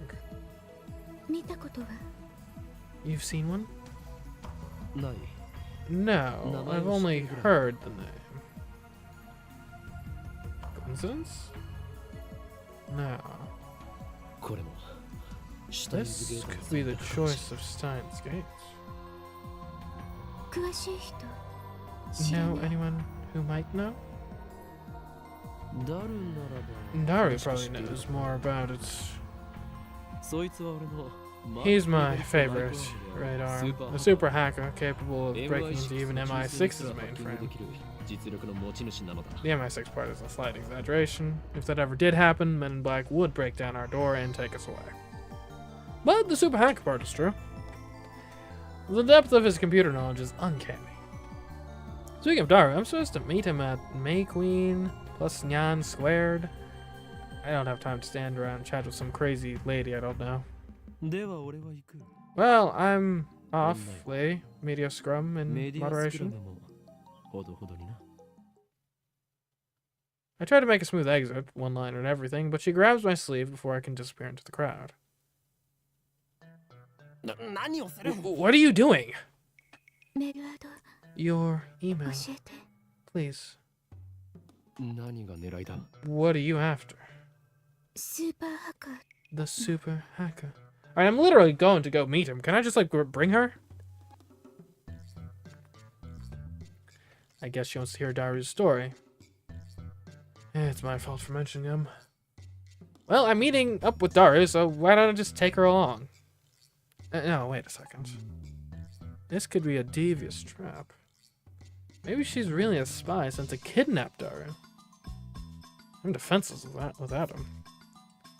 My only other ally is Mayuri, whose skills amount to costume design. I refuse. I'll never give up Daru. This guy. I slipped past her and started walking faster. I glanced back. She's following me. Oh well. I pick up the pace. But she's still chasing me. Stop following me!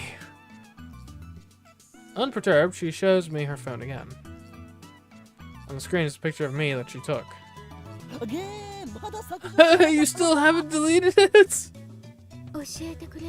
Tell me, and I'll delete it. You dare blackmail me? Who do you work for? I attempt to glare her into submission. But her eyes are already lowered. My glare is ineffective. She hesitates for a second. Work part-time at Arc Rewrites. What's that? An editorial company here in Akihabara. One of those companies that writes articles for magazines? And is this gloomy lady really fit for that kind of work? Wait, you plan on publishing my picture without permission, don't you? The mad scientist of Akiba unveiled. I can see the headlines now. That's all the organization will need to turn Akiba into a sea of blood. No, I must avoid that gruesome outcome at all costs. I have no choice. Very well, I accept your terms. At any rate, as long as she has that photo, I have no way of knowing how it might be used. I pull up my email address and show it to her. Looking back and forth from my phone to hers, she enters my info with terrifying speed. Of course, this woman is Esper. I dub her new power, Shining Finger. Her magical thumb types cursed emails at 255 characters per minute. Whoever receives one dies. She's done typing my address. It took all of 5 seconds. Name? Hoyun Kyuma, mad scientist. How is it spelled? First Hohu for Phoenix, then In, and finally Kyuma, which means a horrible truth that must never be revealed. Hohu for Phoenix, then In, and finally Kyuma, which means a horrible truth that must never be revealed. I read my perfect explanation. This is the origin of my true name. Explaining the In part of Hoin would take too long, so I left it out. She enters my name with her head tilted to the side. Like this?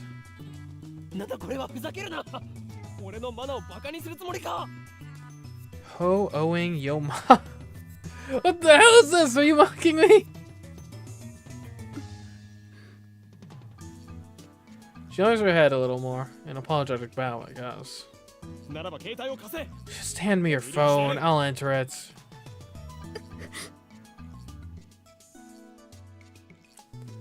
She shakes her head, clutching her phone with both hands, as if to protect it from me.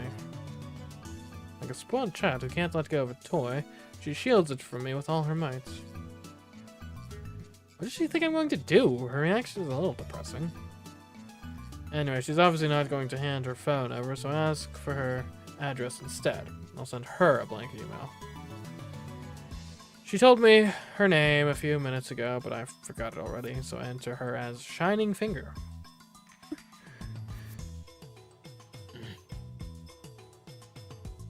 What am I doing standing here in the middle of the street?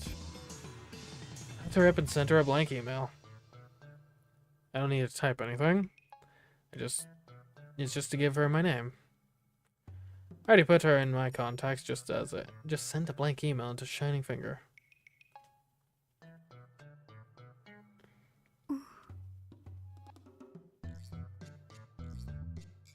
She frowns while looking at her own phone. And then she glances my way. I can realize those eyes clearly saying, hurry up. But I'm hesitant. Not sure if it's a good idea to give her my true name. But regardless of how long I hesitate, I don't think that she'll let me go until I send her the email. She sure is persistent. Looks like I have no choice but to send the email. We exchange a few words, and then I get away from her as fast as I can.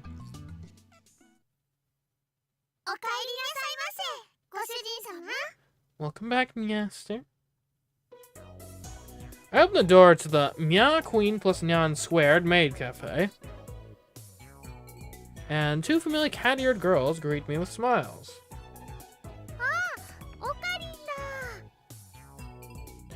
It's Okarin. Wait, Mayuri? Huh? One of them is Mayuri. She works here? But here, she's called Miyushi Nyan. Since she works here, I stop by about twice a month.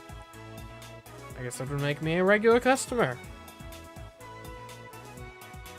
Actually, I've never been to any other maid cafe. Welcome back, Okarin. After bowing again, Mayuri gasps as if she thought of something. Hey, Okarin, Miyushi, just noticed something. Welcome back, and Okarin go really well together. Whatever. Kuma, it's great that you came, yeah. The other maid who came to greet me, Ferris Nyan Nyan, her professional name of course, hits me with her trademark combo attack of cute cat-like gestures.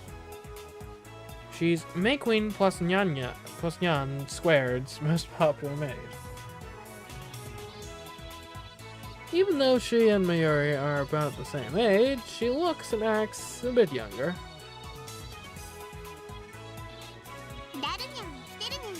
Darunyan's here too. He's been waiting, yeah. Daru frequents this cafe because he's got a crush on Faris.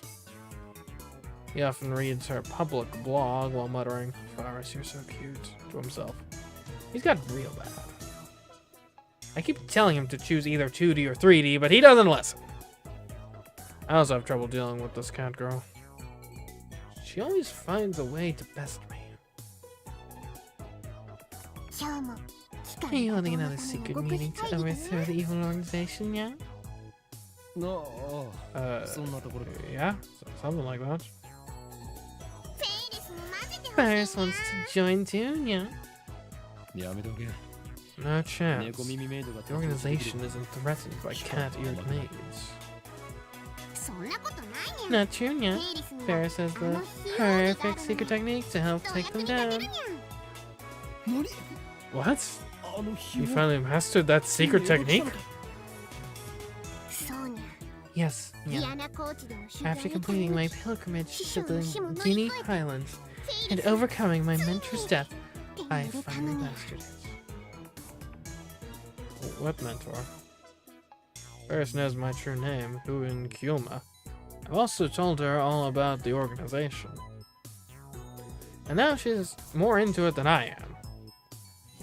She's always the one to bring up the subject whenever we meet. By the way, this is the first time I've heard of this secret technique or whatever it is.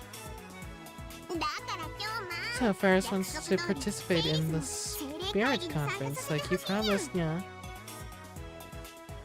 Oh, she's not letting it go. It'll take 30 minutes if I play along with her. You're not suggesting we venture to the sanctuary. The answer is no. Although you may understand the hidden secrets, you're still too inexperienced. But you promised, yeah. You're going to betray me? My brother is waiting for you there. Since when do you have a brother? And what the hell is this spirit conference anyway? Ferris looks at me with actual tears in her eyes. I falter, even though I know it's just one of her cutesy acts. Whenever I talk with her, I run out of comebacks, which is really unusual for me. Then she takes the initiative, leaving me with nothing to do but listen to her fantasies. I mean, come on, you can only take it so far. There's a very clear difference between her stories and mine. Easily, as anyone can see, I speak nothing but the truth. While Ferris has only delusions and a made-up backstory. I always have to play along. That's why I feel like I can never best her. I don't quite get it, but can Ryushi go to the sanctuary too? Great. Now look who's joined in. It's just going to get worse from here. I have to end this conversation now.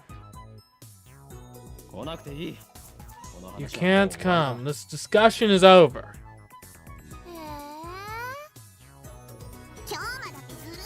No fair, Kyoma.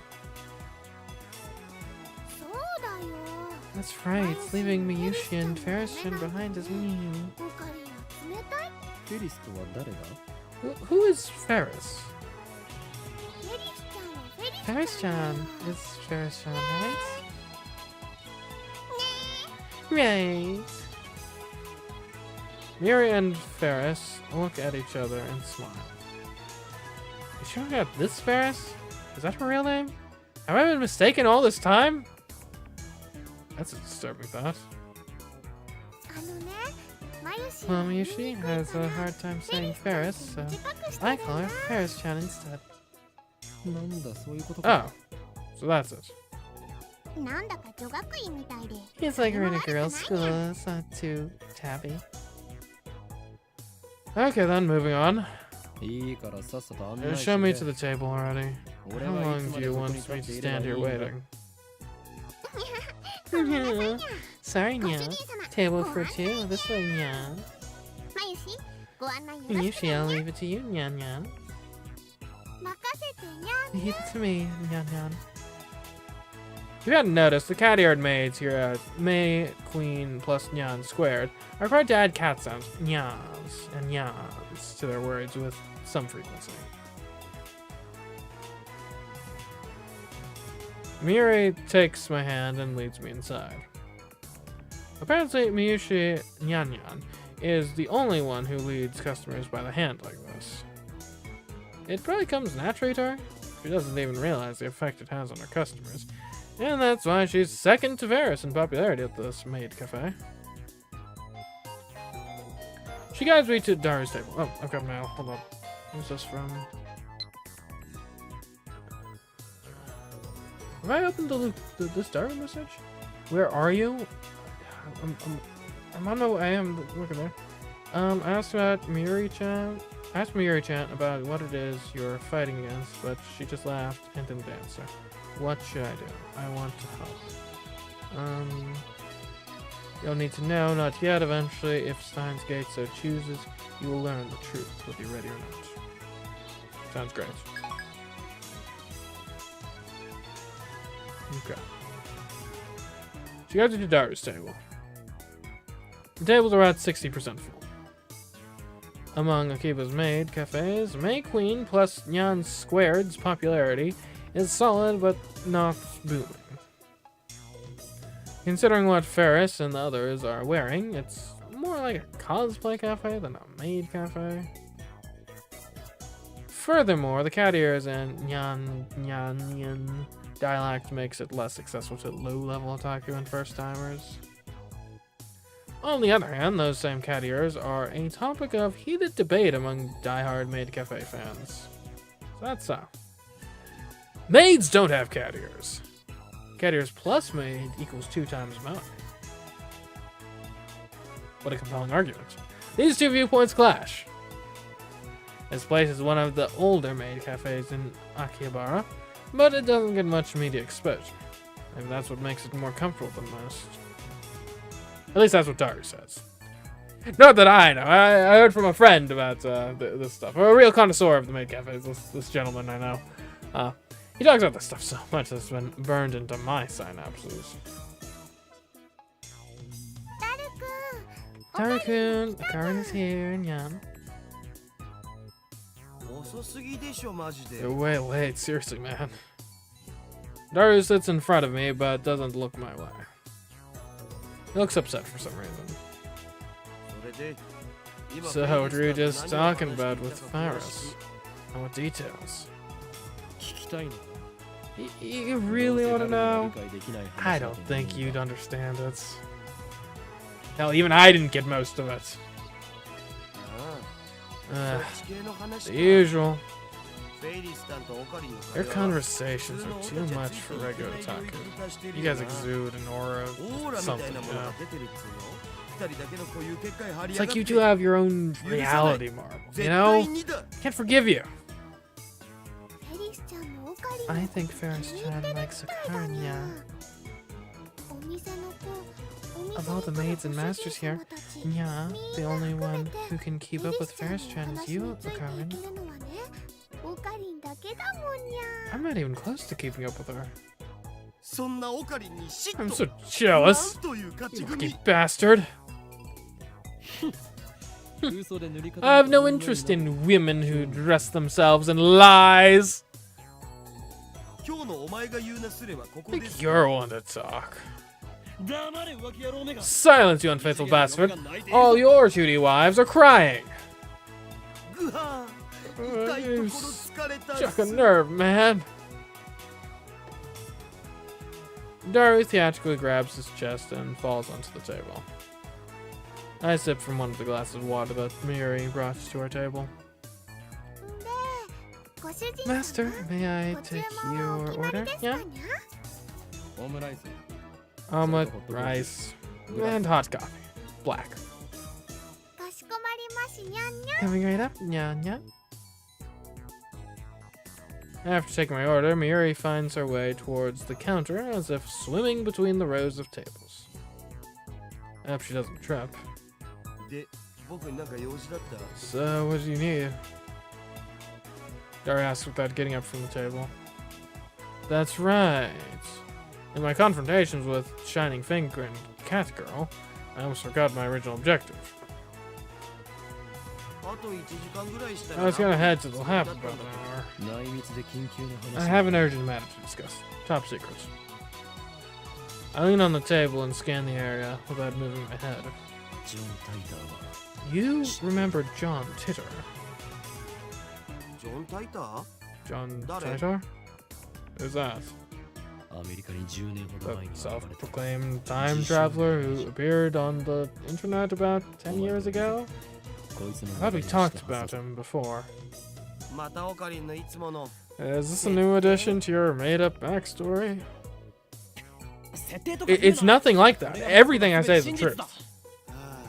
What a pain. Well, I guess I can じゃあ play 付き合ってや along. るけどさ、そのタイターってやつが未来人だって So い how's う the source 説 in は this titter guy being from the future? 待て Wait, なんでそんな初 you've 耳の seriously never heard about him before. 事実初耳だから Seriously, bro, I haven't. 忘れたわけではなく Sure you didn't just forget? 自信はないけど I can't say for sure. 日本でもそいつに関する本が出ている There are even books about him. その本を見せてくれたら I 思い出 might せ remember if you show me. 本当に You really don't remember.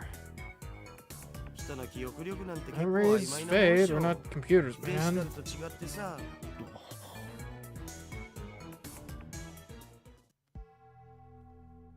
This is wrong. I remember talking to Dario about John Titter back in high school. It was only idle talk, so it's possible Dario forgot about it. Dario's quite the internet addict, but the internet lets you choose what information you want to see. There's no guarantee Dario looked up info on John Titter. If he had, I doubt he would have forgotten so completely. Is it my memories that are mistaken, or everyone else's? だったら Then- IBM については What about the IBM 5100?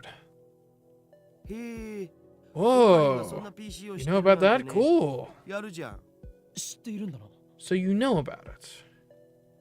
IBM が It's 1975 the 年に model 発売したモデル IBM し released back in 1975. Right, that's what John Titter said on At Channel.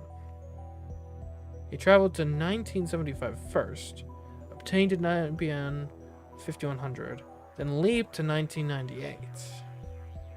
どんな PC なんだ What kind of computer is it? 値段高すぎの The PC stupid だな expensive kind. 黎明期だったからすげえ Back 高 when く it て came out, computers were so expensive that average people couldn't get their hands on them. IBM の独自技 It was 術が full 詰ま of った proprietary その当 IBM 時にしては technology 結構 and 優秀な was a PC pretty だったんだ powerful けど computer ね for its time. IBM は6年後の And 6 years 1981 later, 年に in 1981, IBM launched the popular IBM PC series. そっちの Now 方が that's 有 more 名なわ famous. けつうか僕も Anyway, it's not like IBM I'm の知 an 識は expert, it's just stuff ネ I ット read の on ウ the ィキを wiki. 見たことがあるぐらいだぞそれが現在の秋葉にある Have you heard the urban legend that there's one in Akiba? おうおうあるある You bet I have. Just last month there was big talk about it on the net. でその噂を聞き Some つけた hat あっちゃんの有 channelers 志 heard が the rumors 秋 and 葉中の went ショップを searching 探して for 回 it. ったんだよ My friend プ on レパラのフレンドのデジネ Fripara, って人がいるんだ Sister けど Centipede, その was 人が the 中 main 心に person なっ behind てね that. あの疾風陣雷のナイト Even ハルトまで legendary 粘ってきたらしいけど Nightheart's dare 曲見つからなかっ Witch たんだって Nail joined the fray, but they still couldn't find it. じゃあ都市伝説はデ So マ it だっ was たという just a hoax?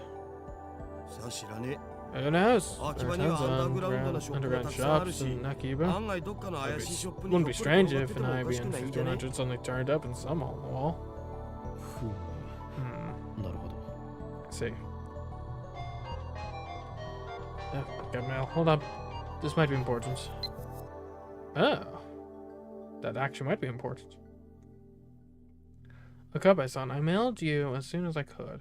My name is Kiryu Moeka. I'm a 20-year-old freelance editor. I believe I mentioned I work part-time at Arc Rewrites. So sorry for taking your picture. It wasn't on purpose. I needed some shots of Akihabara for work, and you just happened to be in one. Actually, to tell you the truth, I was hoping to sneak some shots of the satellites. Lamau. By the way, the picture I took was just a test, not the final shot. That's why I was using my phone.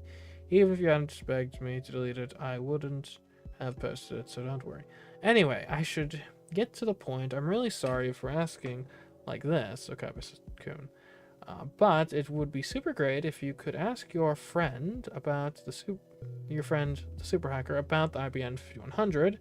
I don't really know anything about computers, especially old computers. All I have to go on is that picture I showed you. I'll attach the image. Be absolutely positively sure to reply, okay? I'll be waiting, and if you could, I'd be super happy if you gave me your super hacker friend's email address. I'll mail you again. It's okay to mail you again, right? Of course it is. Bye, Moeka. Alright, let's take a look at the attachment.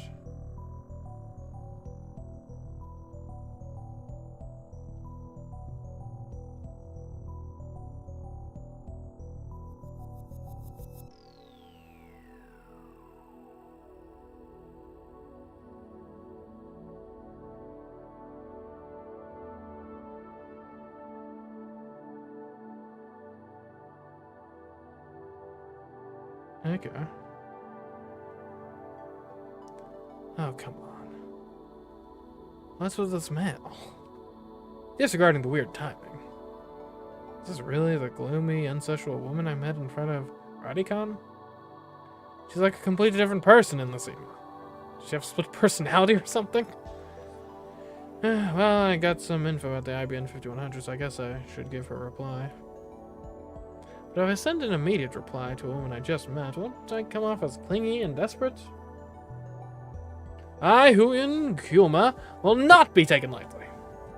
This is my chance to make her understand which one of us is the superior human being. And above all, I have yet to ascertain if she can be trusted. She might start harassing me if I reply the wrong way. And besides, she hasn't proven that she's not working for the organization. Nonetheless, it couldn't hurt to tell her what I learned from Daria. To discourage her, of course. Let's ignore it. This is out of kindness. Sorry for the wait, Daria. So, there's one thing I need to know. I scan the air with my eyes once more, then I lean in close. The IBN 5100 has the power to destroy the world, right? What? It doesn't have the power to do anything, let alone destroy the damn world. What's this, Nya? The world's gonna be destroyed, Nya? First brings my omelet rice. She's doing her cat-like gestures while keeping her tray balanced on one hand. True feline agility. Despite her nyan of nonsense, Ferris is the consummate professional. Master, thanks for waiting, nyan. Omelet rice, nyan. The cat girl puts the omelet rice on the table and then takes a bottle of ketchup from her apron pockets. She uses it to write, "The world is doomed!" in red letters upon the omelet's like yellow canvas. Please enjoy your meal before the world ends. Oh, the world is doomed! For the win! Ferris's handwriting is so cute, it puts my omelet in danger too. It appears the cuteness has shattered Daru's sanity. I give him a look that says calm down, but to no avail. I smooth out the ketchup with the bottom of my spoon, erasing the ketchup words. Oh, what a waste. I'm going to eat it either way. I mean, fair enough. Daryan, have you considered participating in the Ferris Cup now? Yeah, of course I'm participating. Ferris Cup? What's that? I take a mouthful of omelet rice. Next Sunday we're hosting a very nuts tournament at the cafe now. Ferris starts dancing in place. I'd prefer she not jump around like that when people are eating nearby. Ferris is the event organizer. It's all my idea, yeah. You can participate too if you want. Yuma, entrance is fee is 1,000 yen and includes a drink. Whoever beats Ferris gets to enjoy some of Ferris's home cooking, yeah. It'll never happen. The car sucks at writing nuts. No, that's so fun. Nah, I'm fine. I stop shoveling the omelet rice into my mouth, then I deliver a melancholy sigh. Rhinettes, access, smugglers. Whenever I hear that name, I remember the former champion. Has it already been 2 years? No, it's nothing. Forget what I said. That sounds so serious, Nya. Who was the former champion, Nya? He probably doesn't exist. I mean, right, it didn't even have official terms until, what, a year ago. Kyoma, you still can't forget him, can you? Yeah. Huh? What? I remember you and the champion, my brother, were such good friends, Kyoma. We were so close to make me jealous, yeah. Damn, she took my story and ran with it again. And we need to get this girl in improv. She's good. I never even said anything about him being her brother. Hell, I don't know if Ferris even has siblings. I shouldn't have talked about stuff like this in front of Ferris. But it's time to let go of the past. Seize the day with your own paws. Her shout resounds throughout the store. Her finger snaps at me. Even though it's painful. No, because it's painful. I succeeded my brother's dying wish and perfected my skills at Rhine Netter. Nya. Do you remember, Nya? You always used to say, someday, let's bring peace to the world with Reynet. Ferris, bring me my coffee.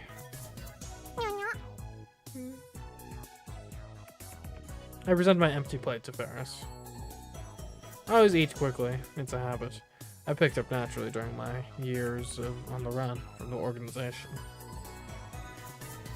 Screw the slow food trend. Sure thing, Master. Just a moment, yeah. Ferris takes the dish and heads back to the counter. Whew, if I had left things going as they were, I would have had to play along for another 10 minutes in her fantasy world. Ferris is one of the most skilled Reynetters I know. Dara explains with a wry smile. She's gone undefeated in over 400 unofficial matches. Is she Rickson Gracie? Dara ignores my perfect retort. So disappointed that Ferris doesn't go to official tournaments. She'd win if she did, no doubt. Why doesn't she? I'm sure it's for the customers. She probably doesn't want to inconvenience the store. Truly model made. Also, she's Miyushi's age, so she probably has school too.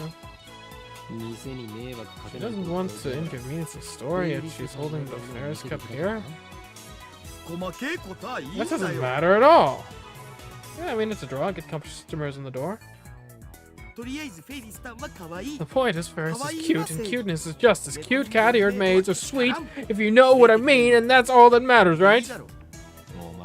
So, in the end, do you bet for the 2D team or the 3D team? I dare say I'm behind. You're an inspiration, Daru. I know, you're just too awesome. Daru usually doesn't show enthusiasm for anything. The exceptions are Moe and Ferris. Which I guess, come to think of it, Ferris falls under the Moe umbrella, so just Moe, actually. I wish you were less passionate about our experiments. I've received mail, hold up. Oh, from Ferris. The final battle's close at hand, Nya. You're more perceptive than I thought, Nya. So now you understand what's at stake. The Red Southern Cross will soon hatch, Nya. The time has come for Ferris to journey to the sanctuary and prepare for... I can say no more, Nya.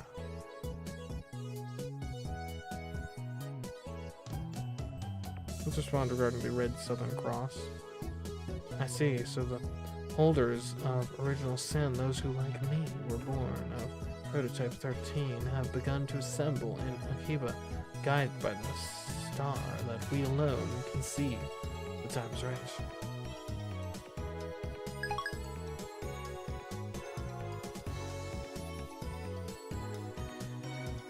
Okay, I had to pull Daru away from Ferris so we could return to the lab.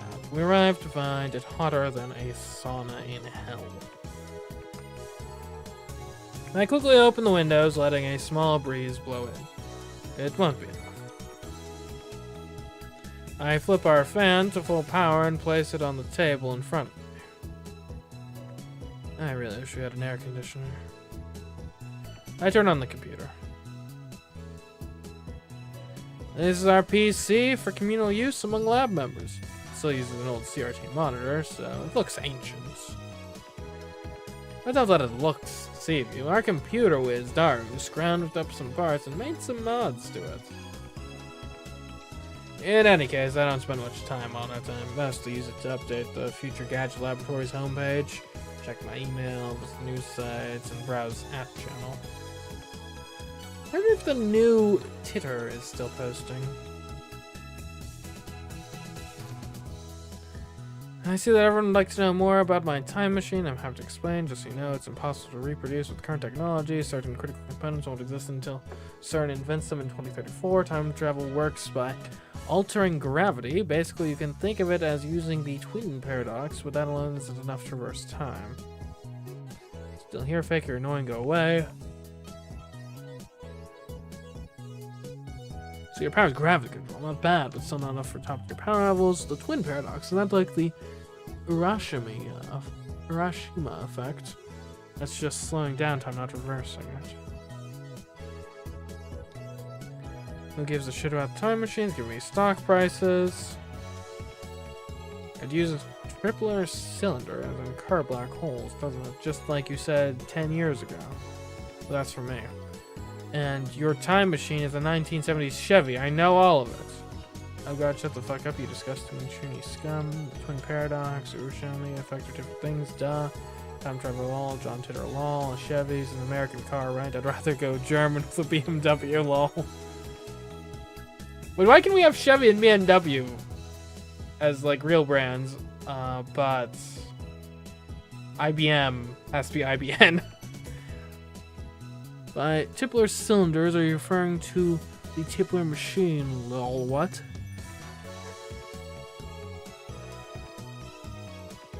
A Tipler cylinder would have to be 10 kilometers in diameter, 1,000 kilometers long, have mass equal to the sun, and revolve 2,500 times per second to become a time machine. Lol. How do you fit that onto a Chevy? Even if you could, a Tipler machine can't travel further back in time than the moment of its creation. Enough of your delusions. At channel, it's not your blog. I want to hear from Titter. This is a surprise. Does this mean people of this age already know about my time machine?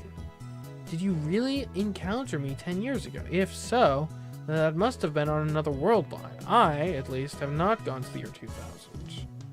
In any case, the important point is that a rotating black hole has the same effect as a Tipler cylinder.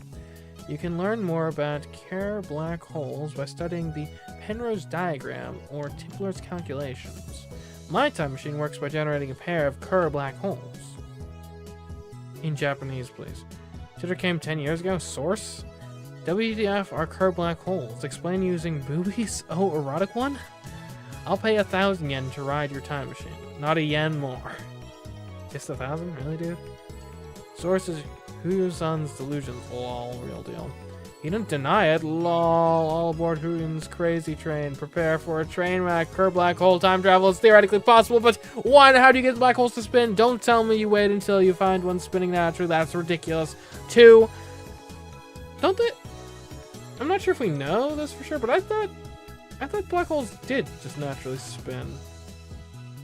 Unless it's a different type of spin, but like, it would follow. It seems like almost everything in space rotates, which makes sense when you consider space, right? If you have mass in a low friction environment, then even the slightest kind of force will cause it to rotate at least so much. Anyway.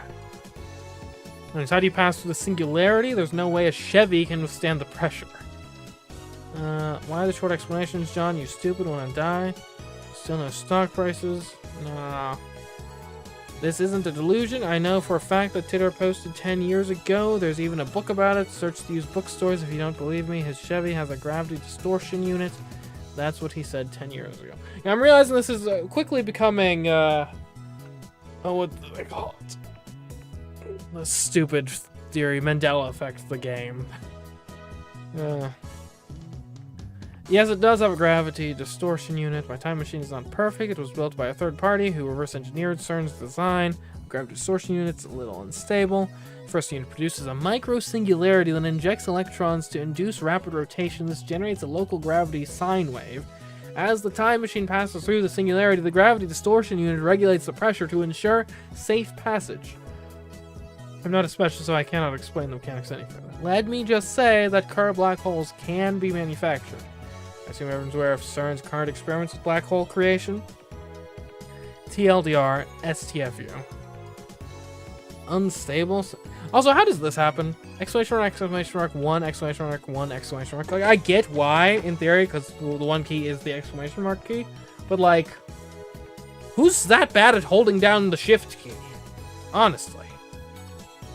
Yeah, it's unstable. Sounds dangerous. Oh, fuck. Titter's black holes are gonna swallow the Earth. He's not just a mass murderer. He's trying to wipe out the entire human race. Find his parents before it's too late.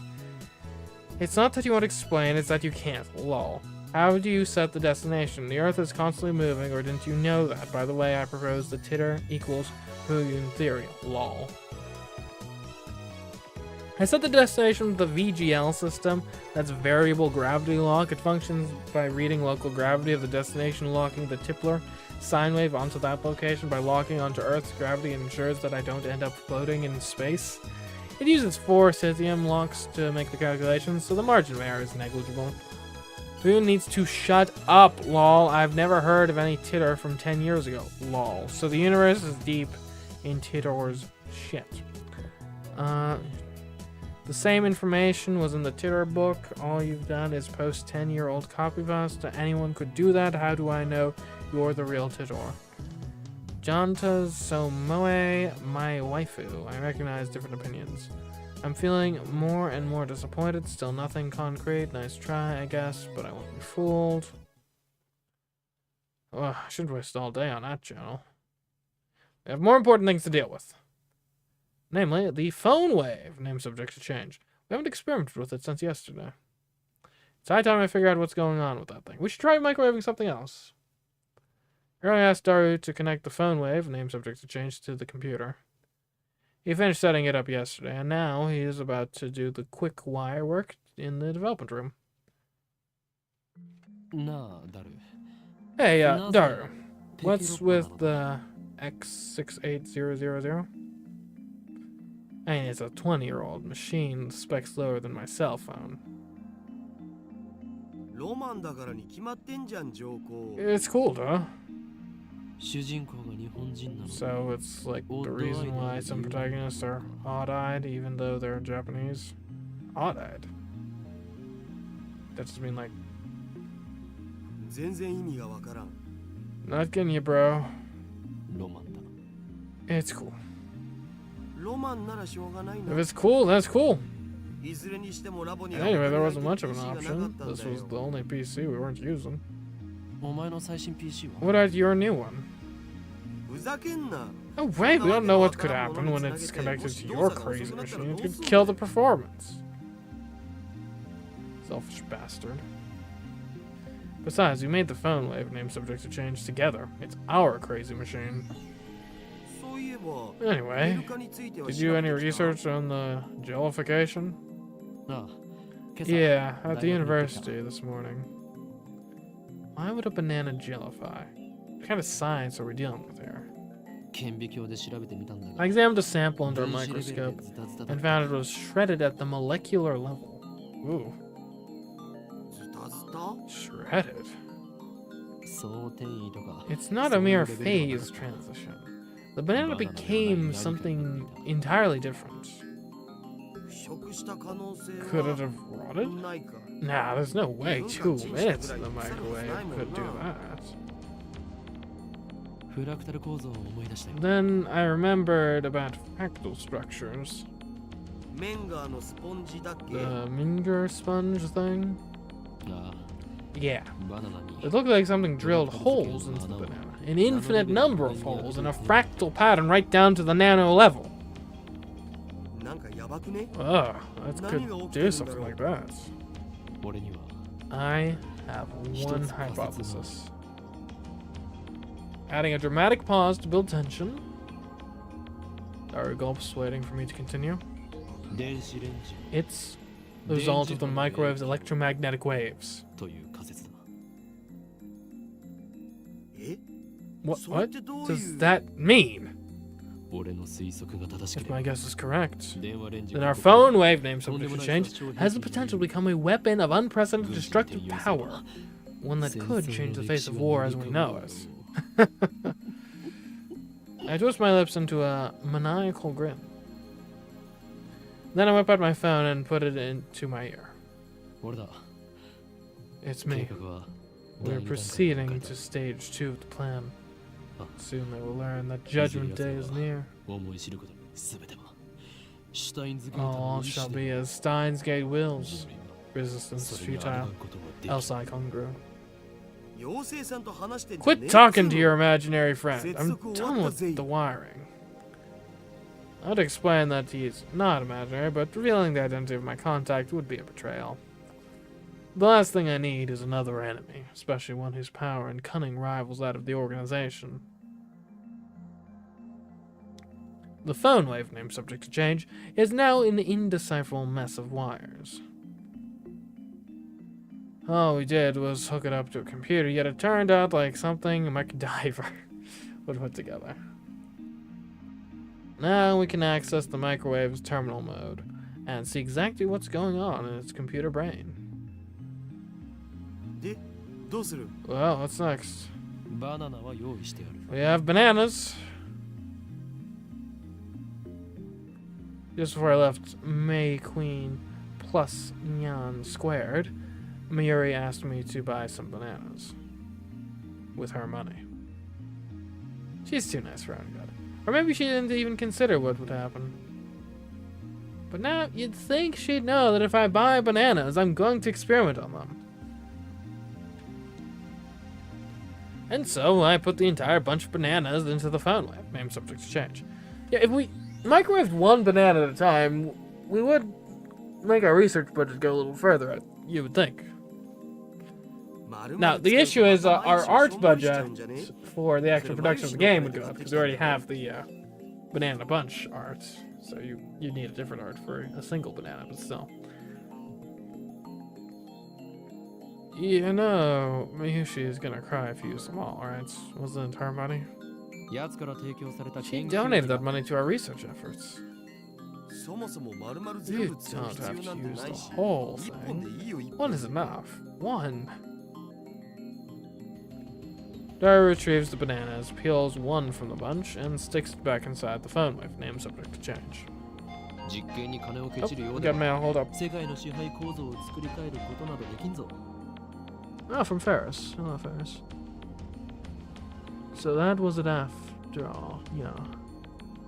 The holders of original sin, also known as the prophets, yeah, among them is the girl known as the fallen angel who accepted chaos, yeah. I attached a picture of her face, so remember it well, yeah. Oh, and before I forget, looking at the picture without protection will cause Divine Eye to activate to original sin. Extinction mode 666 compulsory receptor release. Which will annihilate you at the subatomic level, so be careful now. I mean, surely, it's safe. Okay, cool.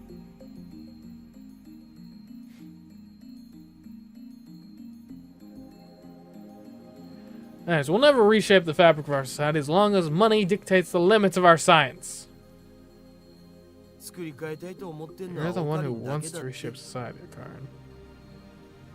You lost all enthusiasm the second we got back to the lab. What a fickle man. ほら Come 早 on, く携帯 start the タイマー time 入力やろ already. Right, now where did I put my phone? Phone.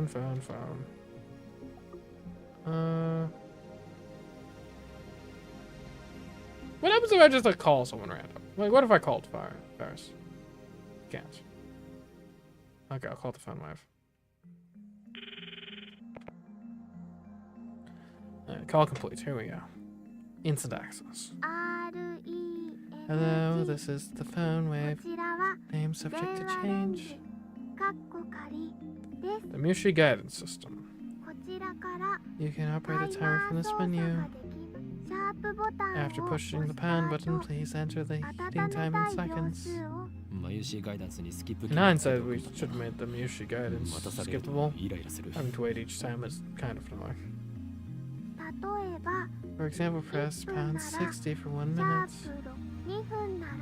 For 2 minutes, press pound 120. It's finally over. Entering 120 pounds. Complete. The turntables inside the phone wave, name subject to change, begins to spin backwards. 2 minutes sure is long. It doesn't actually have to be 2 minutes. Miri had the timer set for 2 minutes when she first discovered the freezing function, or whatever it is, so we're just reproducing that. Naturally, we have experimented with 60 seconds and 180 seconds too. If we set it to,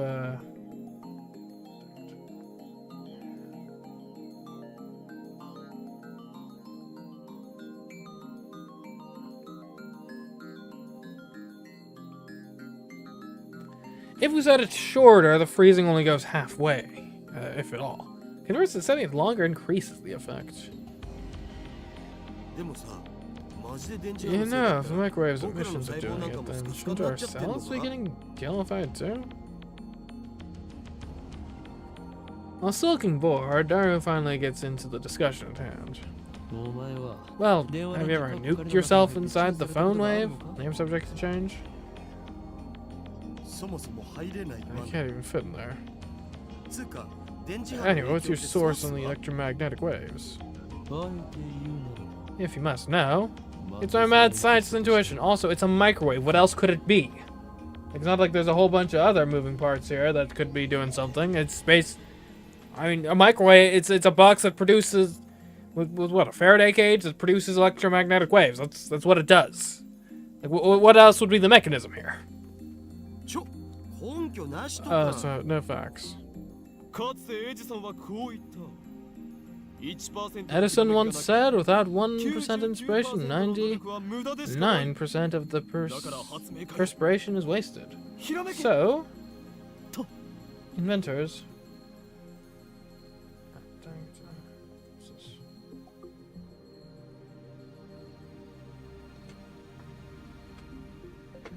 Anyways, so inventors of the world, be inspired, end quote.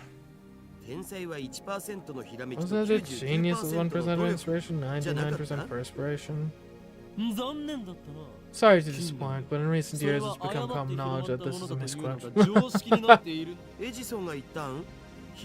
Edison said that, be inspired. Yes, be inspired, he said. I don't know if that was exactly what he said, but I'm sure it was something along those lines. At least that's what the wiki said. Therefore, as a genius mad scientist, I'm always in the phone wave, name subject to change, rings. This is just going to jellify the banana like usual, isn't it? We need a new experiment. Feels like I wasted 120 seconds on nothing. Daru opens the phone wave, name subject to change, and peeks inside. What? What? He rubs his eyes, blinks several times, and resumes staring into the microwave. What are you doing?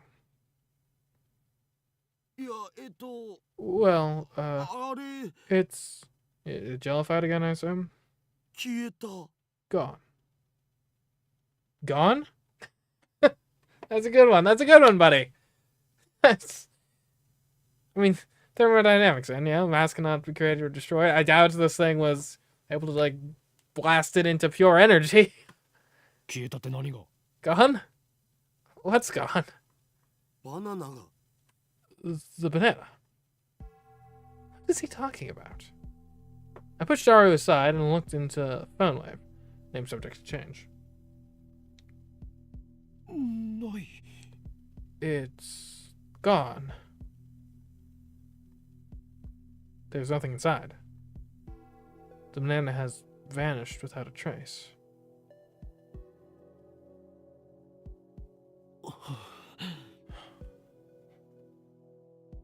After a short pause to collect myself, I whipped out my phone and spoke into the silence.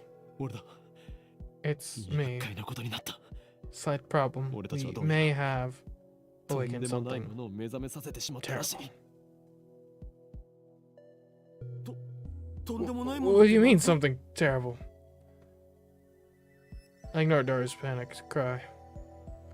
I'm surprised too. My heart's pounding, but I try to appear calm. I'm invoking emergency order 666. Activate the cold heart protocol. What? What do you mean we need congressional approval? There's no time, you fool. Tokyo will be blasted to atoms. I put my phone away after yelling. You should be an actor. Shut up! You far stalker. Where'd you hide the banana? Go on, fess up. Who's a stalker? The banana! Where is it? Are you planning on becoming a street magician or something? You're the one who hid it, aren't you?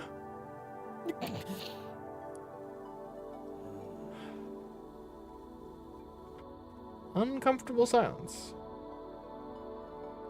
I realize my throat is dry. Where the hell did it go? How should I know? Where did you go, banana? Banana!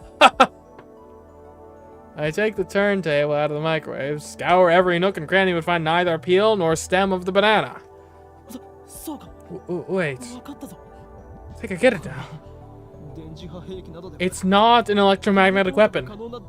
It's a teleportation device. What? Wait, that's absurd. How else could it have vanished? The microwave was closed. Maybe we should just calm down. Yeah. You're right. We each take a deep breath. Oh, I know. I'll eat one of the random bananas. That will calm me down. I reach for the bunch of bananas. What the?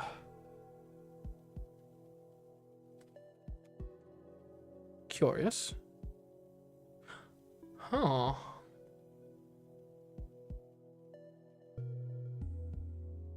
Impossible. Impossible! Not 3 minutes ago, Daru plucked a banana from the bunch and put it inside the phone wave, name subject to change. But now there's no sign that a banana was ever plucked. Instead, a single jellified banana has appeared among the regular bananas.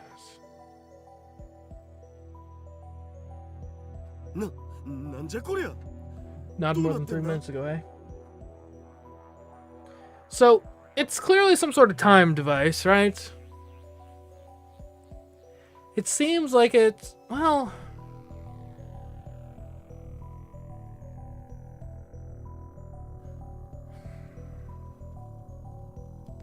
See, the tough thing to square here is the seemingly different effects between the frozen chicken and the bananas.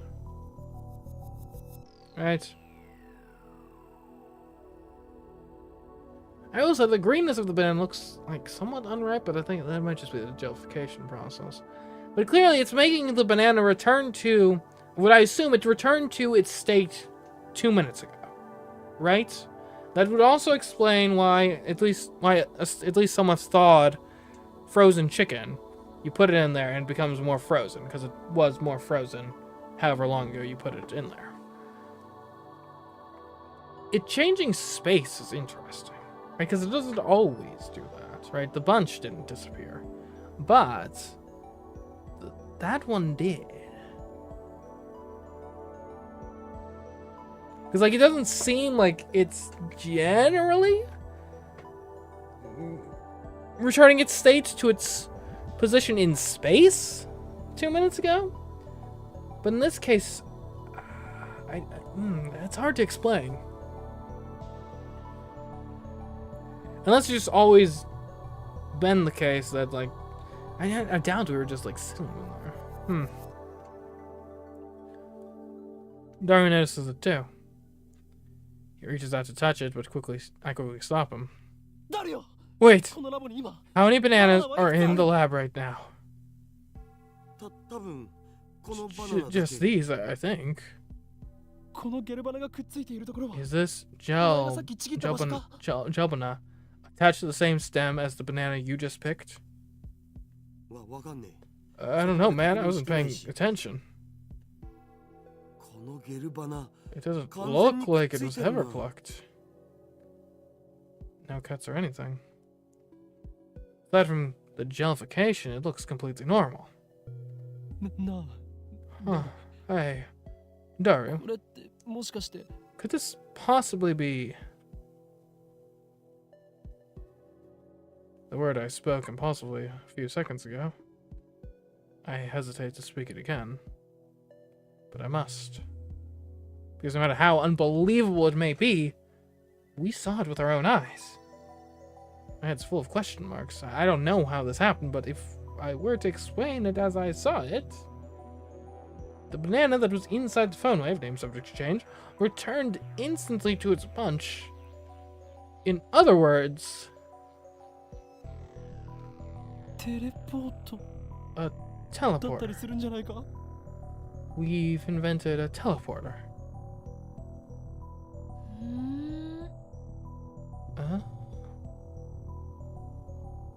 I hear a girl's voice coming from the lounge.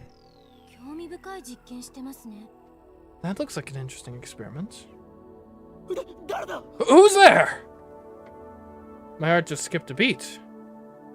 I turned towards the voice in surprise. What? How do you know where I live?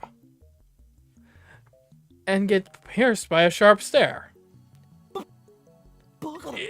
Impossible! What are you doing here? The 18-year-old genius girl, a sadist who humiliates men in public, also known as the zombie, Makase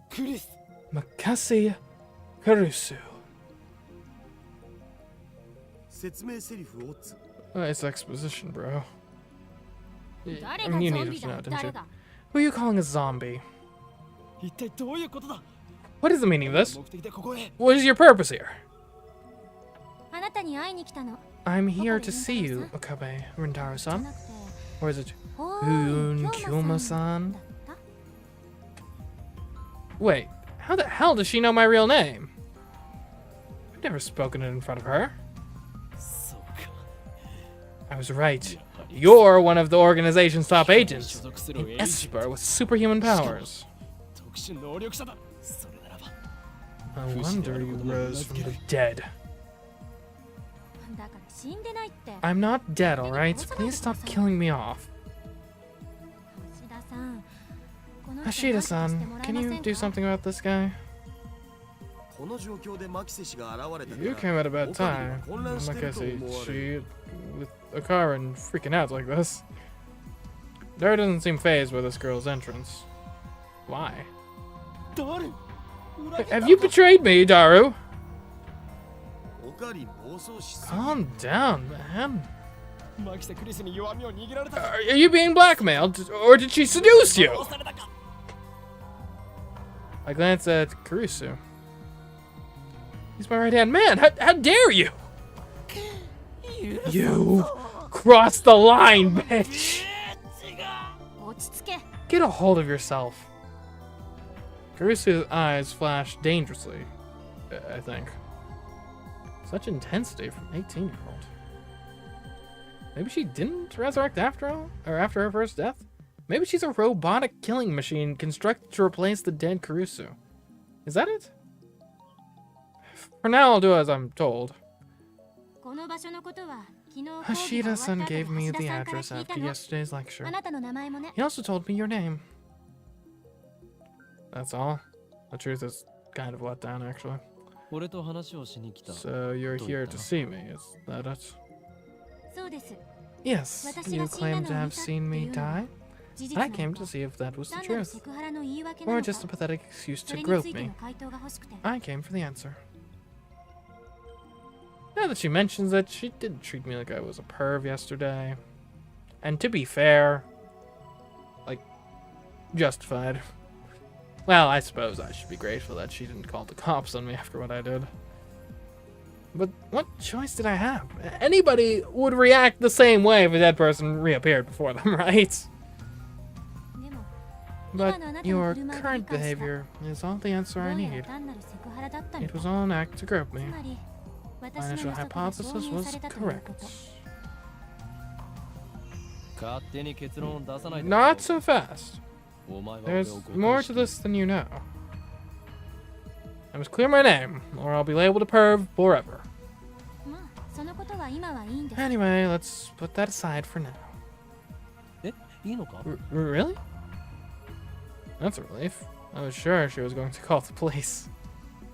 But that "for now" part bothers me. Kurusu enters the development room with a quick, confident stride. Even though she's only 18, she's got a decent figure and good posture. Not much in the chest, though. Her presence seems to fill the cramped room, driving me and Daru to the corners. Can't you tell this area's off limits? I haven't properly introduced myself yet, have I? I'm Makasi Kurusu. Pleased to meet you. She holds out her hand. What is she trying to do? Shoot lightning from her fingertips? You can't even shake hands? Are all Japanese men this difficult? Shake hands? This girl genius is asking for a handshake. We only met yesterday, and just moments ago she was on the verge of calling the cops. You're not Japanese? I've lived in America for 7 years. What about it? America. I look down at her slender fingers. Glossy, healthy fingernails. No unnecessary nail polish. I stare, fixated. Slowly I extend my hand, making sure to keep enough weight on my heels so I can flee at a moment's notice. I had to grab the tip of Kurusu's index finger between my thumb and index finger, then instantly let go. What's your problem? I can feel your aura of malice. You must be a powerful kung fu master. Don't be ridiculous. Then you're a ninja. Give it a rest. Damn, she's completely cold. Her tone gets scarier sometimes too. If you grew up in America, shouldn't you say, "Ha ha ha, nice to meet you," with a smile across your whole face and asking for a handshake? No, wait. You should be asking for a hug, right? Perhaps that's too much to expect from a killing machine. What kind of stereotype is that? Kurusu sighs. She's not even looking at me. Instead, she's staring at the bananas next to the phone wave. Name subject to change. The bananas, which have just exhibited a most unusual phenomenon. Of the bunch, one has been completely jellified.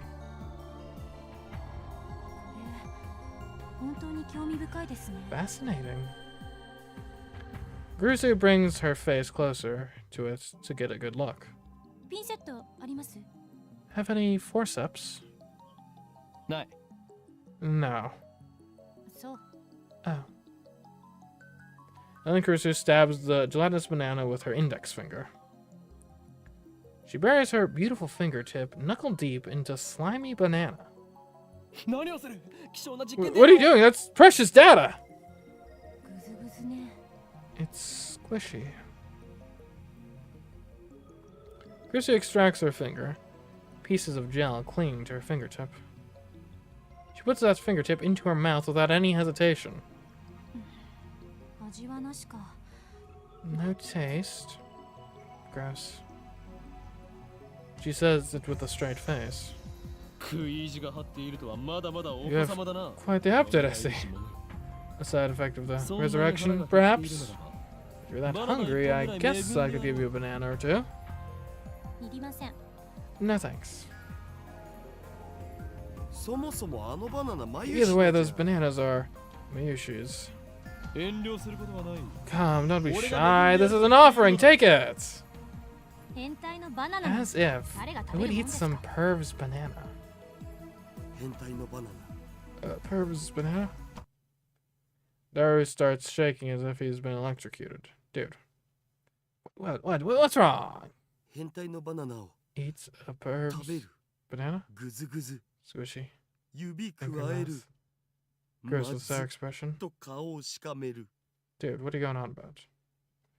Looks like his cranial pervert processor is overclocking. Can you say that one more time? With a more humiliated expression, if you please? Come on, say it. We eat some perv's banana, but if you could add, but it's so... After that, it would be extra delicious.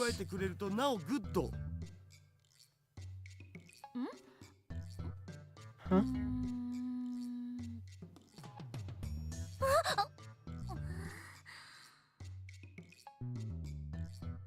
Dude, we're on the verge of a scientific breakthrough here, and that's all you can think about? Suddenly, Kurisu's face turns bright red. Daru, you may be a worthless, disgusting perv, but let me say, well done, sir, well done. Payback is... hold on, I got a message. That's from Miuri. Okay, I remember.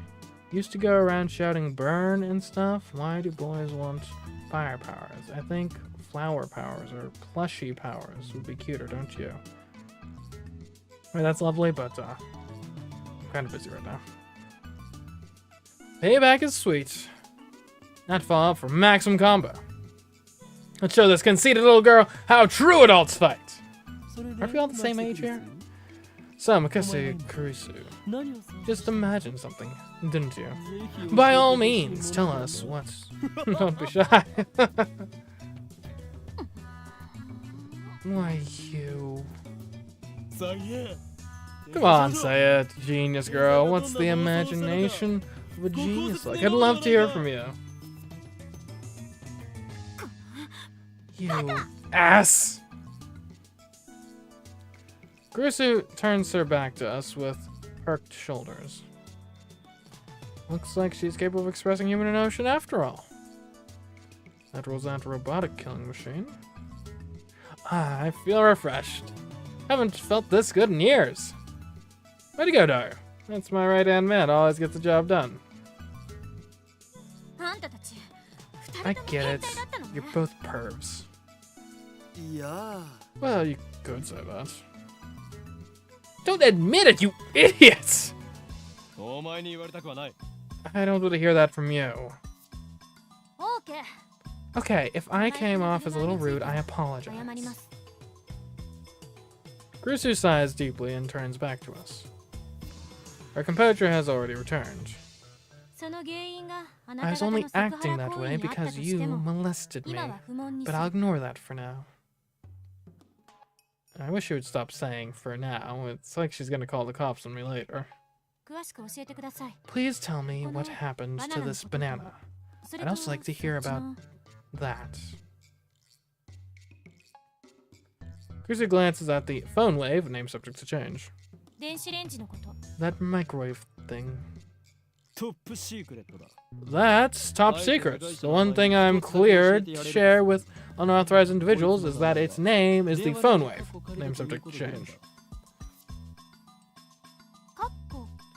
Name subject to change? What's that about? Phone wave is weak. It needs a better name. I couldn't care less about its name. I'm afraid that's the only information you're cleared for. Hold on, マク Karin. セ氏ならこのヘンテコ機能につ Nagasi, いて you 解 might 明 be し able てく to れるかもよ。 explain what's going on. それは Well, she is a genius. She would have to be to defeat my sharp wit. We can trust her intellect, at least. It's hard to stomach her attitude. Plus, she has danger written on her face. Not to mention, she's a little scary, too. Then I get a great idea. ニヤニヤしちゃって That creepy また何か grin. 変態 Are you チックなこと考えて thinking る perverted thoughts again? クリスティーナと言ったか You said your name's Christina, right? Where am I going with this? 誰がクリスティーナだ Who the hell's Christina? I never said that. Christina sounds like the name of a Hollywood film star. Definitely has more flavor than her real name. このレンジの秘密を If 教 you えて wish ほし to い learn the secrets of this microwave, then you must meet my conditions. 何よ Which are... まず一つ Condition 貴 1. 様には You must become a lab man. ラーメン Ramen? ラボメンだ No, lab mem. Stupid. Short for laboratory member. 研究所のメンバーに向かって You くれ mean る you want me って to いう join こと your research でも team? 私8月中 My にアメ sister リカ returned に to 帰る予 America 定 in なんですけど August. I mean, that's in a couple months. By a couple months, I mean literally in like 2 days. 他者に秘密を漏らさないという誓約 I'll 書 have を you 書い sign て a おく non-disclosure agreement, so you もしや won't betray our secrets, break the agreement, and I'll 貴様 report が your 釣りスケベな steamy ファン perverted タ acts だ to と Science Magazine. サイエンス誌に告発鬼畜だなオカリン。 You're a そのサイエン monster, ス Karin. 発売されたら5 That's 冊 like 買う。 5 copies. ラボメンとなった From the moment you become a lab mem to the moment of your departure, your brain shall be used for the benefit of our lab. 偉そうに You're so 詳し full く of 契 it. 約書を見せて Let's see the contract then. そんなものはない What ここはサー contract? クルであって This is a lab, 会社では not な a いのだ corporation. 知識を提供するだけなら I OK don't です mind lending you my knowledge, but if there is more pervy nonsense involved, the answer is no. 答えはノーよ取って食ったりしないから安心しろ Don't worry, we don't bite. セクハラはする気 No more molestation. しないっつの Oh, alright. さっきあなた You まず said that was condition 1. So there's gotta be a second one, right? それが変態的 It 要求 better の可 not 能性が二つ目の条件 The second condition is この俺が貴様に対して行 that った you'll セクハラ overlook all past acts of molestation 全 I て may 不問 or に may する not have committed.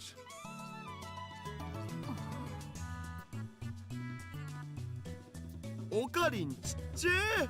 人として Karin, 器 you're がちっちゃいっ so す。 petty. そこに You're the 秘密 pettiest は person I've あ met. る That's why I love you. That's why I admire you.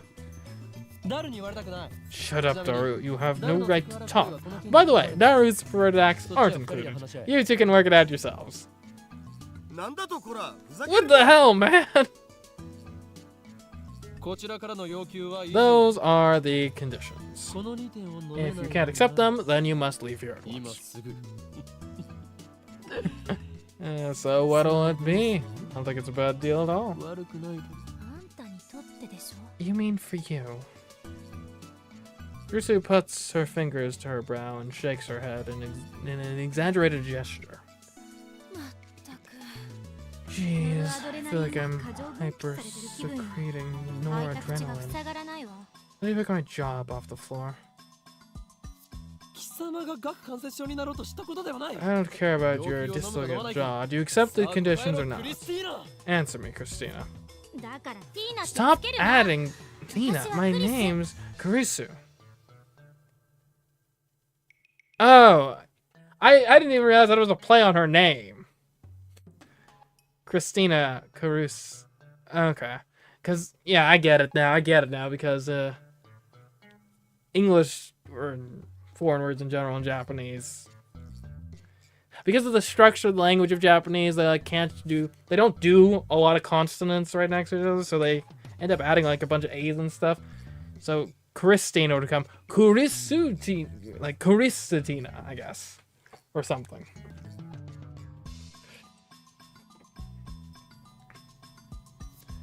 Does everyone in America make such exaggerated gestures? Sooner or later, she'll say, "Damn!" or "Oh my god!" or "Okay, I accept." Good answer. From this on forth, you are lab mem number 4. Welcome, Christina. Codename, the zombie. I won't answer to either. Use my real name, Woon.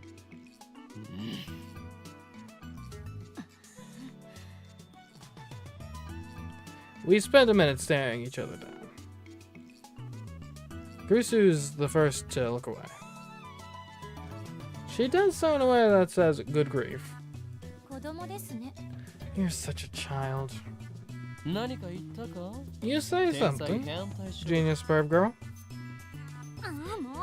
Come on, no more saying perv. I don't treat you like a perv either, so let's drop it already. As long as you understand. Now, for the issue at hand. Dara, give Christina. No Tina either. Give Kurusu-kun an explanation on our experiments so far. But I refuse. What do you mean you were...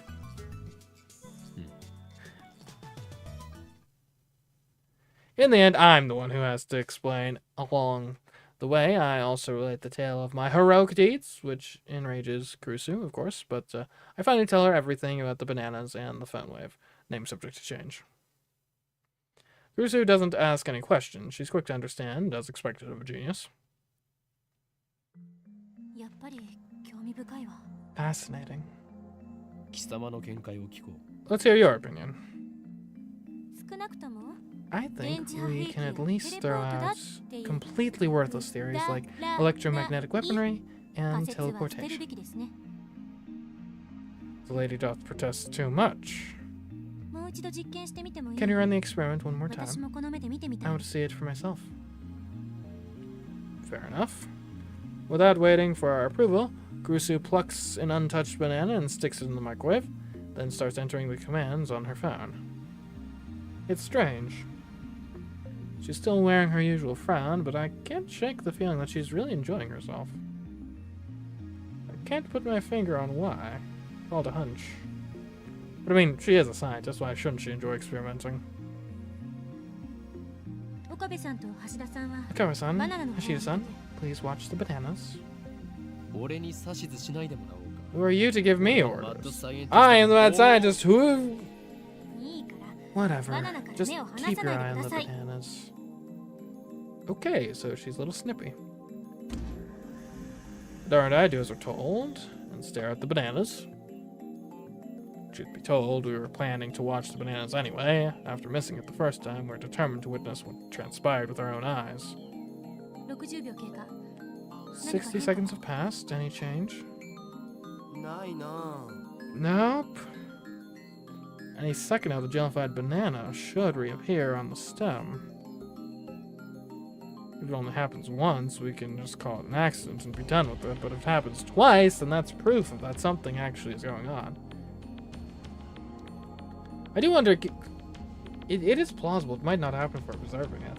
I don't know. I'm not sure where what derives this potential time travel physically, but if it's quantum mechanics, there's a lot of things I'd like if it's observed and if it's not. Now, granted, observed in quantum mechanics doesn't quite mean what you would colloquially mean by observed, but still. And then Kurusu will have to admit that I, the greatest Huyan Kyoma, have invented humanity's first teleporter. I keep staring at the bananas in anticipation. 100 seconds. A few moments after Kurusu's report. Oh! You just blink and it's there. Oh my goodness. Oh! A gel banana suddenly appears without a sound. Now there are 2 of them on the bunch. It happened faster than the blink of an eye. It appeared. I'm at a loss for words. I just witnessed the unthinkable. This phenomenon is clearly teleportation. The microwave timer chimes. Rusu peeks into the microwave, stumped. How does it look?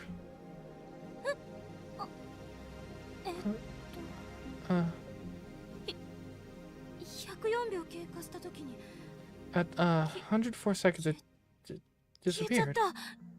Abruptly. Yeah. She's quite flustered. I don't think many people could remain calm after witnessing such a phenomenon. So it is a teleporter. First in human history. Kurusu quickly calms down. She furrows her brow and crosses her arms, tapping her right foot as she mutters to herself. Teleportation. Is that even possible? It did move, no matter how unbelievable that may be. Could it be quantum teleportation? No, that only occurs on the quantum level. Don't avert your eyes from the truth. What you've seen with your own eyes is everything. She gives me a sharp look. Her eyes are like snipers, hard and keen. Did it really teleport? It's dangerous to reason from the conclusion. Well, then, genius girl, what do you call this phenomenon?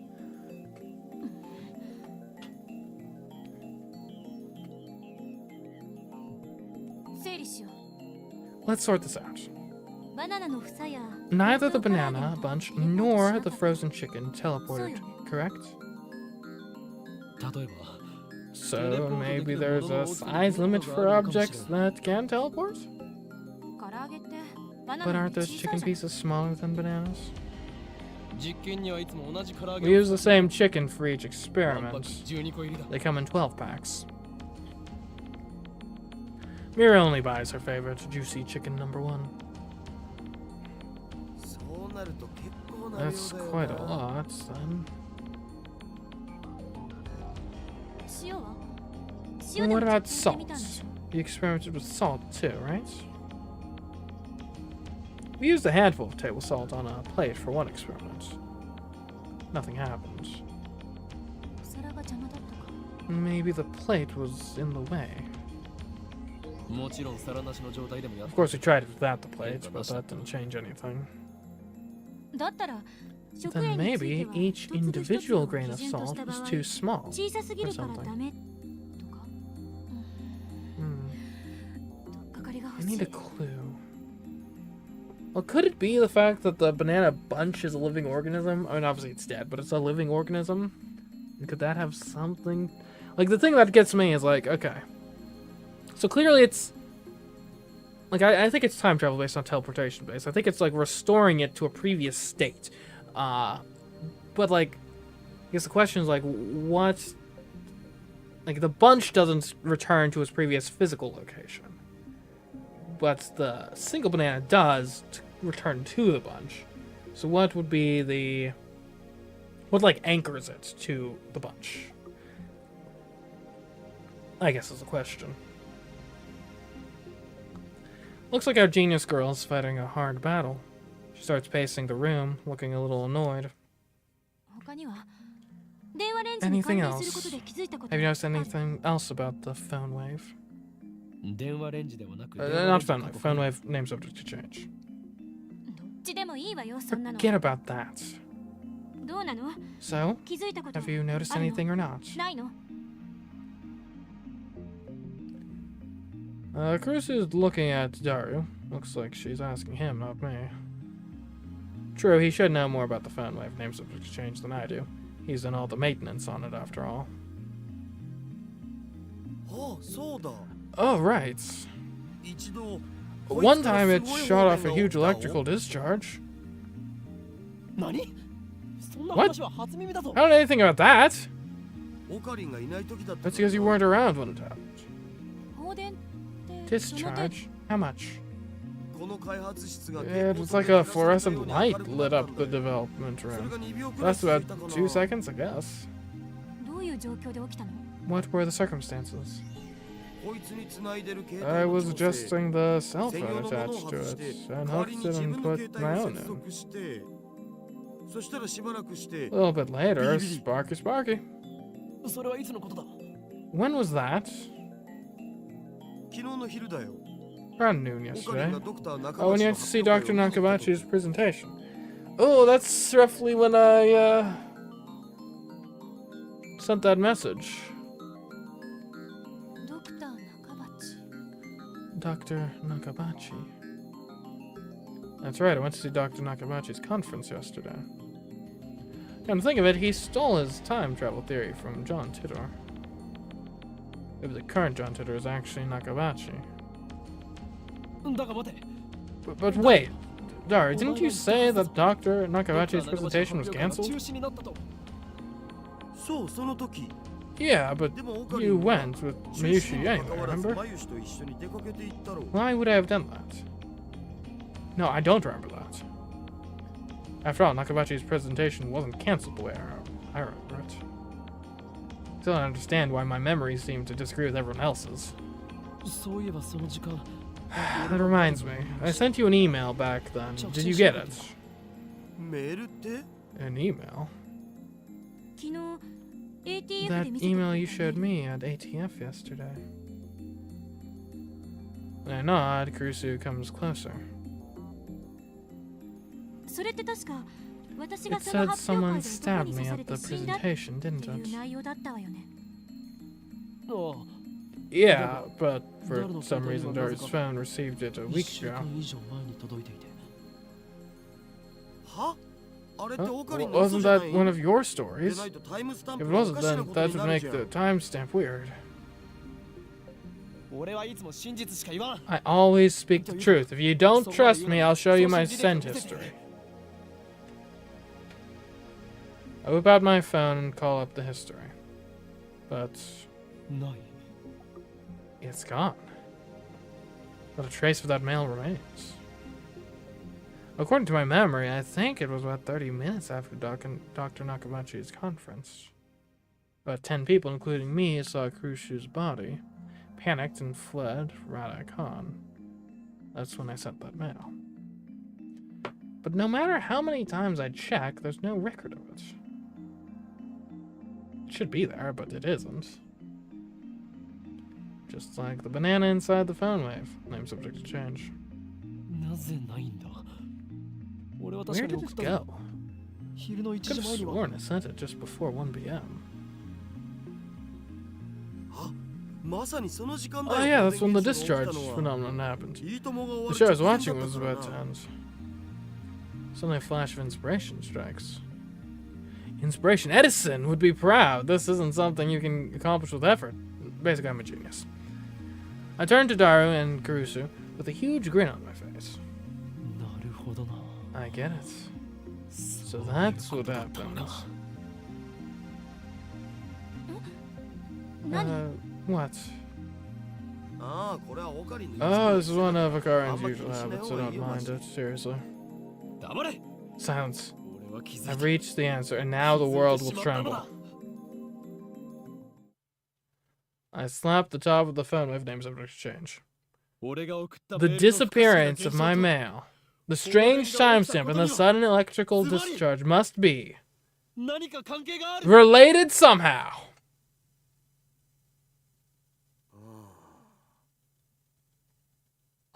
Come on, guys. It's probably related, yeah? で And 何か関係があるのは I 分かった。 understand that they're related somehow, but 何か how? って何？それを調べるのがお前の仕事だ。クリ It's ス your job to figure that out, Christina. 橋田さん。この人と橋田さん話すの疲れる。 Talking to this guy is so tiring. 最初はみんなそうだよ Everyone's 基本 like 的な that at 対策は first. The 真 trick に is 受 to けない not こと take him seriously. そこ。俺の言動を全 And 否 you 定するな。 call yourself my right-hand man. Whatever, I'll prove that I'm right. If we can reproduce the electrical discharge phenomenon, it should bring us closer to understanding the timestamp mystery. Dari, describe the phone waves exchange's status when the discharge phenomenon occurred. It was kind of a mess. I connected my phone to the phone wave and I was testing to see if I could control it with the X68000. I disconnected the phone, plugged into the phone wave, named some exchange, and replaced it with mine. And then I hear the door open to the lounge. I'm home, so hungry. Miri comes in carrying a convenience store bag. Looks like she's done with work. Time to eat some chicken. Juicy chicken number 1. Karen, did you buy the bananas, Karen? When she enters the development room, her eyes go wide. Huh? We have a guest. Once she notices Kurusu, Miri bows her head with her usual smile. I'm Mayushi. Nice to meet you. I'm Makasi. Apparently, I'm a lab mem now. Really? That's great! Another girl lab mem. Dari, what were you doing with the X68000? Like I said, I was adjusting the incoming mail settings. And I was monitoring the moment it received mail for remote control. So I put it on freezing mode for 100 milliseconds too. And so that you can start freezing mode by computer. Tested that out yesterday too. Miri, insert the juicy chicken number 1 into the phone wave. Names of exchange. You want some? I can give you one each. With our usual ditziness, Miri puts the chicken inside the microwave. Dari explains what everything on the counter monitor means, or on the computer monitor means. I'm tired of. I need to get to a stopwatch. Doesn't look that different from using DOS. DOS. I enter 120 # on the keyboard and strike the enter key. The phone wave, name subject exchange, starts up. The juicy chicken number 1 starts spinning backwards on the turntable. Kurusu stares hard at the phone wave, name subject exchange, as if to not let any anomaly, no matter how slight, escape her notice. So, we've reproduced the conditions that existed when the discharge phenomenon occurred, right? How's it again? You there, assistant. Huh? Me? Who else? When did I become your assistant? Just send something to my phone. If we've reproduced the conditions correctly, then if she sends something to my phone while it's connected to the phone wave, name subject exchange, it should arrive with a timestamp from the past, not the present. But my assistant, Kurusu, just scowls. I don't even know your email address. What a useless assistant. Don't call me your assistant. Dari, send an email from your phone. Sure, but, what? Anything!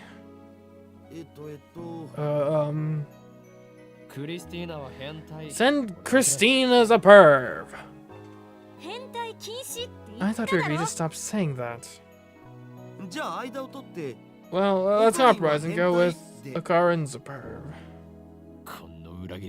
You traitor. Good job, Hashida-san. Kurusu grins and gives Daru a thumbs up. I really don't like this.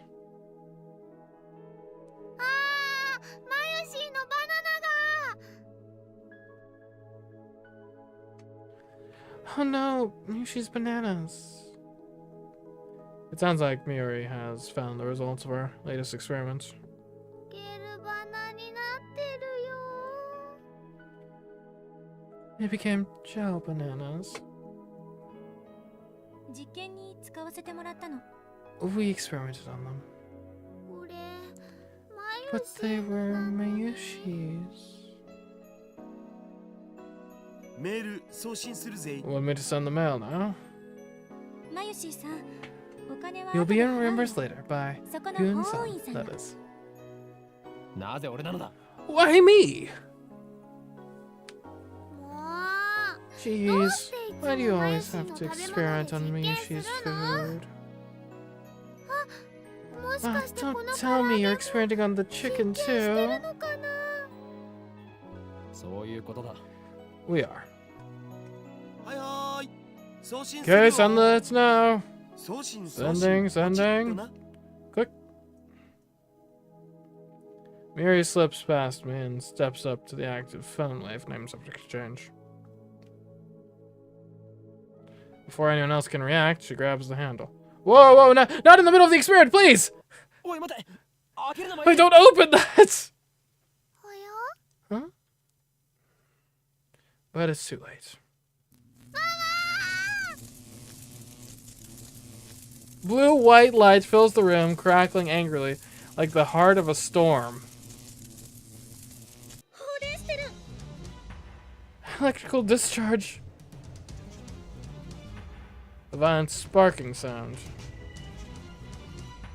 I grab Miuri and pull her away from the phone wave. Name subject exchange. なんかやばくね。 Are we gonna die? That doesn't sound good.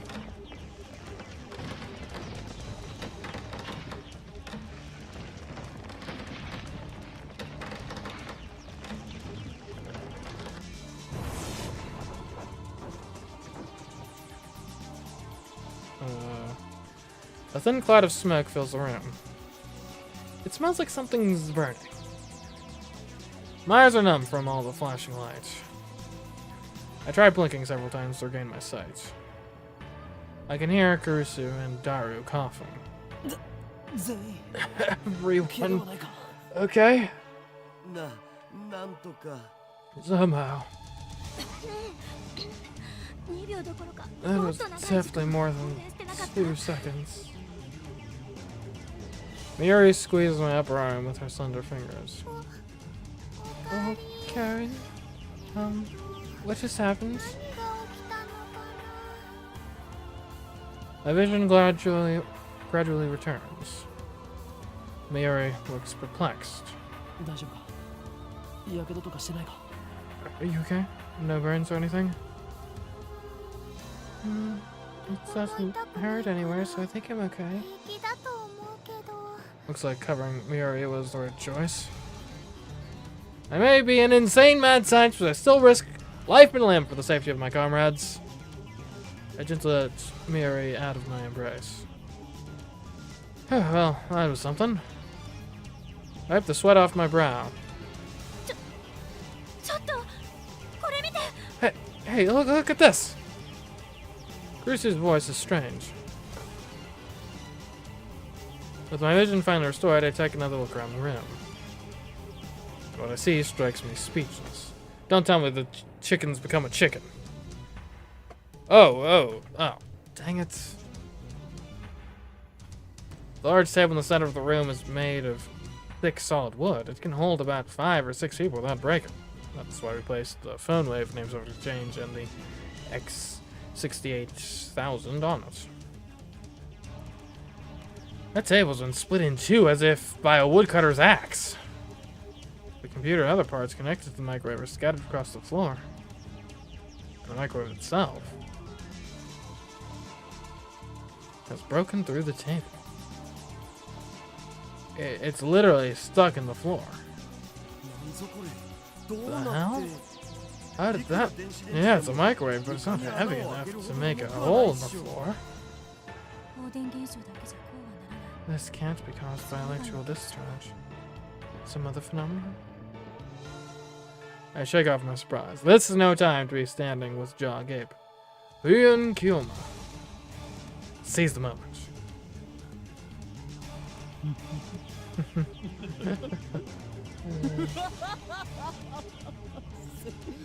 全て計算通り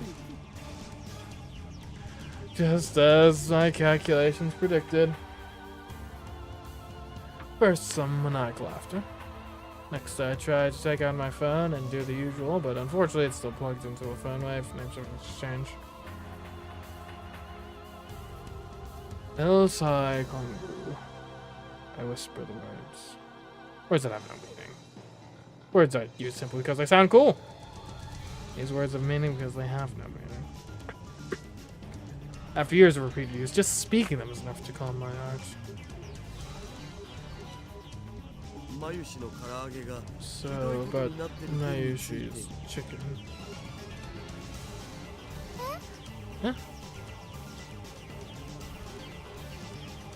Miuri stands up and looks inside the phone wave. Name subject exchange.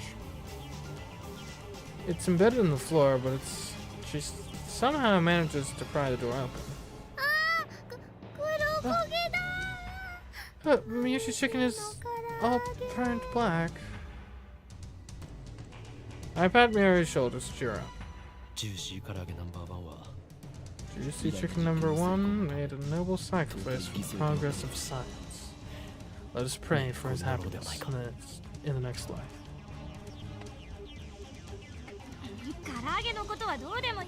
The chicken doesn't matter right now.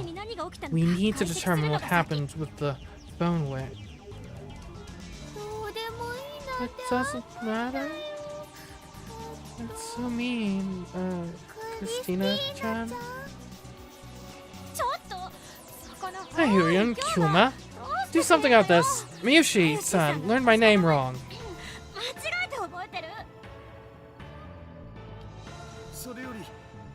More importantly, we need ventilation. Silence, all of you. I fix everyone with an overpowering stare. This shall be remembered as the moment that the greatest experiment of the century succeeded and brought humanity a step forward in a new direction. These guys have no right to ruin that with their foolish talk.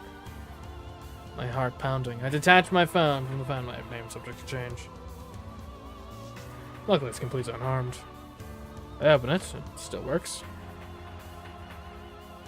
I bring up the list of received emails. New emails should come at the top. However, my heart beats even faster. The topmost email isn't the one Daru sent before the discharge occurred. Oh. This impossible phenomenon is exactly what I was hoping for. I look back through my email history. There. I find it.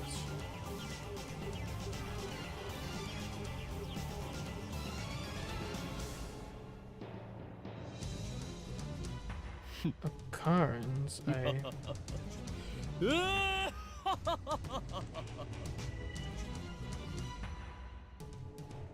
Success! I don't know why, but it was a success! The timestamp proves it! I received this email on July 24th, 5 days ago. This is the same exact thing that happened to my someone stabbed Kurusu email. A mail sent on the 29th arrived on the 24th. And just now, the truth was revealed to me in a flash of inspiration. It all connects. There's a meaning behind this series of events, and only one true answer. I've discovered the phone wave, name subject to changes, true hidden function. This isn't intuition. That's right, this is conviction. Just spit it out, what do you think it is? I feel my lips twist into a grin. I meet Kurusu's glare head on. First, let me say one thing. The greatest inventions are created by accident. This we call serendipity. セレンディ 能書きはいい。 Get on with it.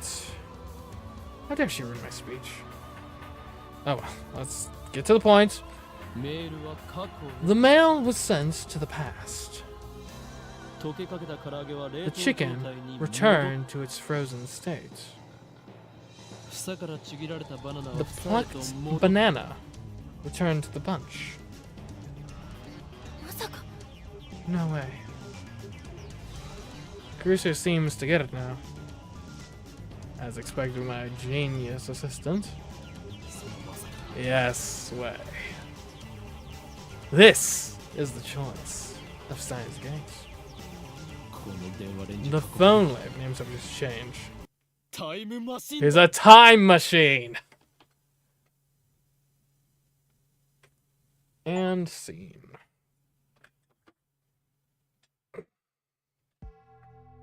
We'll have to be done there. Jeez, long stream. Alright. We should probably save the game before quitting. Anyways, hope you enjoyed the stream today. That'll be the end of streams for this week, so I hope you enjoyed. Anyways, until next time, I've been STEINS. Catch you next stream and or video. Goodbye. Where's my